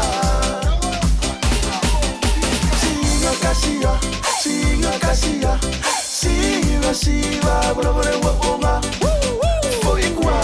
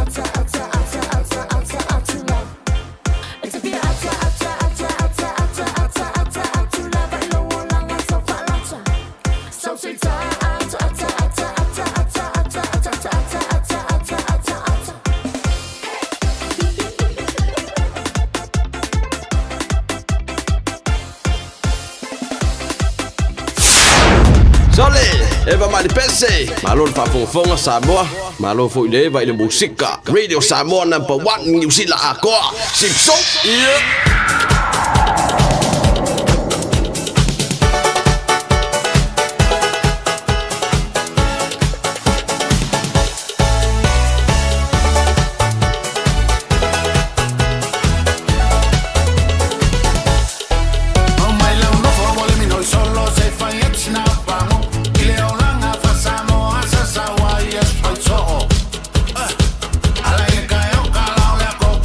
Falang nga wa ka penga nga wa meng ele lo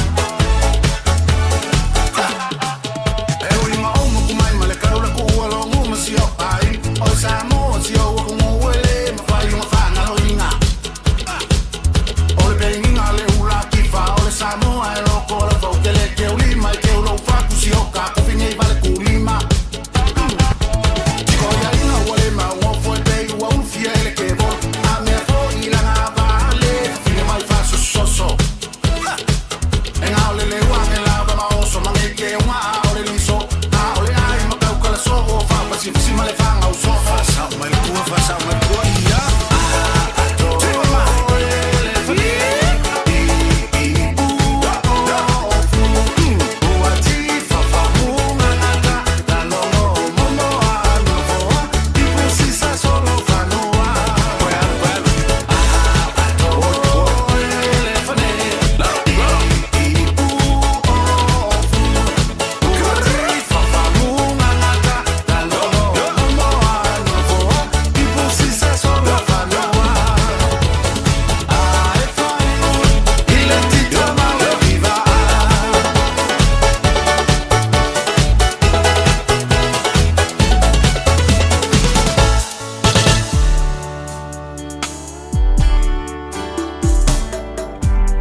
Ubele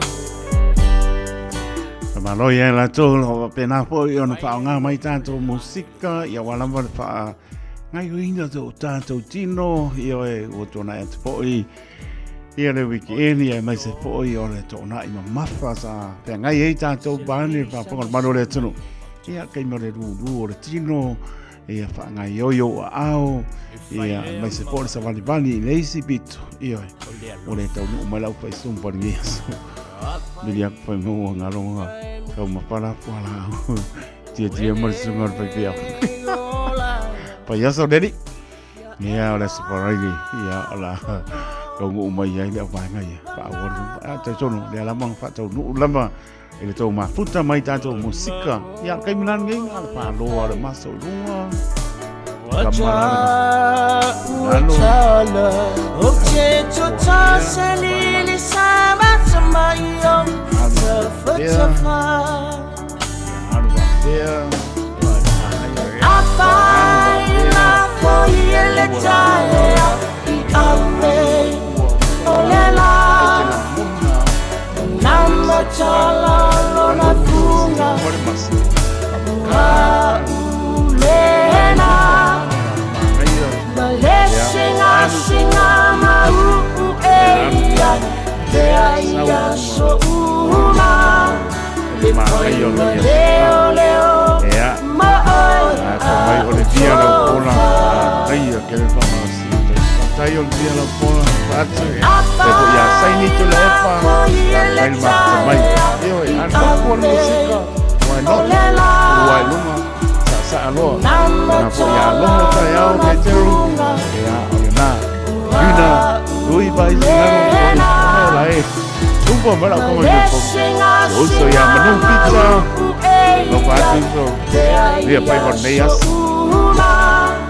le foi leo leo ma a o sofa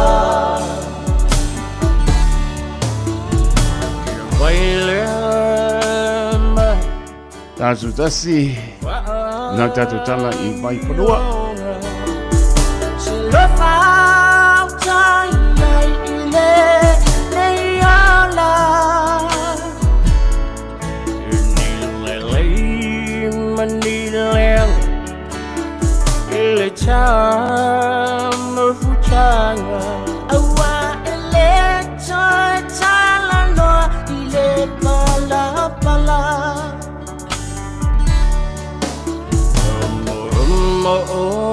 ngana lúc này chẳng ngờ chờ lại lấy lo lấy vào lên đây soi phu ang lên chờ vợ sẽ luôn xa xa phố lâu mai ta xin lỗi cha luôn sa alulungani afaila foyele jaya ikame olela nama chala lona funga wa ulena malesinga singa mau eia te aia so uma le foi leo leo ma a o sofa afa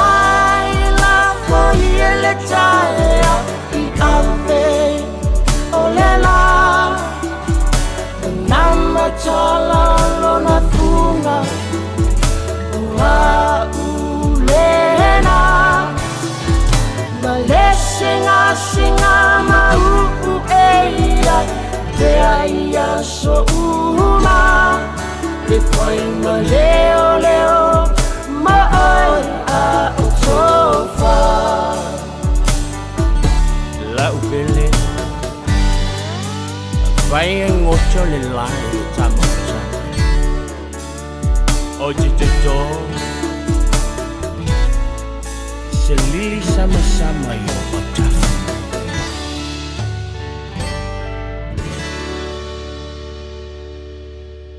Ua na o le Radio Samoa se furulima iwa toru a mo e tautuaina o e ilaungangana fitu aso le vai aso. Baru minuta ia o na tāna o ne tula sutasi au mina tātou tala i vai whanua ia tātono o lo mnien mano o tātou tunu nei baenga o tāi au lea sangafua lea sutasi au kusolu o lo lima ma lor polau ma lo foile hawa tāi mano o tātou tunu la singa o lo pengai ni aso Pea lama patalo loa i mano lea tunu o le aso ianga le leileli. Tau au pelo to soifua, ia maisa o le pui le ulifapo, ma le ulifane, i maota malawa, i tua sinsina le atoro tātou tunu le au whaingan venga tutofi o lo whanau no manu, ia uasa mo moata iau, ia o lawana i alon whanau. Ia po nisi le ato o tore manosi le manu le tātou tunu si le pia le li lo waungangi atu ma lo pala au atu. Te pia mano lo. A o lo whātua tua e te mano lo ai. Lo whātua proklame so sa mōta ngāsa ngāsa i mōta malawa whātua o torian mano lea tunu i ngāsa ngāsa o tino. Ia, ia e whamano longa no tātua tua. Nispo a inga, pia ngai wha no noanga o nise pele i māptanga o mōtsian maranga maniu wha maisele nganga o le nii. Ia, te tono mano lea tunu i lungo le wala, pai mani o tau sa, au ne se tia le manu o le tai au le mānai o le tau. Ia, na song hanu lama lea, pe lama na pautu o ina tanga i lama i whailo i lungo le wala, o le matua mānai o whailo ngai whailo mai ai, tū la fono, awane e wia e tātou. Te leo lainanga o umalei o na maka mai bāne le pāpongara tunu. Ea pau alo sila tuto i ai. E sao, e sao ngare mū mai ai ia ta mao ainga na poa i le li o tō au mo tātou lima. Ea wāso i fōra tino. Ea maula kongi amela i le mālo o na ureu stai tātou. Leise si lunga tu la fono a ngai mo toa i mānai ale manino mai.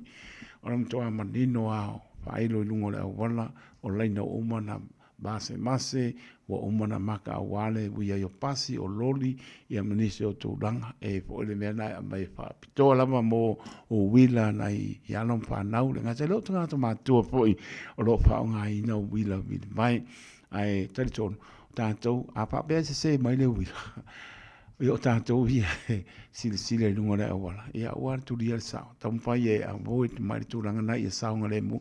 Wa pole ala mara tūranga e so ane wila pole ala tūranga o e. E a mea oe te tūra i lunga le kōta. E tia te lama oe ona ua ia leipea manu o me te miti ia te ngata le la vele wila. Ai apa pe umailo nola. Ia o se tūranga paingatale na ia oe na. A ore tanga i lama ma mata ana. I lungo ana i taime whiawa i ei tātou. Ia mai se o tū la pono. O le tele o awala na o eipo o i Lambeth. Well, sign lama e mai se o cameras i lungo o po o umalei. So o le le taime te ana to e le o la i ele kaimila ko mai wha pe o le fitu tai au e po le iwa tai au anga i le whane. A te kaimea ke wiai ia laina na e oi pasi. Mau e lau sala. Alai ola o ma ke mo sa o ma pera wa. Mera nga le pa lu pe sasi ai tanto. Le la tanto te atu tu le taimi la maka mai. Ia ola ka kalanga e i le iwa se o ma le fa le fia. Ai mai lau sala nga le between 9 AM and 4 PM. Rono winga e koe alu la koe anga i abe lau tike koe. Koe ai ma fai ai o lenga e le lainga. Ia ma averi ia la kaiminga e whailo mai a tātou, pola stūranga o ia, ia wala ua kemo za ato, me po aka a koa i ngai, lempi manisi o laina o le ngata i manukau si te, au nisi po ia wala, o isi tūranga ro iai, o a po o mea po i ata ia o mau ai le whai o lo puspa, o peia Oscaria, mai si atunu o mau, a le whai o lo puspa, ia, po e po i oi, i le me po akaranga, e oi, ke ia wa laku rau sala o lo puspa o le whai o lo puspa. ai makua i ngalo ia o por al kai minga le pai ai lo buspa ngai me iti ngai pa manatu atu mo tato u manapa a wale pe ka alo e pe kau de ke ai ia ai mo for na tol se lautana e kau samia le pharmacy o le wanu ave o e pengi fiki ai le malo ia le kau su se falawa o le siaso o le pata mana o tato ai tanga i maram lama. O leisi tū langa o paka po i onai tangata le ato tōre manas. Ia whau tangia lawa e tātou. O le salana o iei fit se lau lima sport. E le fiku ka la lima suse. E wai mao a le sala. Wa fiu. E whai akua a mai le sala. Lai pe ia ka ara pe whata alonga i vai. Le ala kua paka pe ke le okupe kokonge.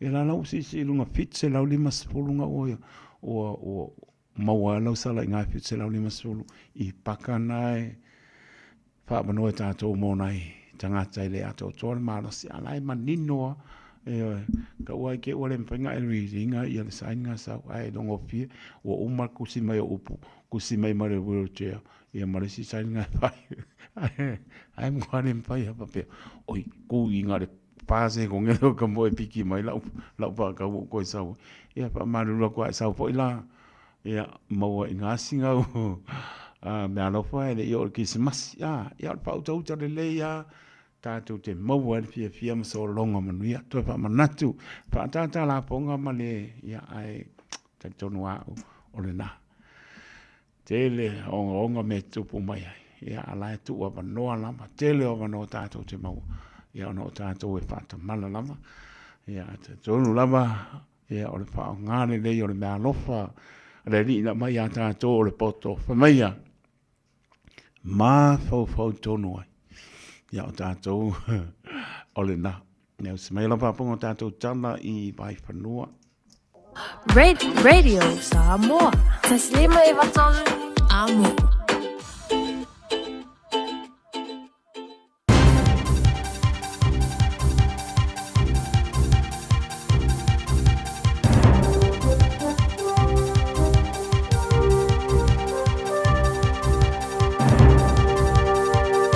In this update, New Zealand is trying to build closer ties with Papua New Guinea and Indonesia. Prime Minister Chris Luxon visited PNG last week to mark the country's 50th anniversary. He says it's now a big player in the Pacific region, with 3/4 of its population and huge growth opportunities. Luxon says the government is also working to forge a closer bond with Indonesia, which has the largest economy in Southeast Asia. The Australians have always done a good job since Keating and Hawke on building out their relationship with Indonesia, and we haven't done that. And so we've got to build the relationship and get the connectivity in there. There may be no quick solution to the gas shortage that manufacturers are facing. Major industrial gas users spoke with Resources Minister Shane Jones on Friday. Fertiliser company Balance Agri-Nutrients says it may need to shutter its Taranaki plant for 4 months because of a lack of affordable gas. Prime Minister Chris Luxon claims it's a downstream impact of Labor's oil and gas ban that will take time to resolve. What they can do at the moment is the gas that they have, they've got to ration and reallocate and use and all that sort of stuff. But that doesn't get you far. A year out from next year's general election campaign trail, and a political expert believes it could go either way. The latest Taxpayers Union Curia poll projects a hung parliament at 61 seats each for the left and right blocs. If the election were held today, Labor would gain 4 seats, with National losing 4. Victoria University's Lara Greaves says people will be playing the blame game as they decide their vote. It's always not necessarily where the economy is at, it's how people feel and their evaluations of the economy and who caused what and who's at fault for what. A meteorite that crashed into a home in the US is believed to be millions of years older than Earth. The object flew through the skies in broad daylight in June before exploding across Georgia. BBC reports Georgia University researchers have been examining a rock fragment that pierced a roof in a city. And that is news. To sport, and another on-field trainer controversy in League's NRL. He's going to pass it. Oh, Sammy! The ball's in the corner again. That's 5 runs. They get 5, don't they? What are we doing? Peter V'landys, you've got work to do. The incident occurred with the Eels-Cowboys contest, tied late at 18-all. A loose pass thrown by North Queensland 4 metres out from their try line struck their trainer. Parramatta eventually won 19-18. The episode comes 8 days after a Panthers trainer was banned for 5 weeks and fined $55,000 for running in front of the Titans goal kicker. Shane Van Gisbergen has secured a 4th NASCAR Cup Series win of the season at Watkins Glen. And that is sport. I'm Susie Nordquist. 24 hours a day, 7 days a week. Radio Samoa streaming live on www.radiosamoa.co.nz. Talofa Samoa, o Ateshna Ryan, o le Licensed Immigration Advisor mo le Auckland South Immigration Consultants. E visosoani mo so se tuai ngā visa e malanga mai e New Zealand po Australia. Telefoni mai nei loa i le o valu o tasi o no valu whawhitulua. Po le olua tasi o no valu fitulua tolu o. Whafonga mai atina matamaita i tutoa, mamalolosi o le Pasifika, wala tau lavea ina lalangi. Whaftai moa o tau ngaluenga lelei uma, wa whaia mo a inga, matangata lautele. Ae petai, tu salava pe tutoa mamalolosi tina matamaita. E la tau te mo mia lava, una whaia la tau siaki whafoma. A whai ua fast full 5, i le onos fulu iwa tau sanga le matua o lo soifua.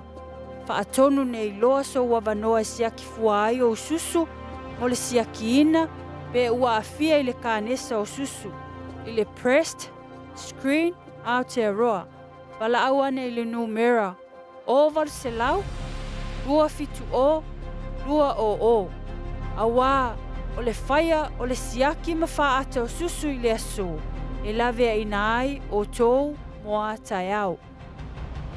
Whai mea alofa I a inga mawo I Samoa, e ala I le whaatawina o se hotel ta alofa voucher. E mawhai o na whaongaina mo aso ta ua whailongaina. E pei o aso whanau, whaipoiponga, pe whai malolonga mo ta whawhawai whaiungo vai aso. Whaatau e oe New Zealand nei, ai piki e lau a inga I Samoa. Tanga I ane I le pacific40.com/hotel. Ma whaatau nei loa. Pe wala au I le o lua tasi, o valu tolu tolu, lua lua lua tolu. O lua tasi, o valu tolu tolu, lua lua lua tolu. Tasi 5 I watolu amo. Radio Samoa.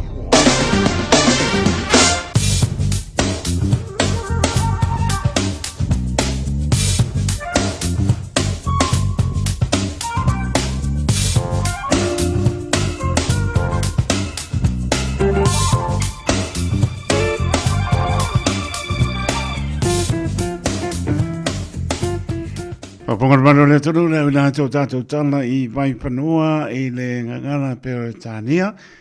Ia ai mai spoi o tātou pasalonga pa pe sinisi. Sta venga tala le tau mo si pien mano le tātou so no mantango fiel solo le lai le so a waone spainga o kilani. Sabili angi mai sau te sipo su pāle vela pa mawina.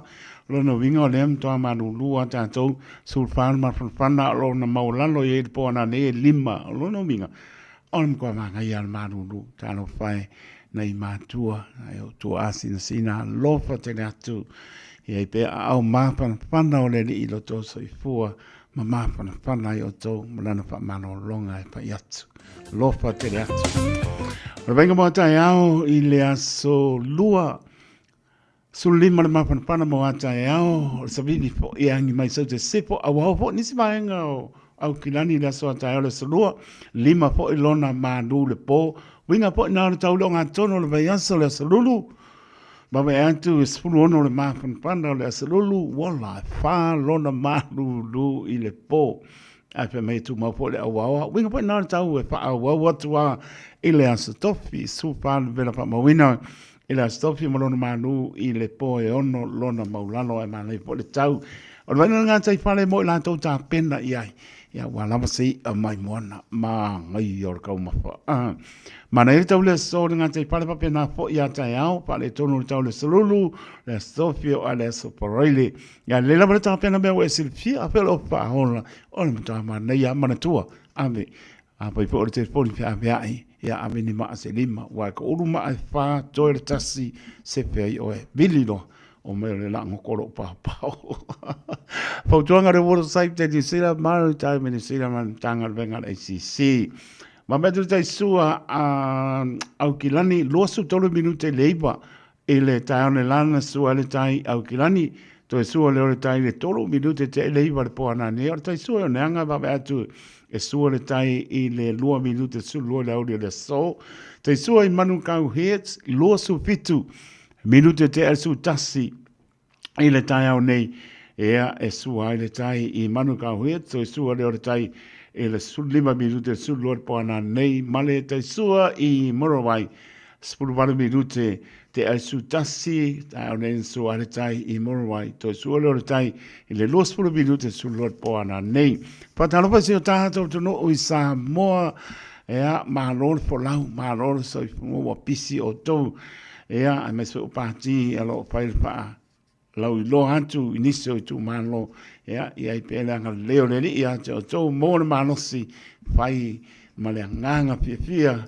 ea male nganga mama ea esele mana ia a leva me atolo o mana ia tau si o taha to no suru mata ngo fia le lape me olo au po nisi vai ngone to loa se polu iba le ma pana lo ia sa mo mo manu le fia pi e lua su lima ia mana tua pe si o taha to no i lau te talo o tātou o loa penana au mau e tunu o mau ia mas po le sauni atu mo le whainga pānota ia iai pe pile mūmaranga le leo lo tātou tua e pili e le tua se pāti ia e taita ina le whamaoni si o tātou tunu i leisi lima tau sanga ia a mama e atu i ap no whātou mtoa mana i o le tau sau ai kai kui kai taia sau ile wo o mai alpani kai waka ea le na ram to ma na ia fa me a wo ni sma nga o mai albani ma ne suru na o mai lunga le Harbour Bridge o ram kwa ma nga ia lava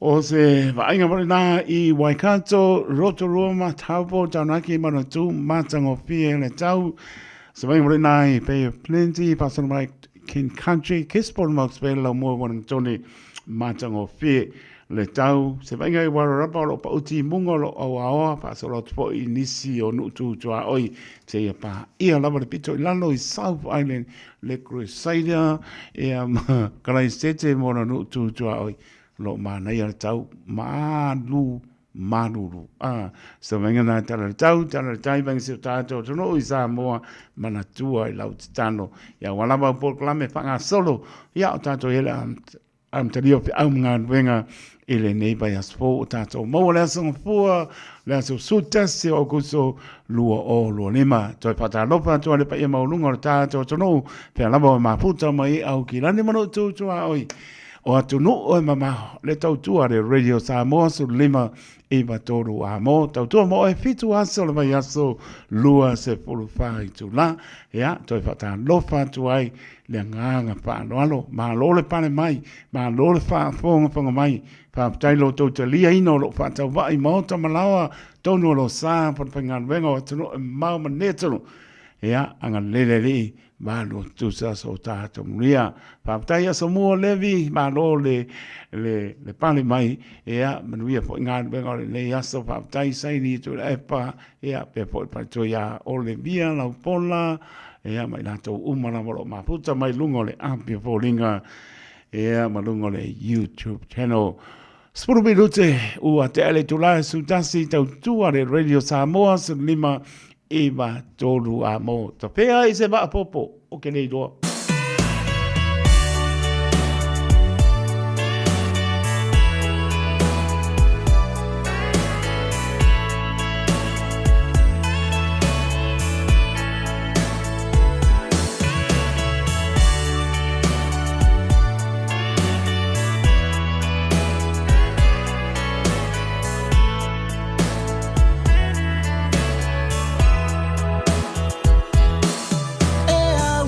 E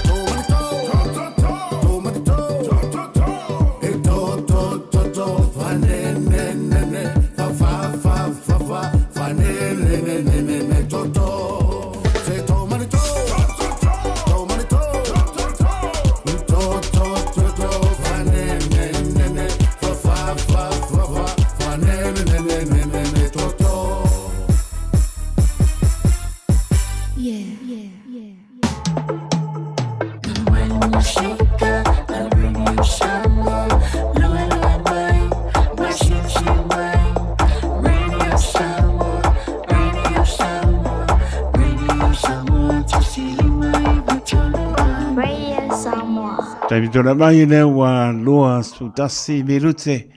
Te ale tula sutasi i tautua le Radio Samoa so lima i watoro a mo. Ro tato o musika a saua o le whalai pankeke o le mokoa mangongi o le whalai pankeke pe ane le musika. Ia saua le sua pirikaki. Ia kasi meo o le fōha ia neri. E tato te le whapeo o lea kau mapa o lea tau mapa e whaare tōmu lea. O lea le fōha ia neri. Tato fie talia ma vivi le tu. Ane pai mai le upo le tunu tulo. Aone e tau sili i manu o lo tataa le vau e polonga. Oe pa ukora na mangai. Pa mege aue te tau sili i manu o lo tataa le vau e te polonga ma o polonga. O le asi meo o iou a au tali ma pati ma vivi i le atua. I lolo tau sili me leo i ane maros. E anga eru kewa ai lai. Ma le papunga le tunu. O le lapa le fōa ia le li ia tātou. A o kako. E ele si kūranga ia ka oko ia le ia painga sa pina ngano. Lofa talia na mai tsoi fōa maorai teito. Ia le mea lofa le nāne li ina mai. Ma popo tonu ai. Tofu a tātou. Mea lofa le li ina mai. Ia tātou sta impa longo i le atua. E sere mana ia. So longo manu iau porkalame. Le lei mea uma ia Yesu a patasi mai tātou fifi le mu. O le mele o le porokiki parpala. E le maa ia. O le winga lau tala. O si atali i tulo po le suapa ia lupe sora. Pe ano tala noa tua i po le maasina te nei. E le kulanga le porokiki. Ia tauto ia ne ia pa ina po i seisi tu langa po i vane to le tai. David tua le swafa tulo uso ea nga kau mawhai ai a waenga awane i o le topo le lalangi E le mana o East Pacific, ale na o ia i o paua o taimiu, ana o ia i a David Tu o le swafa na uloa la langi. Ana o tūla mai a Joseph Baka, e tani pa ua le loto le stein. Na usiripia uma malo le tanu o le ta alonga o le apata unuina, a last minute nga koe sui el mapa po le li leo Daniel. Whailanga excuse pa mai o ia le ato o toa marosi. Ai le i atoa, e le i atoa se a poi, se masino. Ea, e moni na mai tangata, nga ino se whaalapa, peo le mea pole e ka koi sa moa, e anu su el steak pai, oso whaalapa. Ea, e sau dei loa se mea skamarenga pusu ma Joseph Parker. O inala, o ka kawanga se e sa oa i lunga ia Joseph Parker le tūlanga o lo, ia le lembo lewa ia ia usek, ne kanga makau kia le kai mingai. Ai also mai Daniel fosu mo usek ia lana menga ia, ia wai. O mea pio pio a, ia, ngā no oi pankeke a mai whaoru kongore mai a bāne whaapunga le chano. Ia, lenga wha umai ia usek ila ukama lenga kaumpai a voitu mai, ia ngā voitu ai le li Joseph Parker, awane i la fusu. I wapo inga pai inga mua mua ia, le li leo Daniel. Ia, le langa mga oi fusu e pia o le topo lalang. Ia, ule o, mea te pau e le tai manuia. Le la ua o le taimi ua kauronga o ko meki ia Joseph Parker le li leo Iusek. Ia le le po ua ese kulanga le ua kaumpai e mai e o le si kanka leo ke mamai e. E le lunga le top 5, e le lunga le top 10. A le lopo le kulanga varu se furu le iai. Leo ke mamai aku le ngole sa wai. Pe o le la abange e whapelo e maskama o Joseph Parker. E awane i taunu uli WPO le waka kaua ngānu sawa ia. Ia, tā lia lupe o maulu e pe o le upu. Le lava e whaalu pe sasi. Ai also mai le siampinga la langi le sa i usilpia uma Lennox Lewis. Ana makau kia kura me po ngaka le vi wait na top up ia la langi. A le fai mai. Ia te tau ia i Iosek awane i ona 10 down a wapo i le ua wai loa ngaka le o Lennox Lewis. E whai a inga i Iosek ia Joseph Parker. Le la tau mpai o lesi mea lesi awara para le la iai pe mo le a li kaya mamalu ai ku sao a fusi uma ia toru pe fa a o ki le kadi ia ua ki pero e ko pe angole la ko momongo ko mapusi ngai fa ki le ulu o Joseph Parker pe a kusa na ko e mo se kai mi o wala ia mo se kai me fa tata noi pe bon kan ngoi po lesi aso lungo le na le ia lupe sorai. Ia lela ka wo ia le ai kia kamale Iusek pe mai pe ia o kaungani kaya. A lela ka ngo la fo i fusi pe mai la fo i fusi. E a besa o i a o lupe. Ai. Ele mo masfile musime. Ia wa ke le fo kana por a la mar turanga i. Fa pe pa ia ma ia le a pa pe malolo Joseph Parker ale wo ia wo mai mola langi le o ia wala vo ia ale pe mai Lennox Lewis Iosek awe ki solo sawe kanti le ia se si le bana nga koia o Joseph Parker nga ko koi anga pona ka o mai kama vo ia por ki parpalane e nga i mai se o le manga ia fa ia inga i se si vo le le ta wolo o le winga na o tal le ta wolo Joseph Parker nga koe fo i ale i lalo. Ia longo vinga. O le la kunga ngā pe peto i lalo. Ia e le uso por atali i bāne le sopa. A ko i lalo i se kanga ka le tau loa. Ia koe fo i ale i lalo. Pe i ale le i o i dunga i kūlanga i vo ia. O le tūlanga nā le mama i kama ki kele vo ia. Ia o tātou a lato. Nā le tala noa. Ai mana tōa lau sa talo. Fo i le atali. Sa ili mālo. Ia ua lama tanga mai se o tātou tunu. Pea noa kua ingi sila po pea. Ke wa kua ngia i poa Samoa. Ore Samoa. Pe wha alau mai a e muri aka o mai ingi sila. Are Samoa. Ia.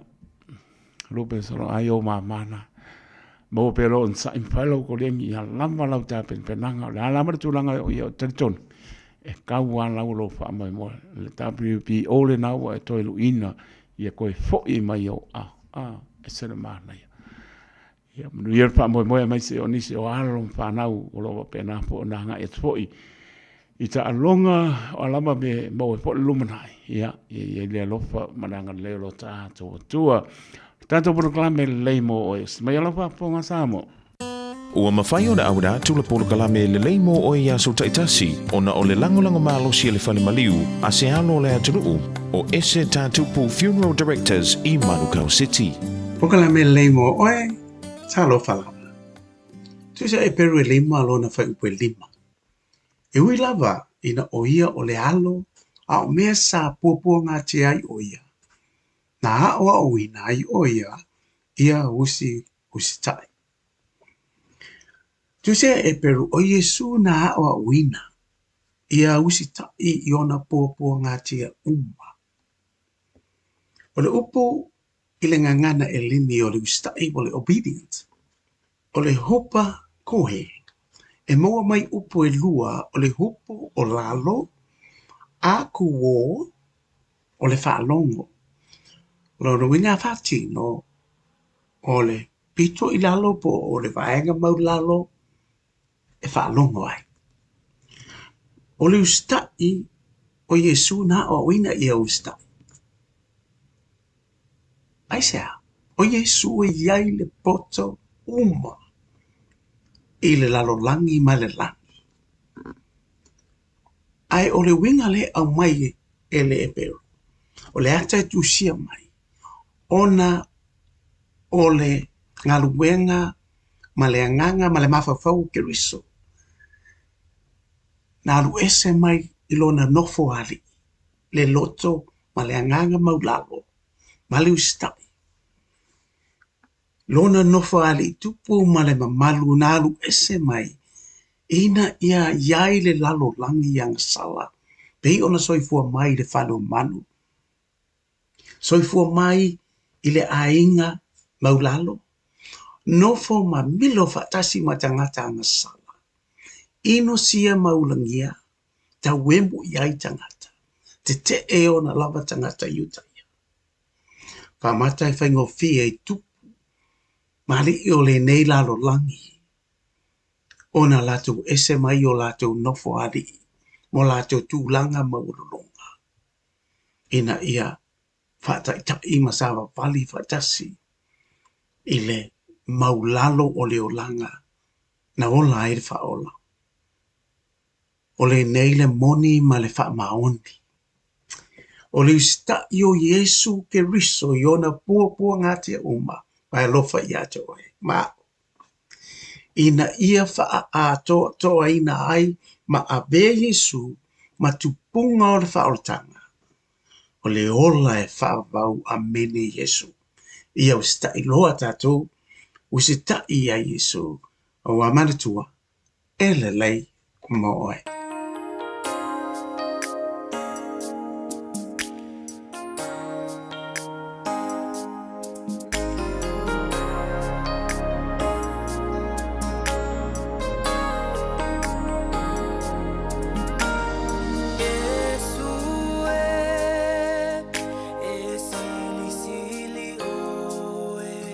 Esi o matou lima ya oe.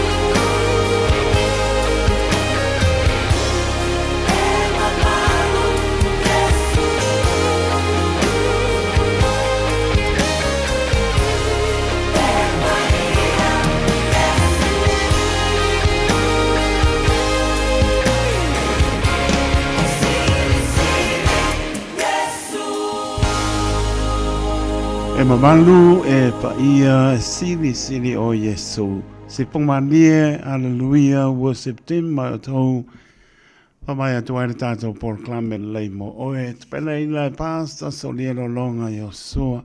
Mori whamaro mo whaptai ilana au auna.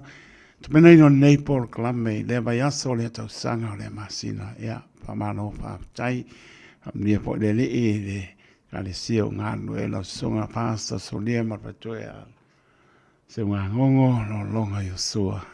Nia neli to mai fo tato por kalama le na le mo oi ile aso ata au pe ata to dia ile lofa badanga le no tato tua lo su tonu minute ona ta le o le sepulu ma le 2 minute na to esta tua le ona e sui po le po ni mai po le telenga ya po ngamua telenga ya seo Manu Francisione to te maputa se pai po stai ma le fiafi ya te tonu o lo manu via lava le tāpa inga manu si o tātou tunu lau paa pōng pōng mai a lava po nai musika proclame so i flore tau tua le Radio Samoa tani tonu whaamane ino tau pinangalo hai pāptai lo tau taria ina lo pātau waa ia mai sore tau tua paa wau le Radio Samoa so nima e wa tolu a mo ma lo lava pāptai malo le tunu longa le wala ia pe lava na pāmanatu tautuan a wale whaonga ina te foni, ta wale ron le mo,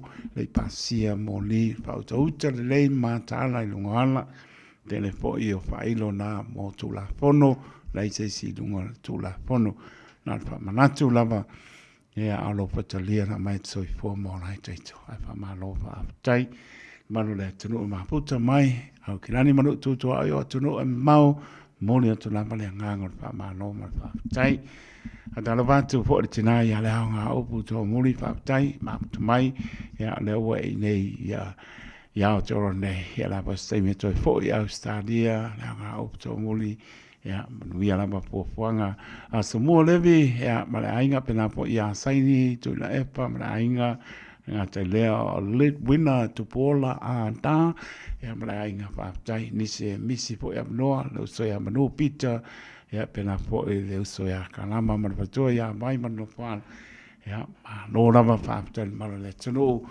lo pa pena ona ma buta mai lunga le apia polinga ya ma lunga le YouTube channel ya lo fa tene atu ma tua ya si o tato tunu o Samoa ma na fa nga pilinga ya pela ma no fa ya mo pe le fia Tātou e whapena lava e te tau siri lava oe na mea lo anga i e lo whina ngano. E whai a lo whina ngano ai e maua le nganga o le li e whai ai. E le whatunu ina le maro le atunu. Tātou e sāre ita. O ke ika fuaresi. O ke ika fuaresi pāki i makau awe e po inisi o tūlanga. E leo le whina ngano nao le li. Whai ni whiwhiringa whantasi ma le nganga o le li. Wapo o le atua e whiri mai tātou. Ya, tātou te le whiwhiri o ia, ai pā mole atu ia tātou lo au mau ia tunu mau. Ya, lava pane pēr mau ana tātou whiwhia, tātou ta tālo mole. Pai ngā whiwhiringa si o tātou mālo Samoa. Ya, pule mai o ia, lo tātou atua, pule te tene, ya matola na pule ise pāti, wa ia si le whia. Ea e mātatau ia te ia, e whaamaoni, au nei whaapito manu ia tasi, au nei whaia le tu ina nau, bāne o tau pa ia mo tau mamanu.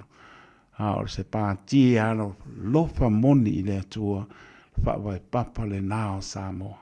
Si le fia uma e le opor si le fia, ea e maise o lo tau ano lofa i si o tātua tunu. Ewe, o e lama le pāti e tū mai, ea whaia o au wala le lei. A wala mamama, a wala pia sila sila i ai leli. E whai ai lau pinau, whai e ai lau wha sila silanga, e ama lau wha hilo atu fo i tu maa lom tu langa mapena. Ea mou ar pia pia, ea man maa lom mai pia, la lama tu langa o iai. Ea tātou wō i leli, pe sili i leli, tātou tatano i le atua.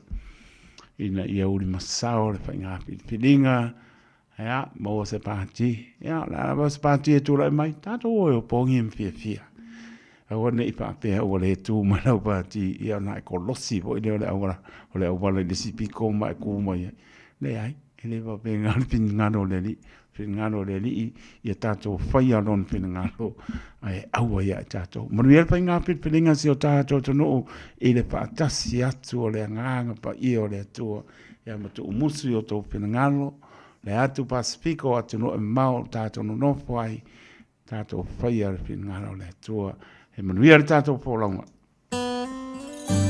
O le ese tatu pu funeral directors o se fale maliu Samoa o le tali foilea o taimi whengata o na o le malanga al maliu maleoti e mawhaifoi o na latu awinatu ma awina mai tino maliu o e pene mai so o se atu nuo lalolangi wala auno le ese tatu pu funeral directors i le lua no lua toru fitu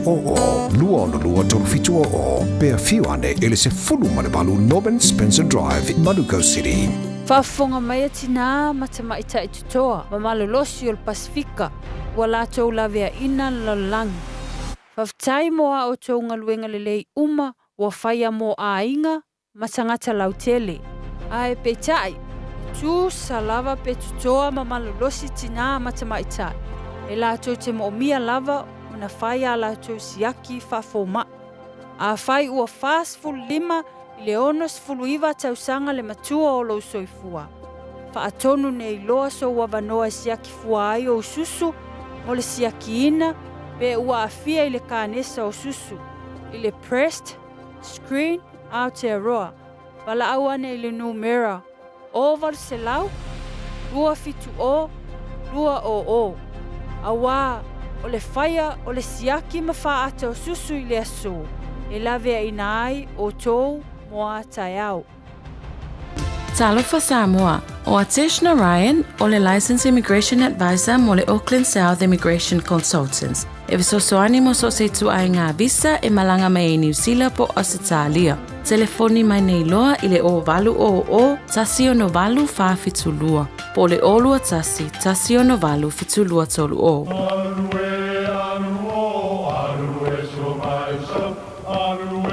O Samoa o le atunu ua mai au na tofi.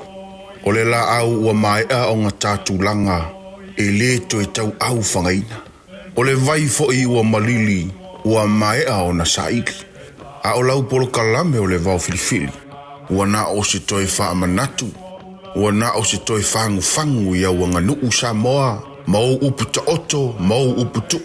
E ala lea I ala ngā upu ma muanga ngana ma le vau ngana. Awane I emisia le tātou polo kalame, I afi o aso lua taitasi le itu la e valu I lunga o le Radio Samoa. Ia manu ia tele, lau mai moanga ma lau whaasausaunga Samoa.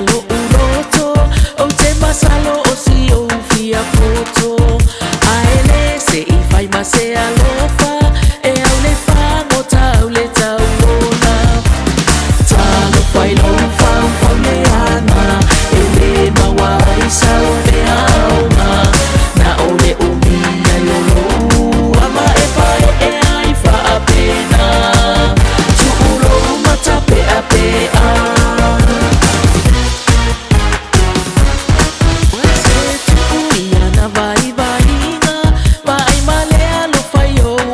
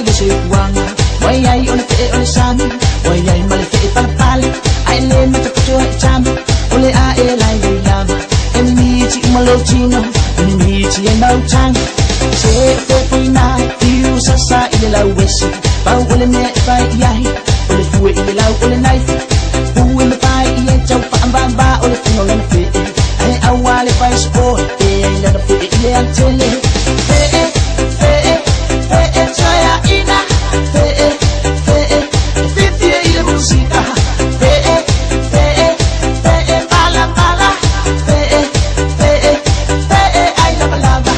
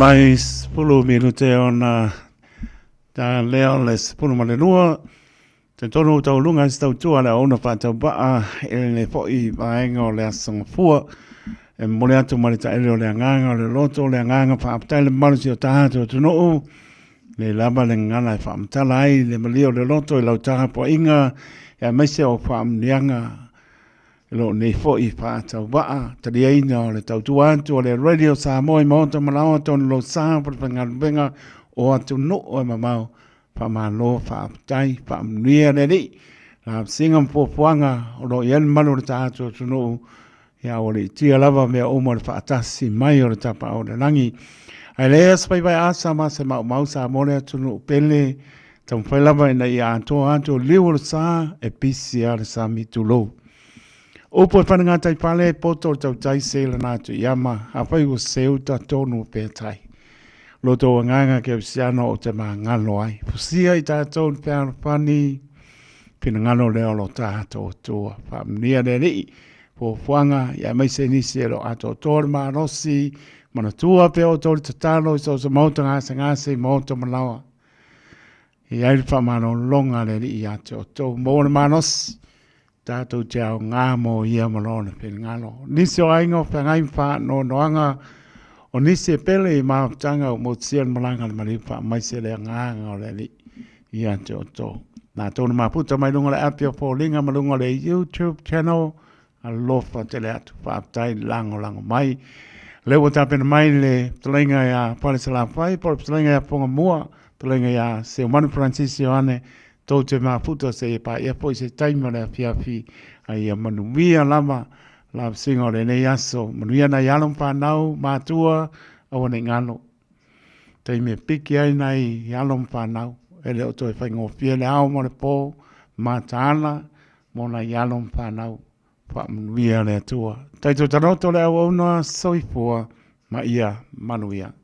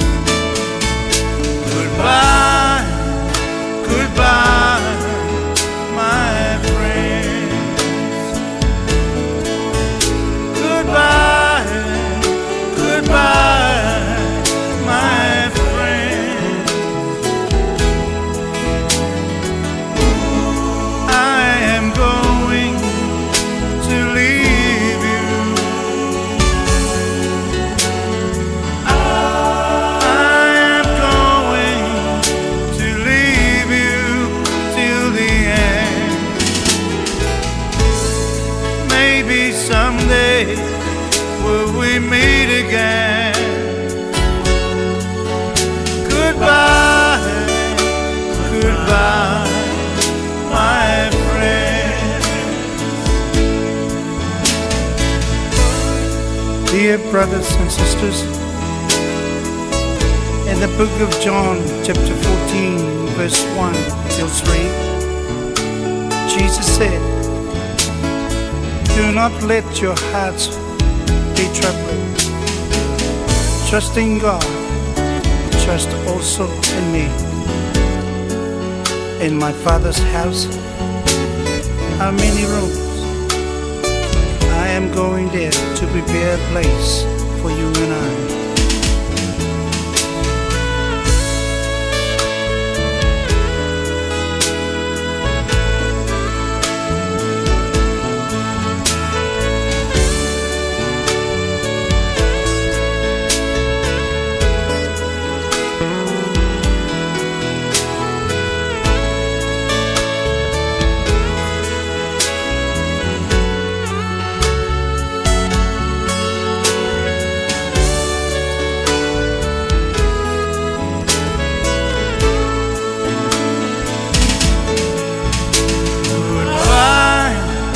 Goodbye, my friend.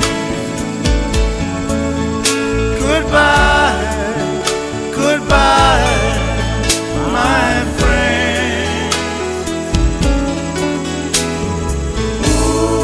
I am going to leave you. I am going to leave till the end. Maybe someday will we meet again. We'll meet in heaven, the place where I belong. I praise your holy name, dear Lord. Here I pray.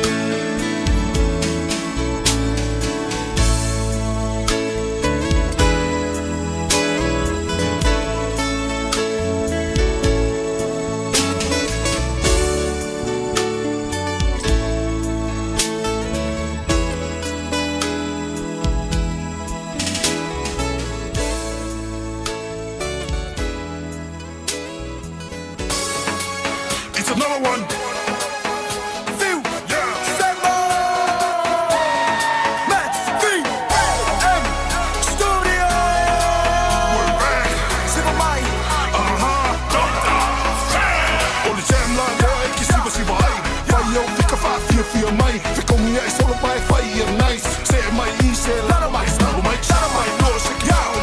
Make your body go round, round. Luma lano, fire, yo, fight. Yeah.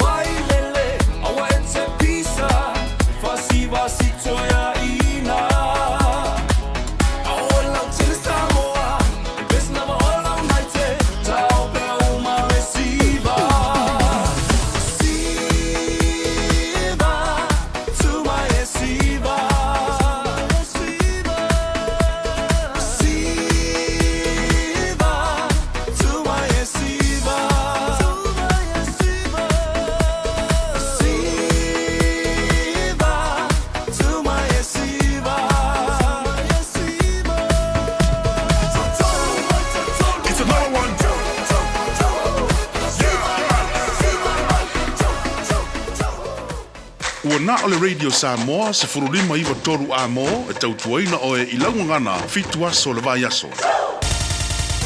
Usi mai alau whaafofonga o le whaapoponga fo ele nei o talafau mai Samoa. Awina sa mai mo oe e lau leiti o whalongalongo le Radio Samoa tasilima iwa tolu a mo. O te whatalofo ilo tātou o tunu a matanga fo i le nei vai aso fo o tātou whenua tala taulongolongo mai lo tātou o tunu. Wa mautu nei le fiso swani le porkalame le malo Australia.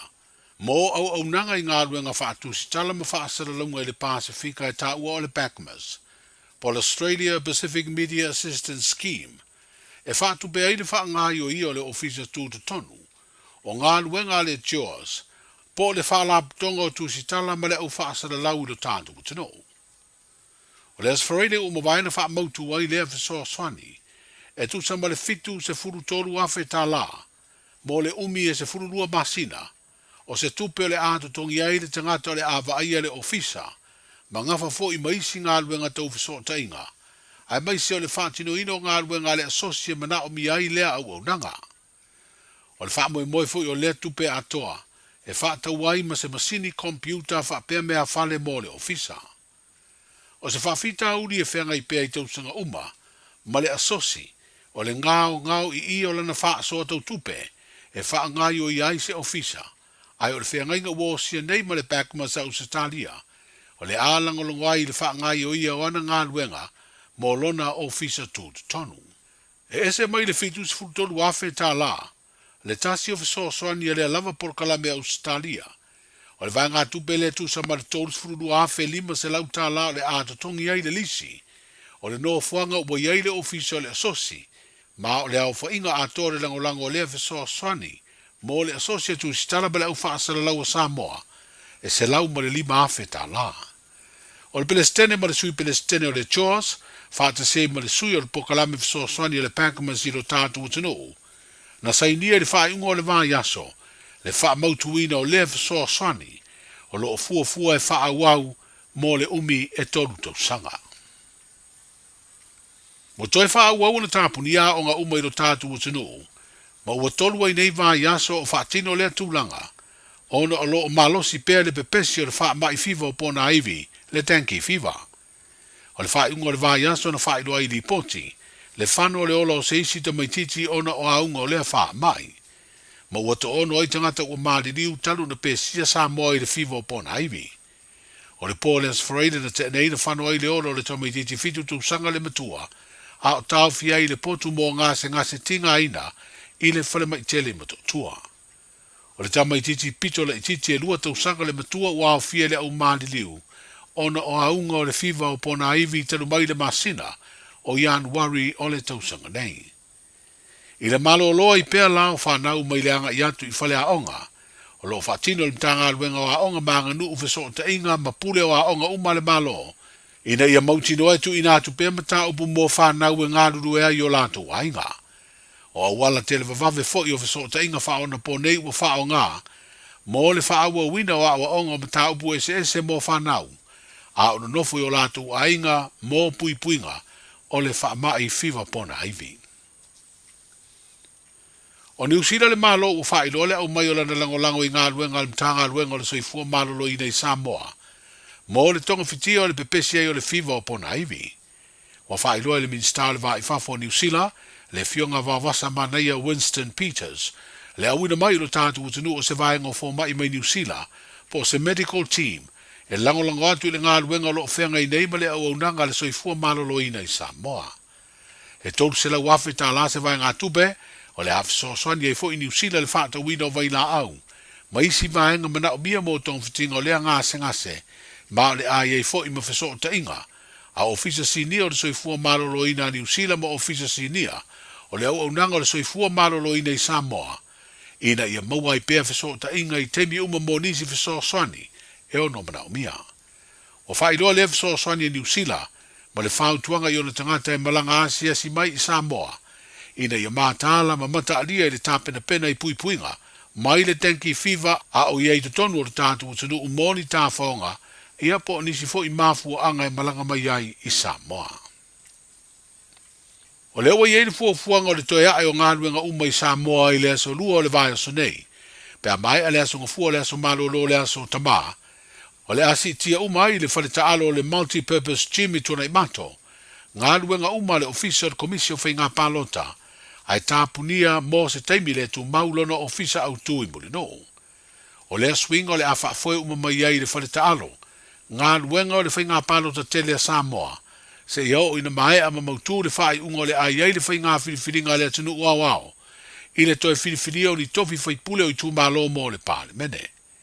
O le noa whanga fo I lea sa wha fo ei ngā luenga o le whai ngā pālota tele a Samoa I le tūsanga e lua o lua tasi. O tala amatai o le nei vai o sa fau, Ta lofa lava, o le siu fofonga le nei o Samoa.